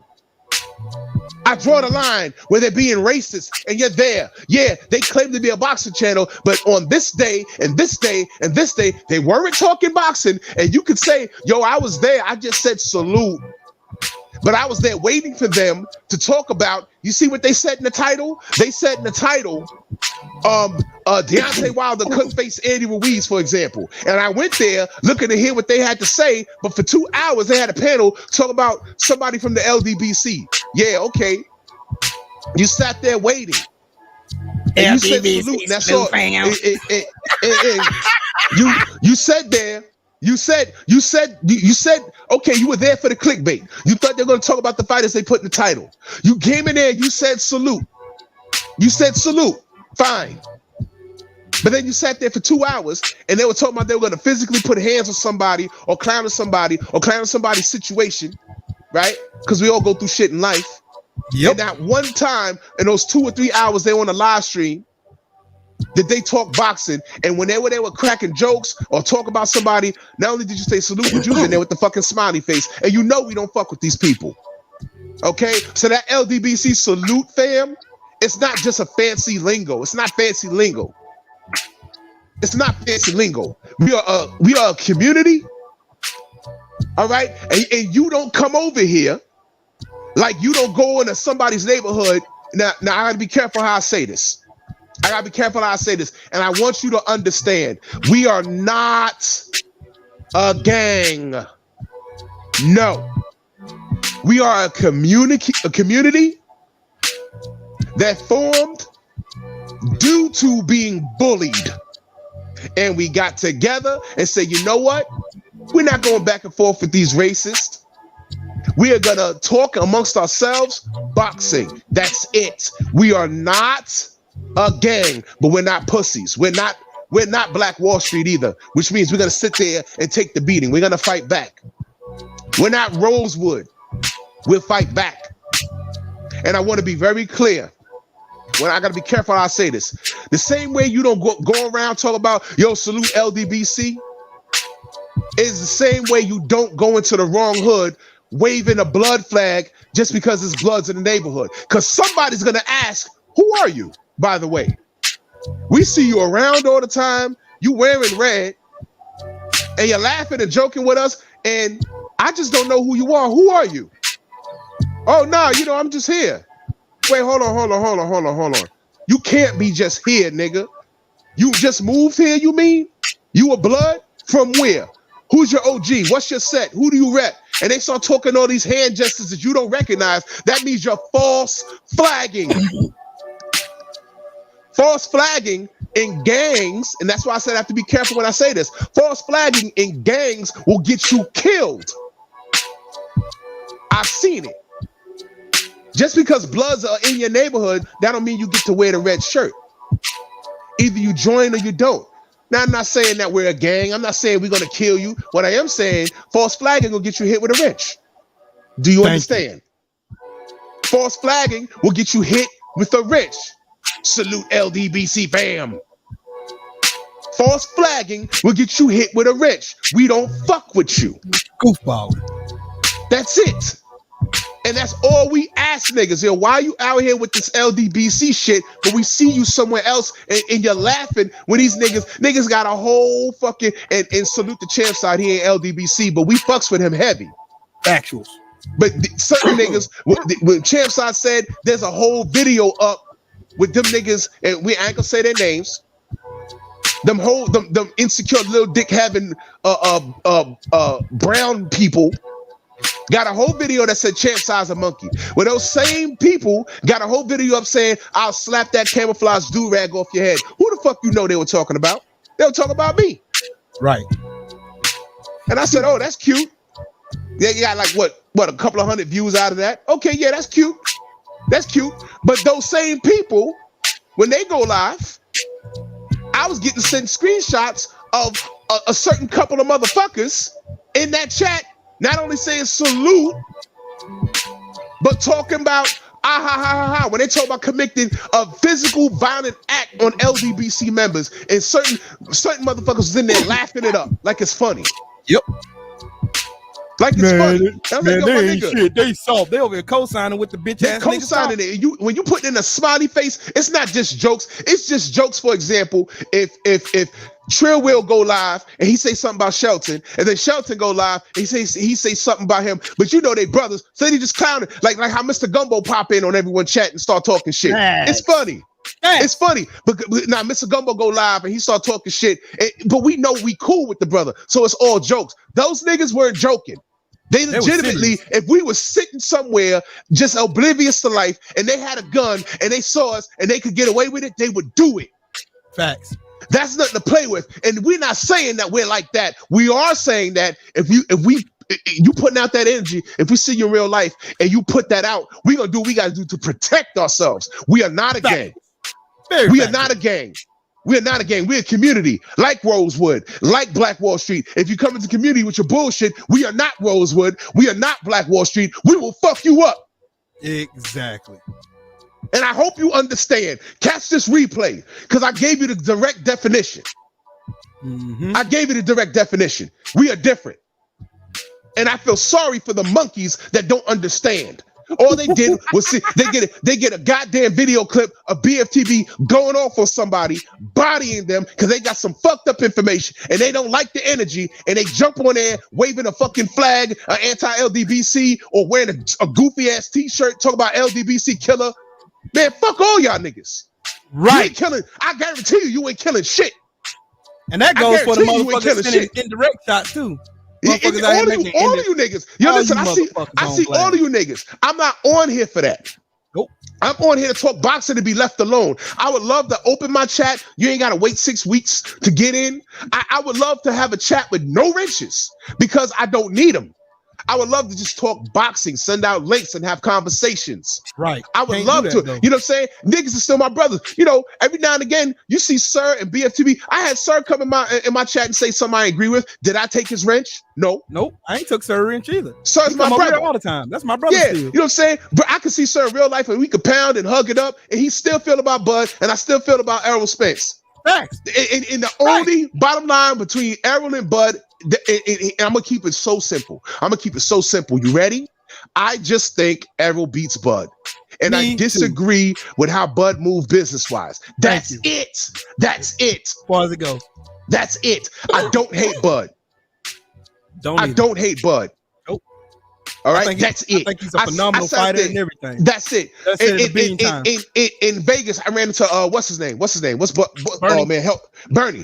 Bernie stopped me in the MGM. He said, "Yo, don't I know you?" I said, "I don't know. You might." And I was just waiting. He said, I jokingly said, "I went to school." I'm mad older than Bernie.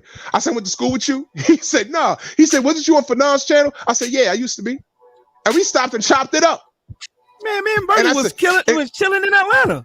Yeah, man, listen. The Shakur Stevenson fight, we were chilling. I ain't got no problem with Bernie. No. Listen. Ride or die, that's my man. Yo, listen.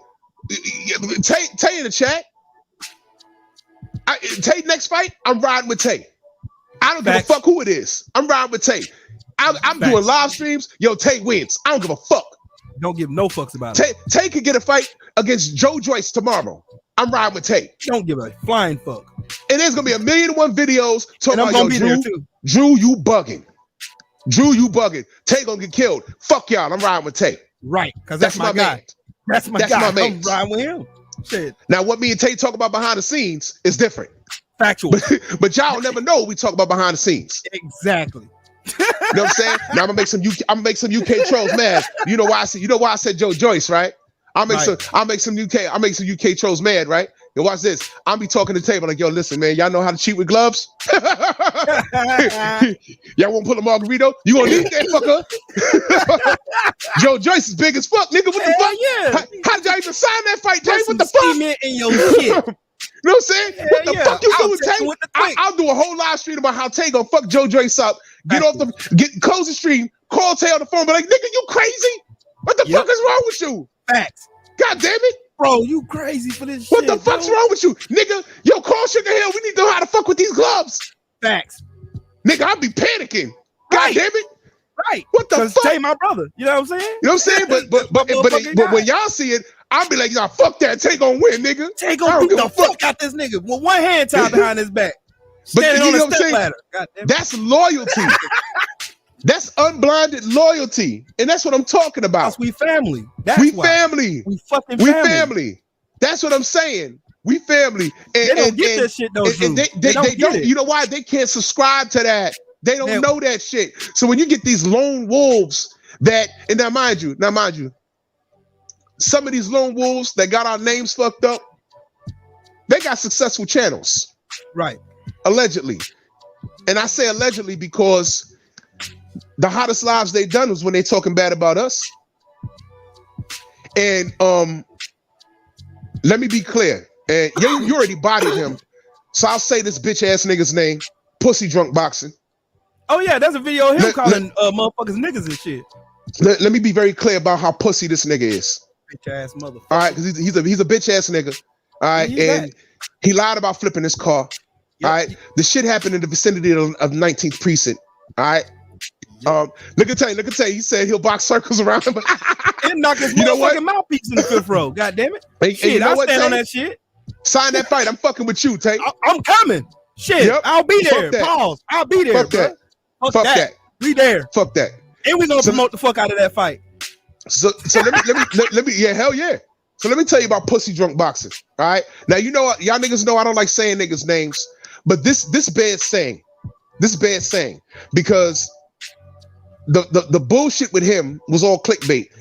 I want to remind y'all, last year, February, he did a live stream during Black History Month, February, about how the LDBC needs to stop being racist. He did it on Martin Luther King's birthday, to be exact. Matter of fact, we almost on the anniversary of it when he did that live stream. Right. And the only reason why I know is because someone sent it to me and said, "Look at this bitch nigga." And I stress the word nigga. You just nothing but a nigga that speaks 2 languages, nigga. Yep, exactly. Nigga. Nigga. You're a whole nigga. If you remain silent, you look like a nigga. Nigga. In fact, Joe Joyce and Joseph Parker look more Latino than you do, nigga. Bitch ass nigga. They're a shade lighter than you. Look at that bitch ass nigga. You bitch ass nigga. You lying ass nigga. You and hoe ass. I don't respect that nigga. You know what I'm saying? You got all this shit to talk about Errol Spence, nigga. Monkey. Let me see a medical report. I can show you a police report. I can show you a police report. Let me see the medical report. Nigga. I can show you a police report. Motherfucker. You know what I'm saying? You got my brothers on here saying, yo, he had an accident. I know we don't fuck with him, but I said, oh, he's in a coma. Well, guess what? I'm gonna treat him like I treat him in real life. Non-existent. Exactly. But you know what, nigga? What I didn't do, I didn't wish death on you, nigga. Nope. And I know either you're watching or one of your fucking informants are watching. Go ahead. You can go ahead and talk. I dare you. Go ahead and talk about me. Ain't the first time. But this is the first time I'm talking about you, nigga, because I don't respect what you did. Mm-hmm. I don't respect what you did. You had my brother Blue Blood talking about, oh man, it's a tragedy, man. I know y'all don't fuck with him, but Monty Brown. Oh man, I know we don't get along, but rest up, get well soon. Sorry, it was all a lie. It was all a lie. Sorry. It was all a lie. This motherfucker in the ER with a fucking street mask on, talking about he in ICU and now shit. Watch this. And got watch bleeding this. on the brain. He in the ER. He in the ER with your nose ring in. I knew off the bat that was bullshit. I said, wait a minute. Facts. Because when you get nigga, they remove all your jewelry. Nigga, I was just in an accident in October. Somebody rear-ended me on the interstate, and I had to take my earring out before they did my X-ray of my neck. Now watch see if I this. had any damage to my neck. When they do an MRI, do you know how powerful those machines are? They magnetic. They're magnetic. So if you have jewelry, it's gonna rip your earring out. They can rip your nose ring out, your earrings out. If you got like a pace, that's why they ask you those questions. Do you have any metal in your body? Or you have metal caps in your teeth. Metal caps in your teeth. That the machine will yank that shit right out your mouth. Exactly. That's why you have to wear a lead vest. You know what I'm saying? Goofy. So this goofball ass nigga lying about an accident. I don't respect that. I don't respect that. And I want to know all the motherfuckers that fuck with him that donated to that bullshit when you thought that he was dying, because that's the news that we got. Are y'all still fucking with him off of the lie? You want to call us liars and shit? He lied to you. He lied, bro. They hypocrites, man. Fuck bro. that. If I'd have gave that nigga $100, well, first of all, the news we got $100 out of his ass. Pause. The news that we got, he was on his deathbed, and I heard, because I can't confirm this, I heard his wife was the one that gave us the news. Yes, that's what I heard.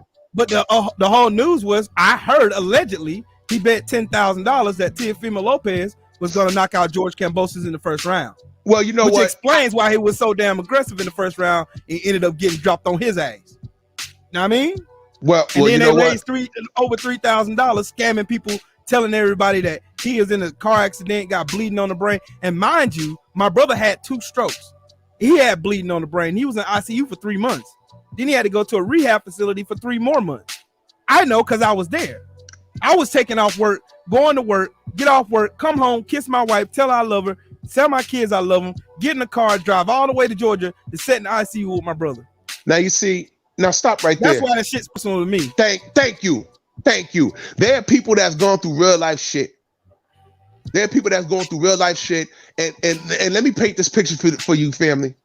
There are people that go through real life shit every day, whether they got people in a coma, whether they got people that like my brother Churwell, that got real shit that going on, sick parents, sick siblings on their deathbed, and they come to a nigga like Punch Drunk's show because all they want to do is escape reality and talk boxing. And then I'll be damned, they go there one day and hear that they got into a car accident. So now that person who super chatted you, Venmo'd you, Cash App'd you, now they got real shit going on. And when I tell you that we provide a service of escape to people, because all they love is boxing. And then they come here and now their favorite channel, Punch Drunk, is now in a car accident. They're like, oh man, now my relative is sick and now this. Oh man. Shit, JT salute to you in the Cash App, Brody. Salute, man. Salute, Jay. and now when they come to a guy like Punch Drunk, they come to that channel for an escape for whatever reason. I don't give a fuck if they hate the LDBC. Oh, but Jay Lee, salute to you in the Cash App. Thanks, bro. Salute, Jay Lee.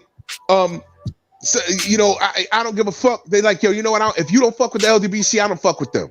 If you fuck with Teofimo Lopez, I fuck with Teofimo Lopez. If you don't like Errol Spence, I don't like Errol Spence. And my father has a stroke, or I just got a divorce, or my little brother's retarded, or whatever's going on in my life. They come to Punch Drunk for an escape, and now.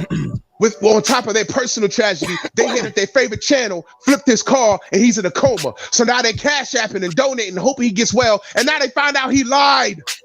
Right, out of emotion.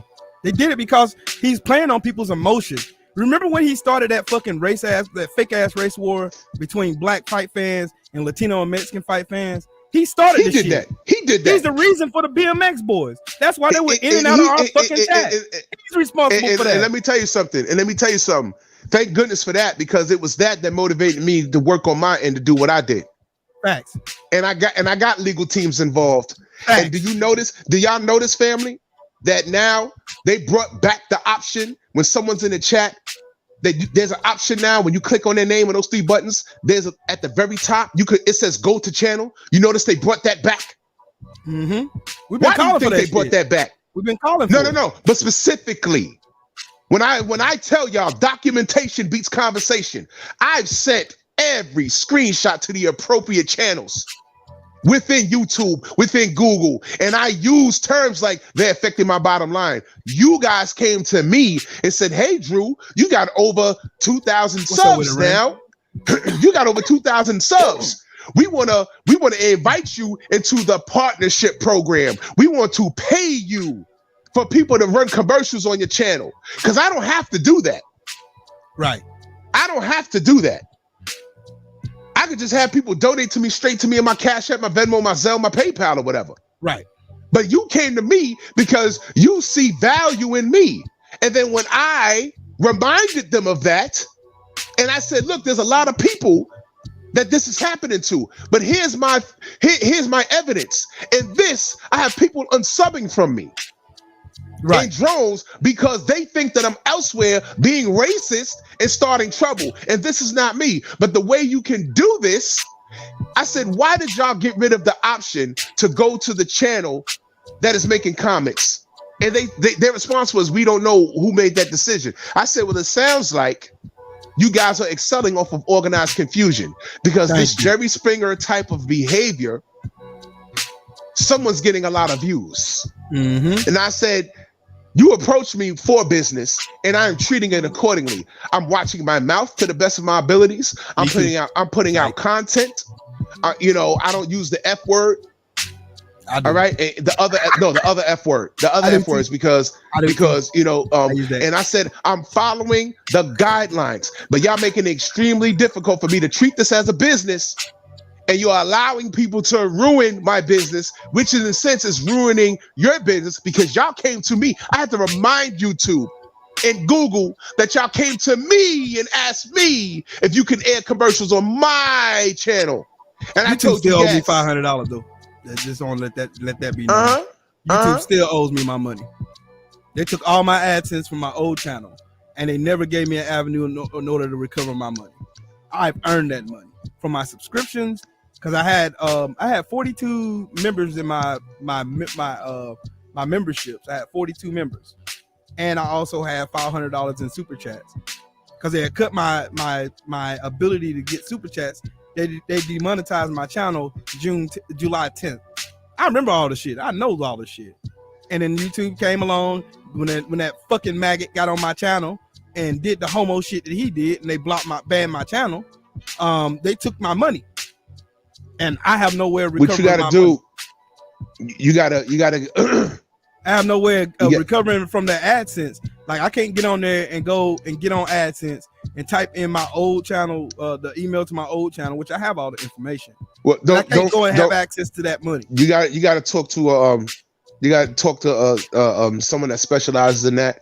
Well, I'm gonna have to get a hold of that. They're gonna have to give me my motherfucking money, because there might be something in there.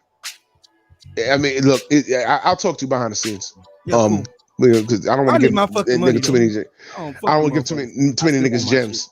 But my point is, they brought that back because it's not what you say, it's how you say it. If you can articulate something, they'll listen to you. Yeah, that's why I don't fuck with trolls.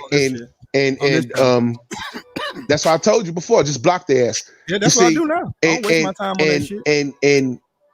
And what they brought it back because I made it make sense to them as far as finances is concerned. Right. All right. That's what I brought to their light. I said, look, this is affecting my bottom line. Y'all motherfuckers came to me. Y'all came to me for this, and I accept it. Y'all came to me with this. Right. Okay. And before that, do y'all remember? Y'all know why I could determine how long someone has to be subscribed to me before they comment? Oh, yeah. You mean like this? Hold on. Let me do this real quick. Oh, you mean like this? Hold on. Let me do this.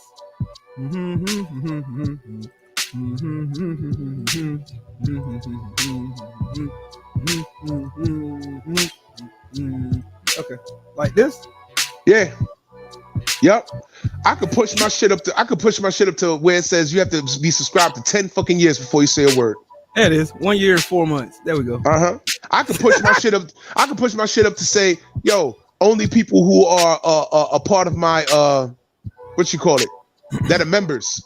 Yep. Can comment. Everybody that got wrenches, they can be able to. Only wrenches can talk. I can make it like that. Do you know why it's like that? Because prior to them bringing that option back, I love that shit. Prior to them bringing the option back, to where you can go to a troll's channel to see who they are. Before they made that disappear, they gave us that option because I was writing them a letter every other day. What's the update? What's the update? What's the update? I'm being trolled. Here's a screenshot. This is affecting my money. People are unsubscribing. I'm gonna be like BLTB and go out with the gustos. Give him 60 years, cuz. Yeah. People gonna think I made a mistake. I'm like, no, you reading it right. You have to be subscribed to me for fucking 100 years before you say a word. You goddamn right. You need 60 100 years. You know why? Because this is why. Because these motherfuckers, YouTube allowed these trolls to breathe. Why is it that you can't say certain words on here, but but some of these motherfuckers got full-grown goddamn clown rallies on their YouTube channels, and nothing's done. And they up there calling us all kind of racist names, saying what they gonna do to us. Yeah, all with this threats. Other shit. They don't do shit to them channels. Nothing. With threats. So when I document that, slowly these options are making a return. Because guess what? Hey, guess what? I'm writing it, but you know where they're receiving it from? A law firm, motherfuckers. Yep. A law firm. Which is why sick as fuck. which is why I told these niggas I found the trolls. I found the motherfuckers that were cloning my account. There's more than one of them. We don't need hardly see them motherfuckers no more. Yeah. I ain't gonna tell you why. That's just funny. Just figure it out. That's just Let's figure it out. And just because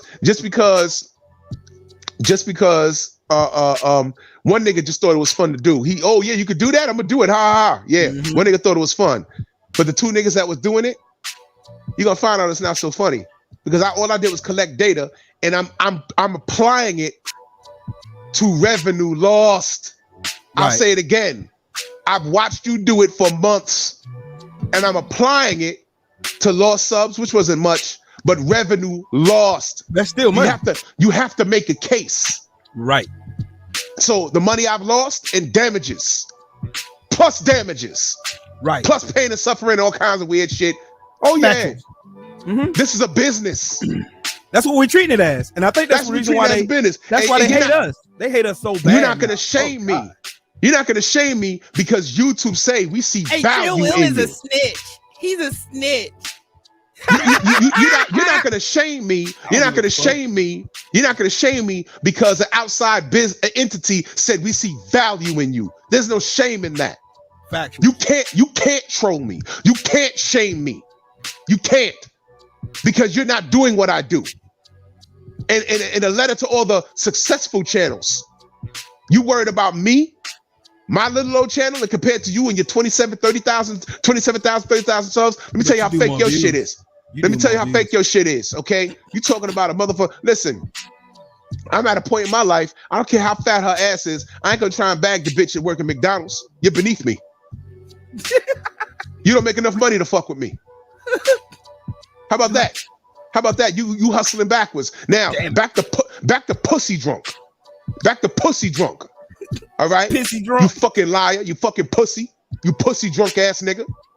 And I never said your name until now. Because I don't fuck with what you did. I tried to fucking avoid you. All right? But I don't like what you did, pussy. Pussy. Let me tell you the most lame shit this nigga did. It was before the car accident. Back when I reached out to Devin Alexander and I said, "Look, brother, come on Fanon's show. Let's have a this Eddie conversation." Gomez. Yeah, fuck him. Fuck him and pussy drunk. Whatever. Whoever decides to be when he gets out of bed. His name is Edward Gomez. Fuck him with the lit flare. Bitch nigga. All right. Now look. I reached out to Devin Alexander and I said, "Come on Fanon's show. Let's have a conversation." All right. And he agreed. Right. And he showed up and we had a conversation. That's my brother. All right. Later on that day, I'm at work. I'm on my break. And Tay Jones calls me. He said, "You working, bro?" I said, "Yeah." He said, "Yo, Devin is on Devin Alexander is on Pussy Drunk Box. He ain't calling pussy. I'm calling him pussy. Pussy Drunk Boxing show at night. It was nighttime. It was like 9 o'clock at night. I was on my break and I said, "What?" I was like, "What's he doing there?" And he put the phone to the computer and here's what I heard. And I'm not lying. Tay called me at the perfect time. He called me at the perfect time. Now, in Tay's defense, he wasn't trying to start no trouble. He just found it funny. and he called me for me to listen to it. And right when he put the phone in the computer, guess what he said? Guess what I heard? Devin said, yeah, man, you know, I was on Drew's channel. He wasn't on my channel. He was on Fanon's channel, and he had a conversation with me. And he said, yeah, you know, I was on Drew Titan's channel. I was talking with Drew Titan earlier today. You know who Drew Titan is, right? Pussy Drunk says, nah, I don't know who that is. Lying ass. You lying ass motherfucker. Lying motherfucker, man. You lying motherfucker. You know who all of us are. Even I me. said, why the fuck? I said, Tay. I said, why he just lied to Devin like that? And Tay was just laughing. He said, yo, I don't know, bro. I don't know. I said, oh, unbelievable. Why you lie to him? Yo, I don't know. Nigga, you know exactly who I am. That's what we call a little white lie, which are really big. He tell lies all the time, though. Yeah, I said, yo, what the fuck? I said, wait. And understand, family. And I'm talking to the haters because I know y'all screenshotting this and y'all gonna run back and tell him, I'm gonna fuck what you do. He's a pussy. Eat a bag of dicks. That's what I don't care. I don't care. But let me be very clear with this. All right. Why are you running back and telling him? Ask him about that car accident. Yeah. Ask him about ask him about that coma. Ask him about that coma. That police report, though. I don't know anybody that goes to a coma and then a week later they're doing live streams. Right. I don't know anybody that has severe blood on the brain and trauma. Nothing. Nothing. And they're doing live streams a week later. God dang. All right. So why are you running over there talking to him? Pussy bitch ass nigga. Hey, tell him to show you the police so report. I want to know. I want to know. I was like, yo, Tay, this nigga lying. And now watch this. I'll tell you one even better than that. I announced. Now try and follow me on this. I announced when Devin Alexander was going to be talking with me on Fanon's channel. I announced it. Why the fuck did he announce? Why the fuck would he want Devin Alexander? And this is no disrespect to my brother, but Devin hasn't done anything of note in a couple of years. Did y'all catch that? Devin hadn't done anything in reference to the sport of boxing that was being televised in a couple of years. Mm-hmm. So why do you think Pussy Drunk wanted him on his platform from the beginning? Division. Now let me tell you what. Let me tell you what I think he tried to do. And I didn't even bother to even talk to Devin about this, but let me tell you what I feel he tried to do. Fanon comes on at 9 o'clock in the morning, right? And that's too early for Pussy Drunk. Yep. But there's no doubt in my mind when I broadcasted, because I broadcasted for about a week on Instagram. There's no doubt in my mind that when I broadcasted that he was going to be on Fanon's show to have a conversation with me, there's no doubt in my mind that that bitch ass, punk ass, stupid ass nigga tried to hit up Devin and tried to get him on the show first. Yep. Just like they told Devin Alexander, watch out for Drew Titan, he's racist. And he's like, how? He's black. And that's just what Devin told me. He said, I don't know why they're saying that about you. You're black. We can't be racist. Exactly. It's impossible for us to be racist. We can defend ourselves. We can say, yo, look, I'm not fucking with you. We have an educated prejudice. That's what we have. Yeah, we have an educated prejudice, and we can say, yo, I know black people that say, I don't care what they are, I don't care if they smile on my face, I don't fuck with white people.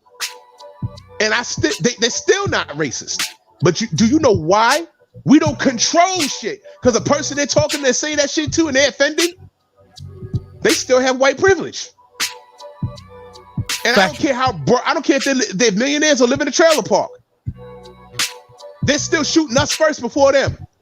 Bottom line, I don't give a fuck if we grew up eating a government cheese. A white person will not get shot in their back before a black person. That is a bottom line. Bottom line. So when you see niggas like Pussy Drunk, I said, now what are the odds that I'm talking to Devin in the morning and then Pussy Drunk reaches out to talk to him in the evening?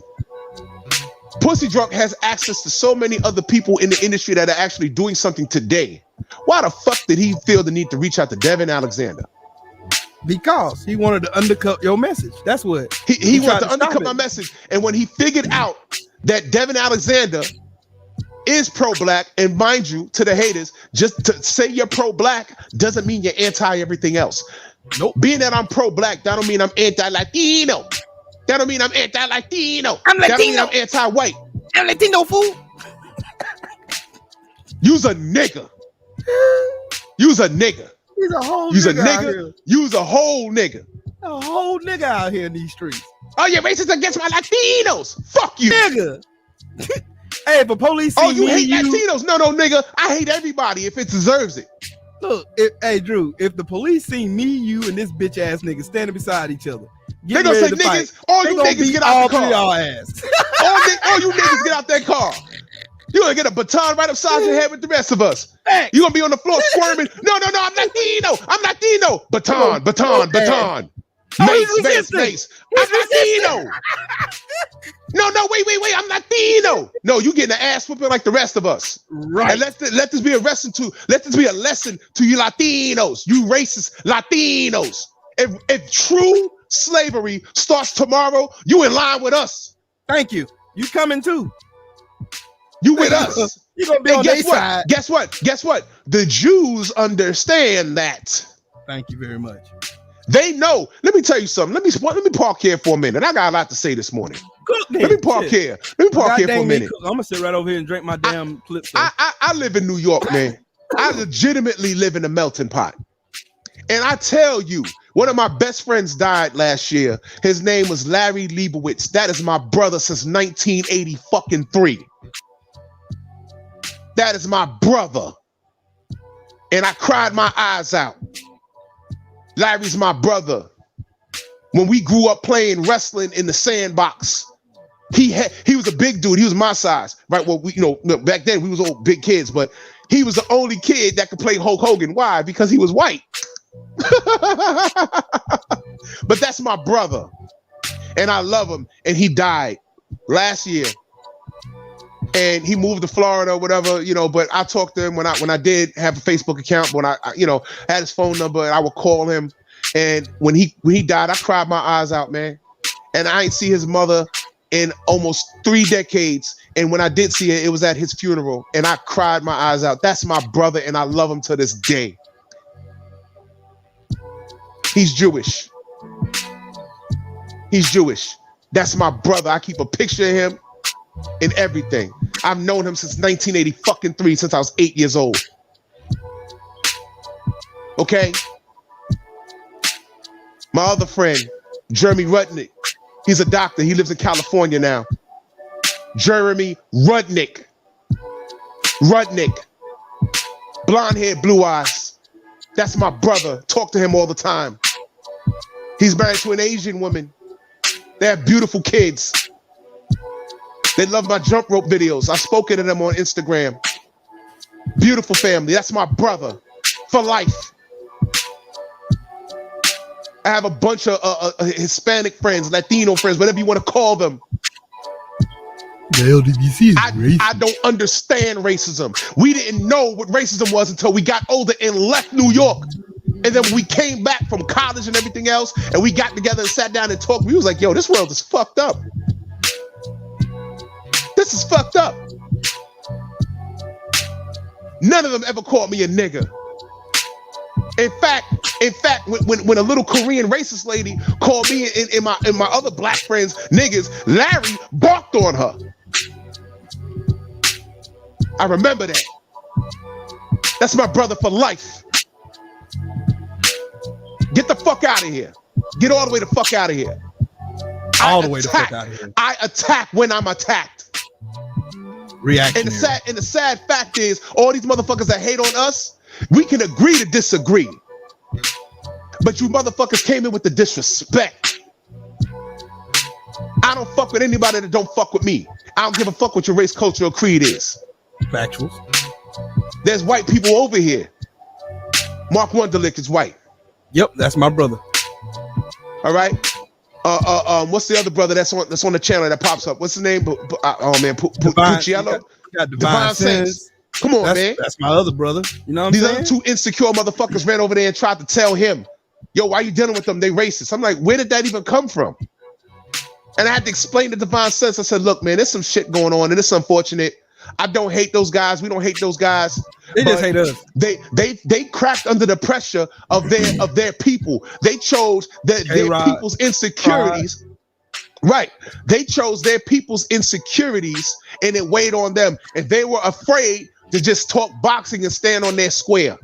Factuals. That's all it is. I said, look, bro, I ain't gonna tell you where to go, what to deal with, but I just kindly just stopped there. And y'all know who I'm talking about. I just kindly just stepped away. That's it. I don't want to go back and forth with them. Salute to Jeffrey H. Lopez. He's in my chat every day. Like I said, y'all don't know who I know and who I worked with. And I tell you, we catch it from everywhere because I'm friends with everybody of race, culture, and creed. Whether you're a Hasidic Jew, whether you got the curly fries on the side of your face, or you're just regular or whatever, whether you're Dominican, Puerto Rican, Mexican, Asian, Middle Eastern, Pakistani, Bangladesh. When I tell you I got friends of all races, culture, or creeds, I really mean that. And I still got niggas calling about, oh, Drew the cop. How many black people you arrested? Yeah, I catch it from everybody.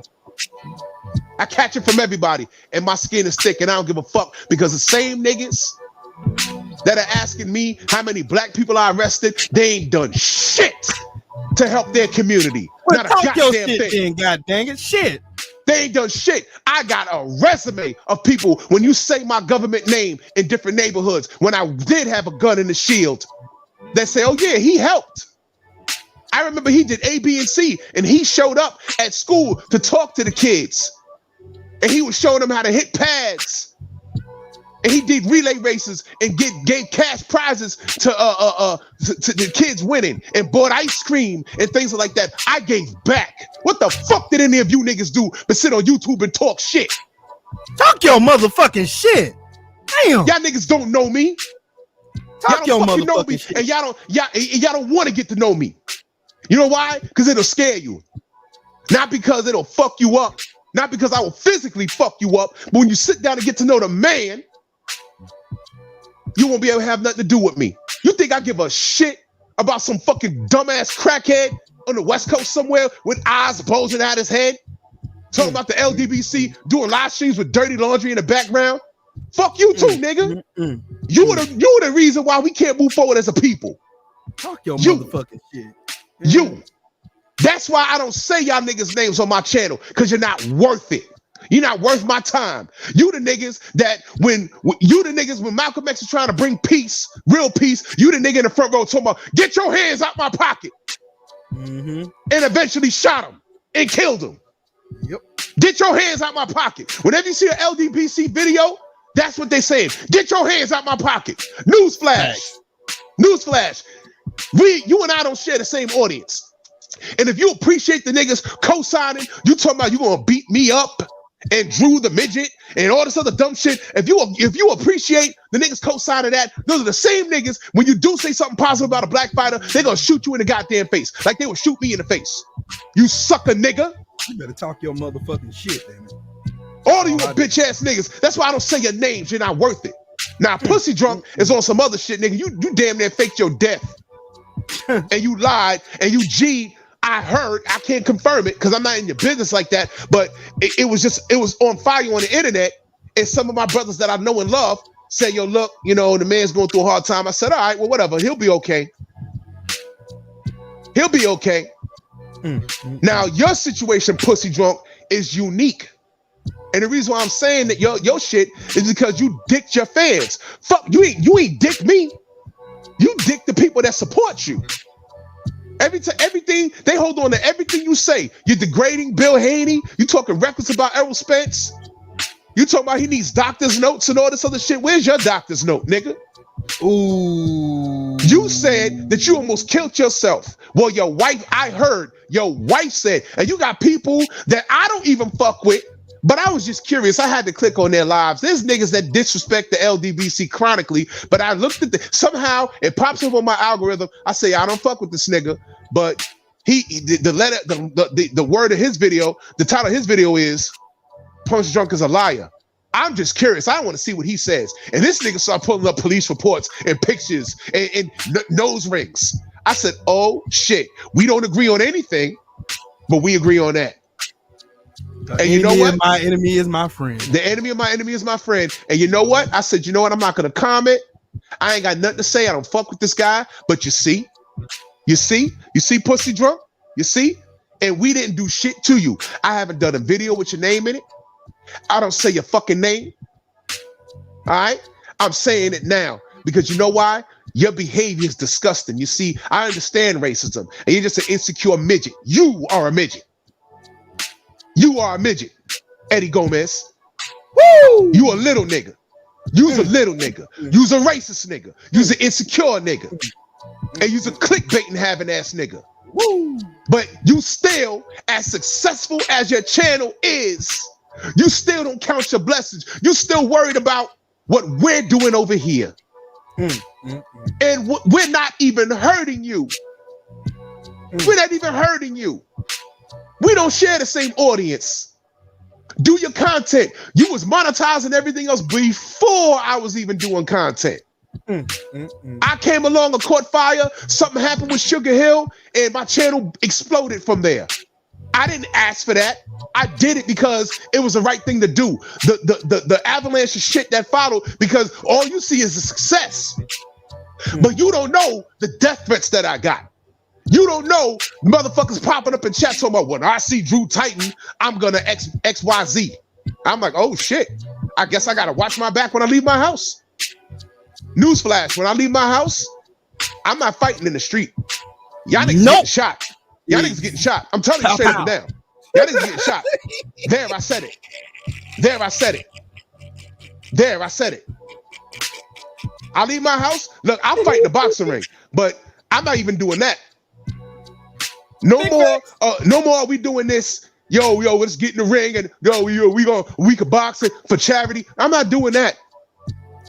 I'm not doing that. I know how to fight.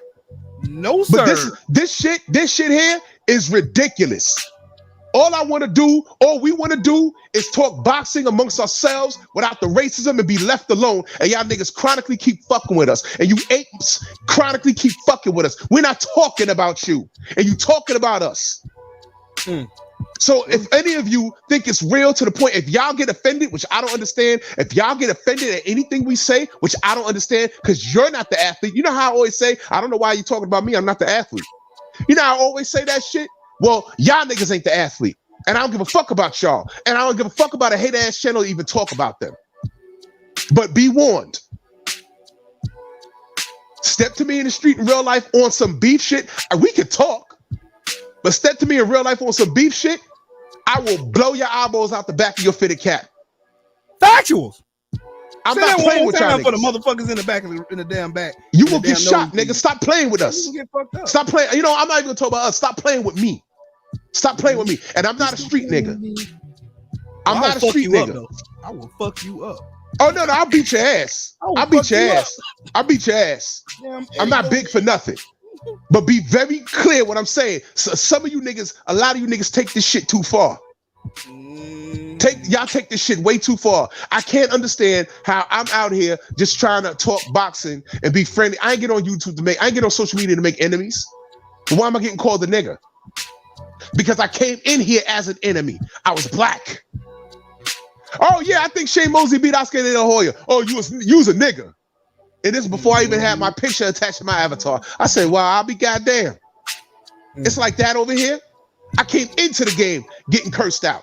So you niggas making hate videos about the LDBC, a lot of those motherfuckers that be in your chat supporting your bullshit are the same motherfuckers that were calling me a nigga and it was unwarranted. And I ignored them. But time reveals all truth. Yep. Well, since I'm on the fucking roll, this morning. Keep cooking then, well, damn it. Shit. Since I'm on the fucking roll. Another reason why I don't respond to these niggas is because time reveals all truth. I don't have to. Because a lot of these niggas, the universe takes care of them. There was another nigga that I never said anything about. I never spoken about. It was actually quite creepy that he had a weird obsession with me. His name was Would Stay Real. Yep. Now, first of all, that name sounds suspect. Would Stay Real? Did that not sound like a perverted adult video homosexual star? Yeah, that is true.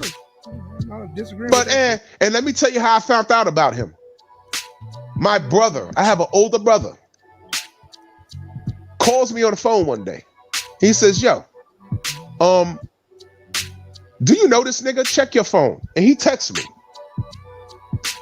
And I said, who's this? He says, yo, I just was scrolling on YouTube and I saw you, but it wasn't your channel.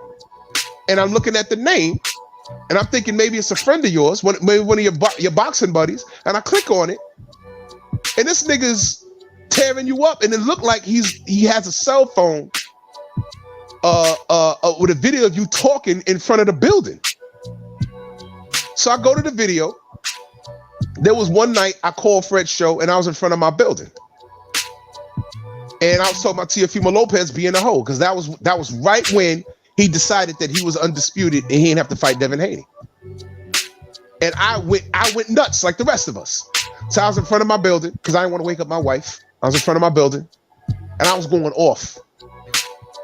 And what Would Stay Real did was he recorded it with his cell phone off of his monitor and he aired it. Oh, Drew Titan, Teofimo Lopez was slapped the shit. When you hear me talking like that, I'm imitating him. By the way, that's true. Because that's how he used to ask. That's how he used to sound. He's a fucking used to, past tense. Let me get to the story. That's Drew Titan. This is how Drew Titan sounded, and he fucking mad because Tio was slapped the shit out of. And I told my brother, I said, I don't know this nigga. He ain't a friend of mine. He said, I was just checking. The next week, my brother says, yo, I just went to that nigga channel. He got like 14 videos of you. I said, I ain't a friend. He said, yo, real talk. Did you arrest him or something back in the day? I said, I don't know that guy. He said, he ain't from around here. He from Maryland. Let's just say that. He from the DMV. I said, yeah, I know. By the way, I already did my homework. I found out who he is and everything. I do homework on y'all niggas. That when y'all niggas talk about me excessively and it gets a little creepy to me, I make it my business to find out who you are. Pussy drunk, I found out who you are real early. I've been knew your name. I just want to point that out. So I made it my business. I said 14 videos. All right, that's a little creepy. That's stalker status. So I made it my business to find out who you are, just in case you're dumb enough to try something. That's to protect me. So I activated my resources. I found out who he is. I found out what he did for a living. And I said, he's not a threat. He's just a fucking internet stalker. Well, I'm bringing him up for a reason. I make mention of the universe daily. That's why I don't play with it. I don't play with the universe. I'm a firm believer that you get what you put out. You exercise, you eat right, you lift weights, you look like hard-body J. Timo. But if you eat burgers all day and drink soda, you're gonna end up like Would Stay Real. Do you know that man is dead now? That's a fact. Okay. Now, family, when I listened to his videos, I knew that there was something wrong with him. I could hear it in his voice, but I just never, I couldn't put my finger on it. I said, you know what? He has a weird obsession with me. There's something wrong with this guy. That's why I'm not going to respond. Why would I respond to a dude that talks like this on the internet and got 14 videos about a guy he never met? Ha, ha, ha. Why the fuck am I going to respond to him? Well, one of the sisters on Instagram said, Drew, I was looking for the artist that did your the theme music to your intro in the morning. My man, Lena Kane. That's my boy. And she said, you know, when I type in your name, it takes you down a weird rabbit hole. I get a bunch of hate videos before I find someone saying positive about you. And I found this. I said, oh yeah, that's Would Stay Real. He don't like me. I don't know the guy. I never said anything about him. I don't know him. She says, no, read this. And she starts sending me screenshots. Well, I scroll down on the screenshot and it says RIP. I'm like, huh? His daughter, now listen carefully, family. His daughter gets on his channel and says, for those of you who are looking for my father, he passed away last month. He was a brittle diabetic. Those are the exact words. I have the screenshot. And I said, this can't be real. So I went to the link and I'm scrolling down. I said, nah, this ain't no pump fake. It's real. This nigga's dead. And everybody, now listen, family. Everybody that was saying R.I.P., your father was a good dude, a majority of those dudes are blocked on LDBC channels. That is true. A lot of them are racist or guys that were calling us niggas. Now, Would Stay Real is a black man. And listen to what I'm telling you. Some of the guys that are saying R.I.P. were racist. Notorious racist. I ain't gonna say their name because I won't give them any clout. Notorious racist for calling me a nigga from when I was saying Floyd Mayweather beats Manny Pacquiao. That far back. That far back. On his channel talking about your father was real. R.I.P. to your father. He kept it honest. These same racist Latinos and white people calling us niggas from over a decade ago on his channel. Talk about rest in peace. You see what I'm saying? So now, a brittle diabetic, he's done videos, and there hasn't been one video that I haven't seen that someone has sent to me where he hasn't referred to me alleging that I'm on steroids. He got a big old picture of Paul Dillette with a needle in his arm, a cartoon needle in his arm. This is Drew Titan when we're talking about Anthony Joshua. Well, first of all, I wish I could look like Paul Dillette. Paul Dillette was a fucking monster. He was a fucking monster. I wish I had enough time to work out and look like him. So thank you. Was he on steroids? I don't know. What I do know is they random drug test me at my fucking job.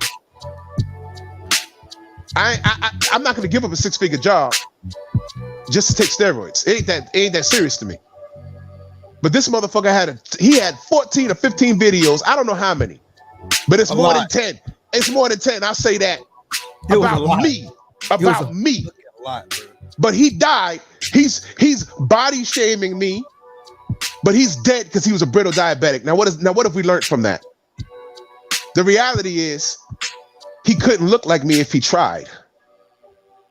Or maybe he could, but he didn't have the discipline to put down the sugar and get his shit in shape. Because whether you're type 1 or whether you're type A or B or 1 or 2 diabetes, you can still exercise and maintain a healthy lifestyle. That's a fact. Okay, so maybe instead of stop clowning and trying to degrade your brother, if you hit me on the email or on Instagram or try to hit me up on YouTube and say, your brother, I don't like your boxing opinion, but I'm trying to get healthy. Can you provide me with the meal plan? And I'd have directed you to Hardbody JTmo because that's not my expertise. I'm not a personal trainer. I could tell you what I did to maintain a healthy lifestyle, but what I did might not work for you. I would point you to Hardbody JTmo because that's his craft. He does that for a living. Hell yeah, and he's good at shit. I'm a fucking bus driver. If you want a workout regimen, I refer you to JTmo or Blu-ray. Or New Fat Boy Fitness. You ain't got to agree on boxing, but I don't want you to lose your life, brother. So when I was reading that, I said, ain't that a bitch? And I could have been like, oh yeah, that's good. I didn't say that was good. You know what I said? I said that was unfortunate. And I'm going to take you even further, family. Are y'all ready for this? And I hope everybody's listening. Do y'all know who Would Stay Real really is? I'm going to tell you what he... No, not really is. I'm going to tell you what he did. I'm going to tell you what he did. And I hope everyone's listening. Listen carefully. And I put emphasis on this, all right?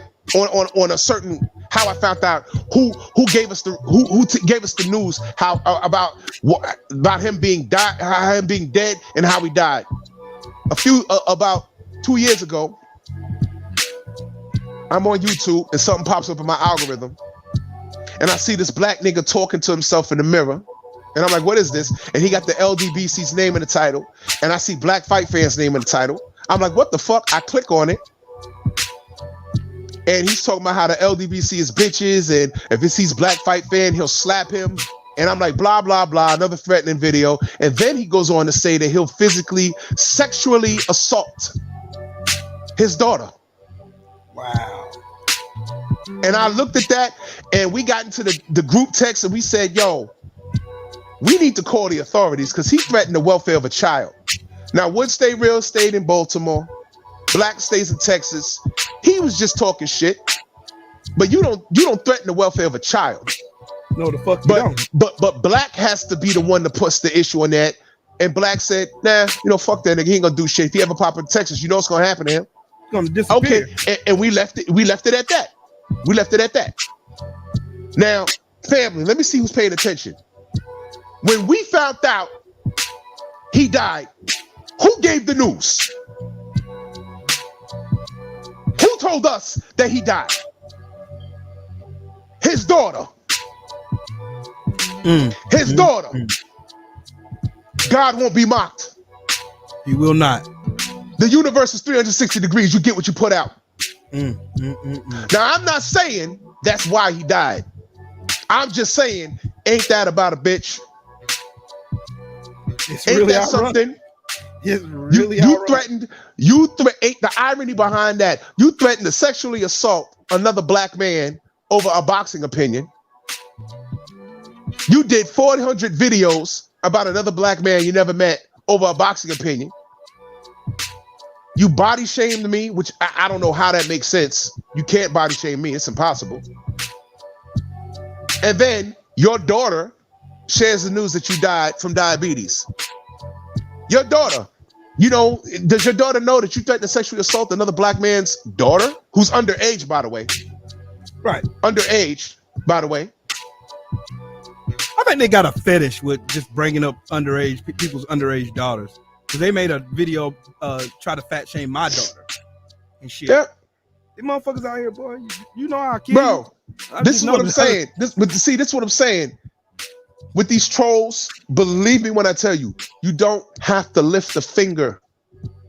When you have logic on your side, you're unstoppable. Now, let me take it a step further. In no universe where any of us are at a fight and a troll pops up and it gets ugly and we do what we got to do, and we do what we have to do in defense, listen carefully, and we do what we have to do in defense of ourselves, right? And it ends wrong for them and right for us. And after the law gets involved and let's say it goes to court, you know what we have on our side? The truth. Facts. All they got to do is go back on YouTube and say, well, this guy, was he death threatening this guy, by the way? Oh, yeah, this is his YouTube account. Oh, shit, he got 12 YouTube accounts? How many times did he say he was going to do this and smack? Why is this guy with the bullet in his leg, or now he's in a coma clinging to life? Why does he have 12 YouTube accounts? Yeah, he's been cyberbullying. Guess what? That's a legal term. Y'all know that? Cyberbullying? Mm-hmm. He's been cyberbullying this guy with 14 different accounts. And 7 of those accounts, he's death threatening him. And look at this account. This is the main account, and I don't understand. This is the main account, and he's a wrench on that guy's. Oh shit, he's wrenched up. But he has 7 different accounts. He's wrenched up while trolling. He's wrenched up while trolling. Oh man, this guy's sick. He has a mental disorder. And then he finally saw him at a fight.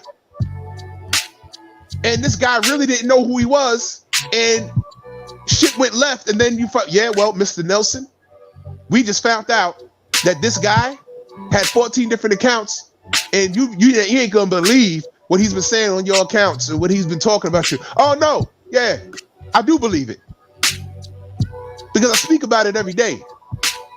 Y'all thought we making this up? This is real. This guy is sick. So if he wakes up out of his coma, send him to the crazy house. Because there's a weird obsession with me. Mm-hmm. I don't know him. I don't know him. It's already in line of defense as it is. Yeah, of course. Because we have video evidence.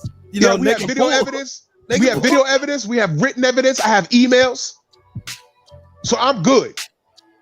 So when you niggas walk up on us in the street or whatever and think it's going to get funky and it's going to work out for you, when it don't work out for you, when it goes through the court system, because don't think that it's not. Don't think it's not. Don't think that, we're grown. It's going to go the legal route. It will. Don't think something's going to happen at a fight and somebody ain't going to catch it on video and the state of wherever is going to reach out to you and say, no, you got to answer to why you beat this dude up or to why you shot this dude or cut this dude or something happened. We got to know what happened because this is a crime now. It's a crime. You guys are threatened to commit crimes against us, not us. We're just saying, yo, if you do this, we're gonna do this. We're not on your channels doing this shit. Y'all over here. Big facts. Okay, so when the league, when the law gets involved, how are you going to justify having several different videos and threats talking about what you're going to do to people, and then when you seen the person, you initiate it, and now you're in a body cast up to your goddamn neck? How you going to explain that to your family? I'm handicapped now. How do you explain that to your wife? Wait a minute, you went to a fight, you had a fight with this nigga? Now you can't go to work in the morning. I hope that YouTube money's worth it. We got bills. So wait a minute. You really fought this nigga over the bottom. Well, what did he say to you? Tell your wife to go through my goddamn channel. You won't find one video of me mentioning your husband's name. You won't find me in his chat talking shit. Oh wait, there you go right there, Drew. No, that's the troll account that I'm suing. That's the troll account I'm suing. It wasn't me. And ask Google and YouTube. They can prove it. It wasn't me. Go back to your husband, your baby daddy. Wait a minute. You really got into some internet beef that you started? This shit is lame. You're not talking about black empowerment. You're not talking about building a new Black Wall Street. You're not talking about money making. You're talking boxing. He's talking boxing. You're talking about him. He ain't talking about you. You saw him at the fight and he knocked the shit out you. This is silly. That's what 15-year-old kids do. You monkeys are behaving like grown adolescents. I don't respond to you bitch ass niggas. And it's a goddamn sin and a shame that I gotta get on here at 46 years old and some of you niggas are older than me. These are facts too. It's a goddamn shame. That's why I don't bother with those other little kids. A lot of them niggas kids, they ain't even old enough to legally drink. What the fuck am I gonna go back and forth with them for? They're literally young enough to be my children. These are facts too. Fuck out of here. Your parents are my age. Fuck out of here, man. I don't argue with these kids and these grown ass niggas. I'm not gonna give them the time of day either. But this is the first time you heard me say Pussy Drunk's name.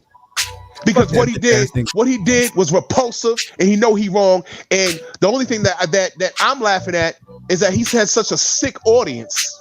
Yep. That they're not holding him accountable. I swear to God, listen, if any of y'all niggas did that, I don't care who you are.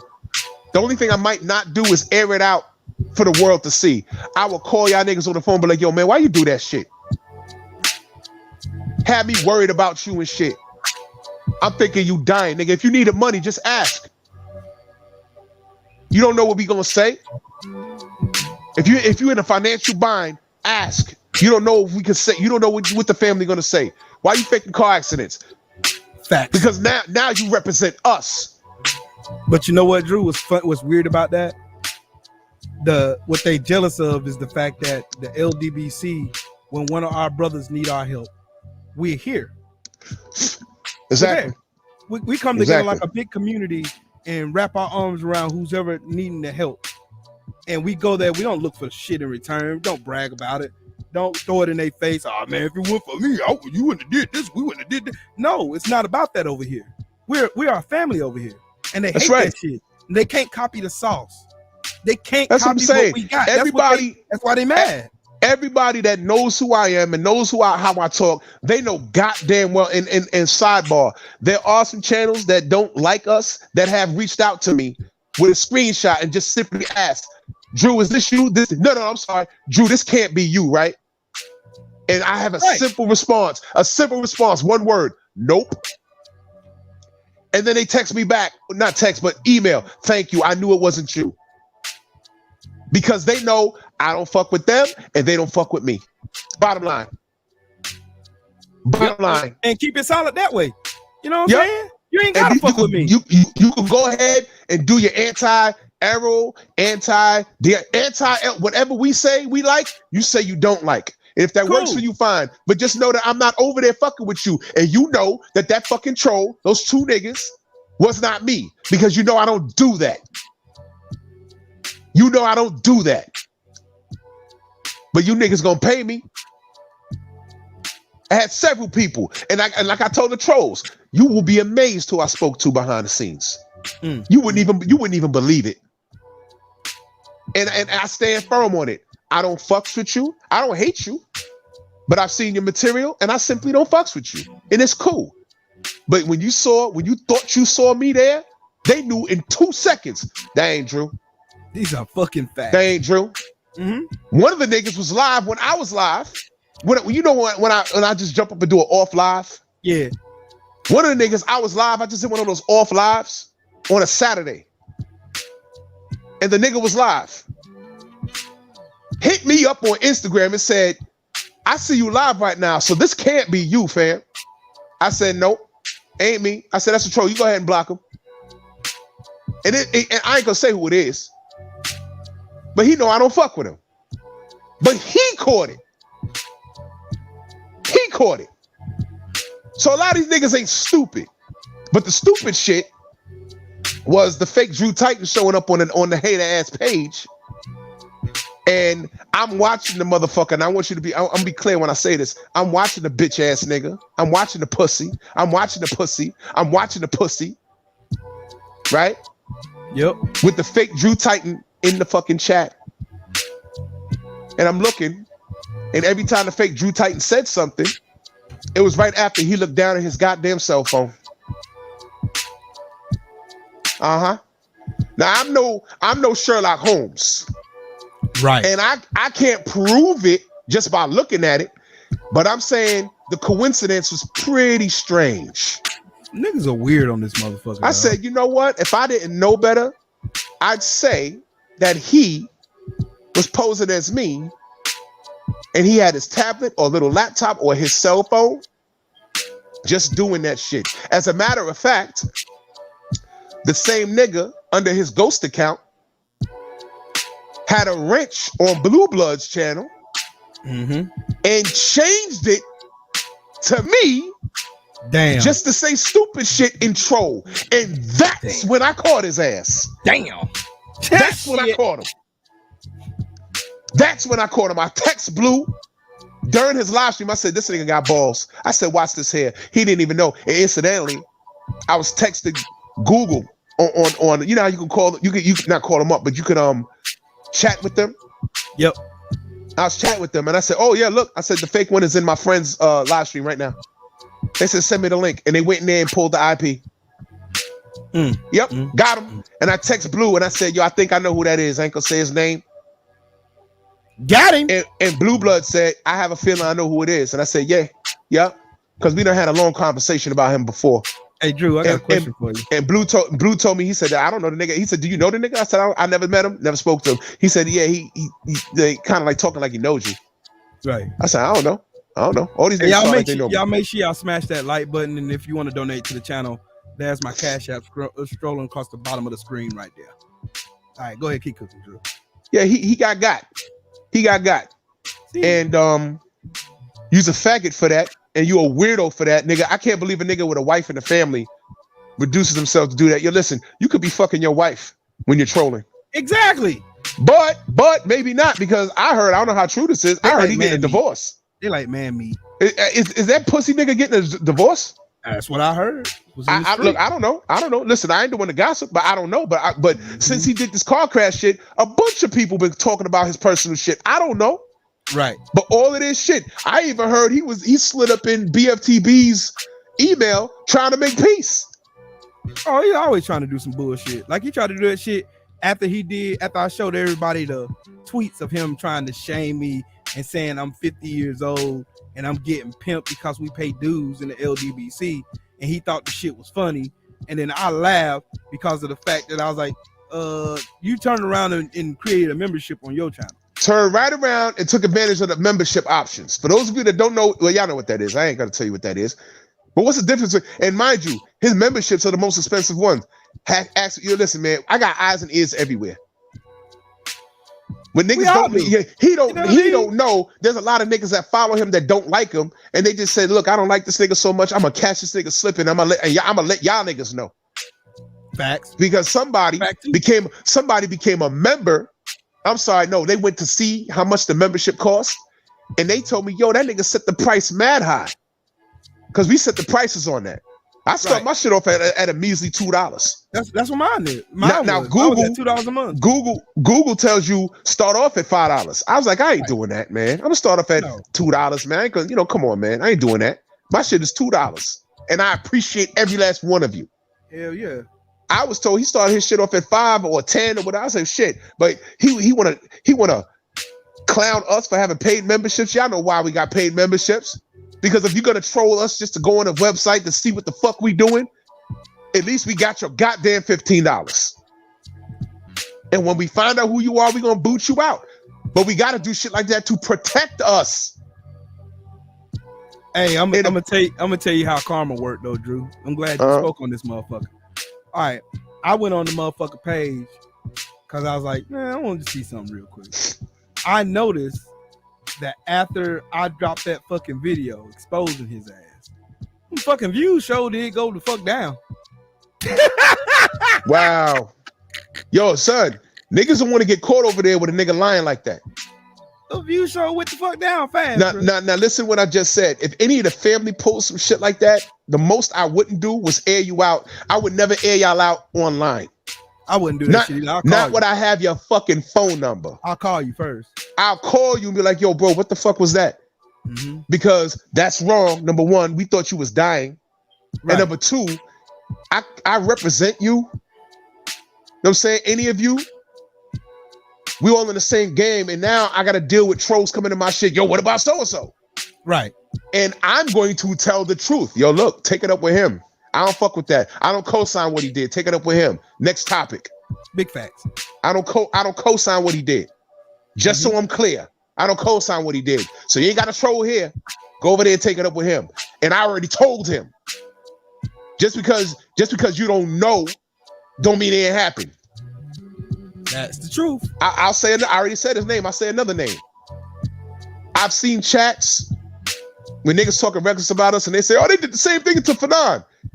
Niggas always got shit to say. They don't know what the fuck happened. Ain't no one did nothing to that man. Nope, not one thing. And nobody wished harm on him. Nope. He just has a different opinion, and he decided to go in a different direction, and we severed ties. That's it. Everything else that happened after that, well, y'all put it together. Y'all saw what happened on camera. Y'all take that with what it's worth. And 78 was quite clear. We took the high road. The man had some issues, and we never wished harm on him. Nope. And I have a bunch of texts to prove my point, but I will never, on my worst day, on my angriest day, never leak shit out to defame his character because I truly want the best for him. Me too. That's it. I don't hate that man.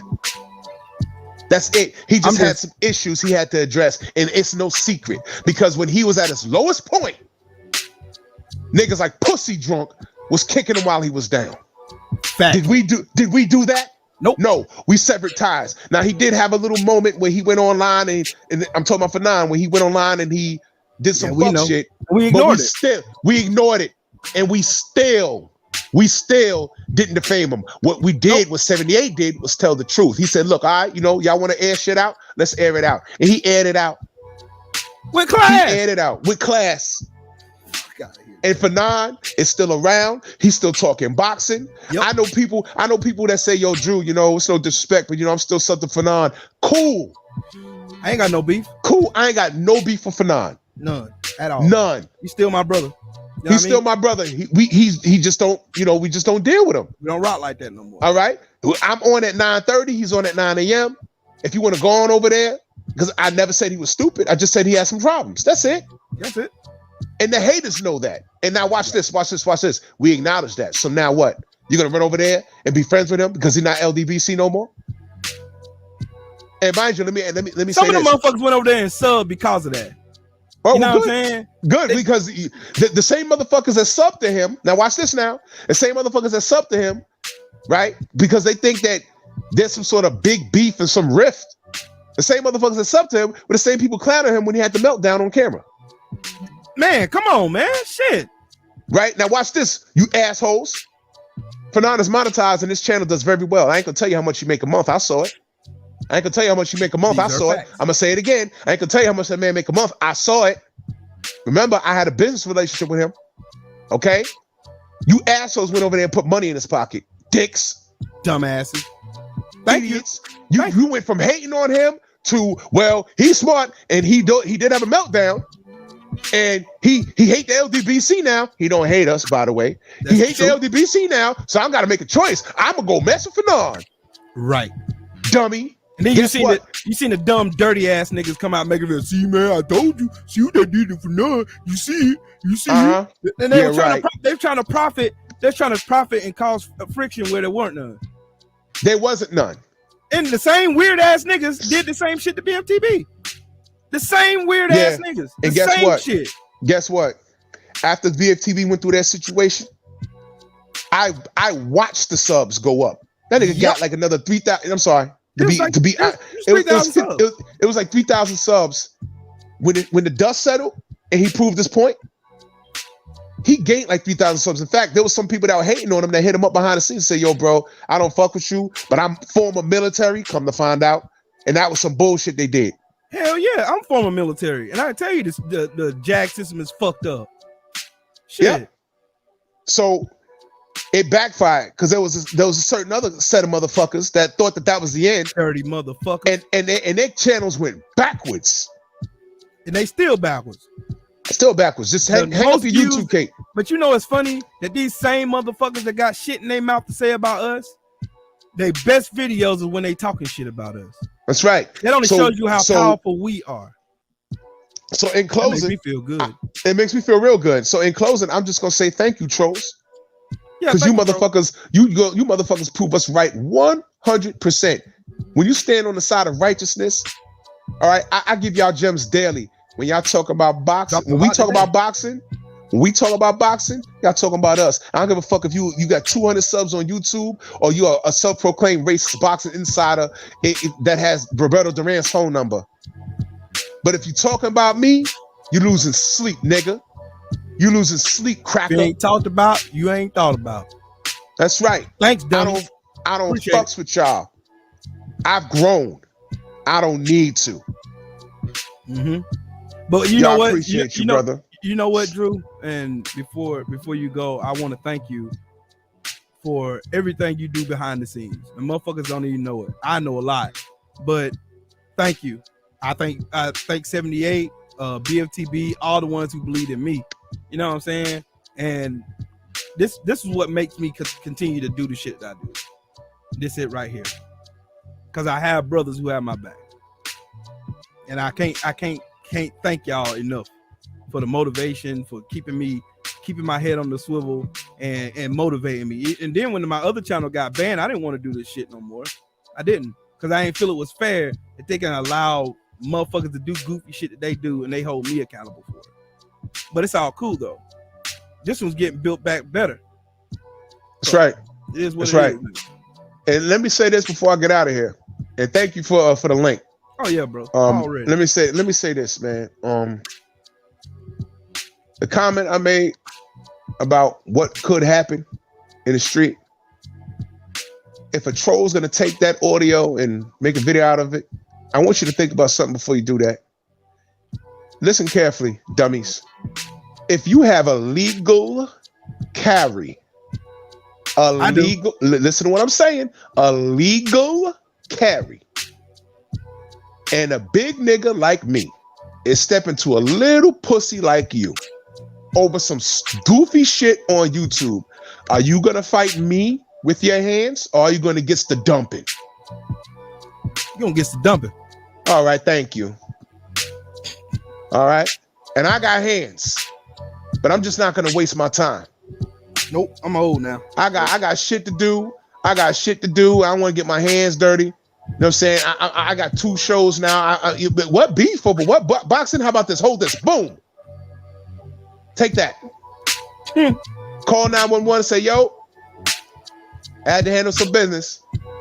And when 911 gets to when the authorities get to the bottom of it, you're like, wait. This guy stepped to you over some YouTube beef? Yeah, get this. I don't even know this nigga. I don't even know this nigga. But he ran over here ranting and raving. And I'm here. How about this? Am I within my legal right? Yes or no? The answer is yes. There you go. I'm good. That's end of discussion. End of discussion. Right, well, I'm gonna get out of here. I got shit to do. I gotta get ready for the night. Y'all tune in. LDBC Strong. I don't know who the guests are gonna be, but I'm gonna find out in a little while. Y'all make sure y'all subscribe to the Painful Excellence podcast.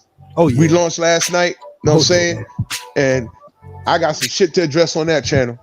But yo, man, Trill Will, salute to you, brother. Much love and appreciation. Thank you. Already. And I'll see y'all on the rebound. All right, my brother. Yes, sir. Already. This is why the LDBC is so powerful right here. Y'all just seen Drew Titan just cook like, man, this man done went dumb in this motherfucker today, bro. Did. And you know what, man? I am so proud of what the LDBC has become. I am. I'm a proud member. A proud Trill soldier. A proud member and supporter of the LDBC.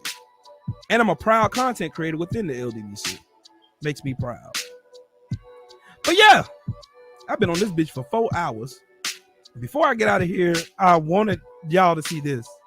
Shakur Stevenson and Oscar Valpez are in the process of finalizing a deal for the 130-pound title unification April 30th in Las Vegas. There's no financial agreement yet, but sides are closing in on a pact for the ESPN main event. Story coming to ESPN. So y'all know Mike Carpenter, y'all know where he works. So and then Amanda Serrano is getting ready for her undisputed fight against Katie Taylor, and she's gonna beat the dog shit out of her ass. And I can't wait to see that shit. But anywho, I wanted y'all to see that real quick. Y'all make sure y'all tune in for Drew Titan show later on this evening. And after that, the fight party with Black Fight Fan. Make sure you go back to Trill Boxing Talk. And thanks to my brother Tay Jones for breaking the news, because he was the first one to broke. I seen him in the chat earlier when he posted it. Thank my brother Tay for making that available. So hey, it is what it is, man. For everybody who donated to the channel, thank you so much. If you feel the need to donate right now, there's my Cash App. All donations are appreciated. Thank you so much, everybody who came out and sit through here for 4 hours. I thank every last one of you guys, man. The LDBC, we too strong, bro. Too strong. We're gonna let these motherfuckers keep hating, and we're gonna keep growing. Know what I mean? It's your boy, I am Trill Will, and y'all know my motto. If it ain't Trill, it ain't me. I am the LDBC. Number 59. Get with it or get left behind. Trill soldier, reporting, and it's your boy. I am Trill motherfucking Will. Salute to every last one of y'all. If y'all not subscribed to the channel, hit the subscribe button, hit the bell icon, and you'll be probably notified. YouTube acting the fuck right once I create content. All right, it's been easy. Thank y'all for making this yet another successful Soul Man Sunday.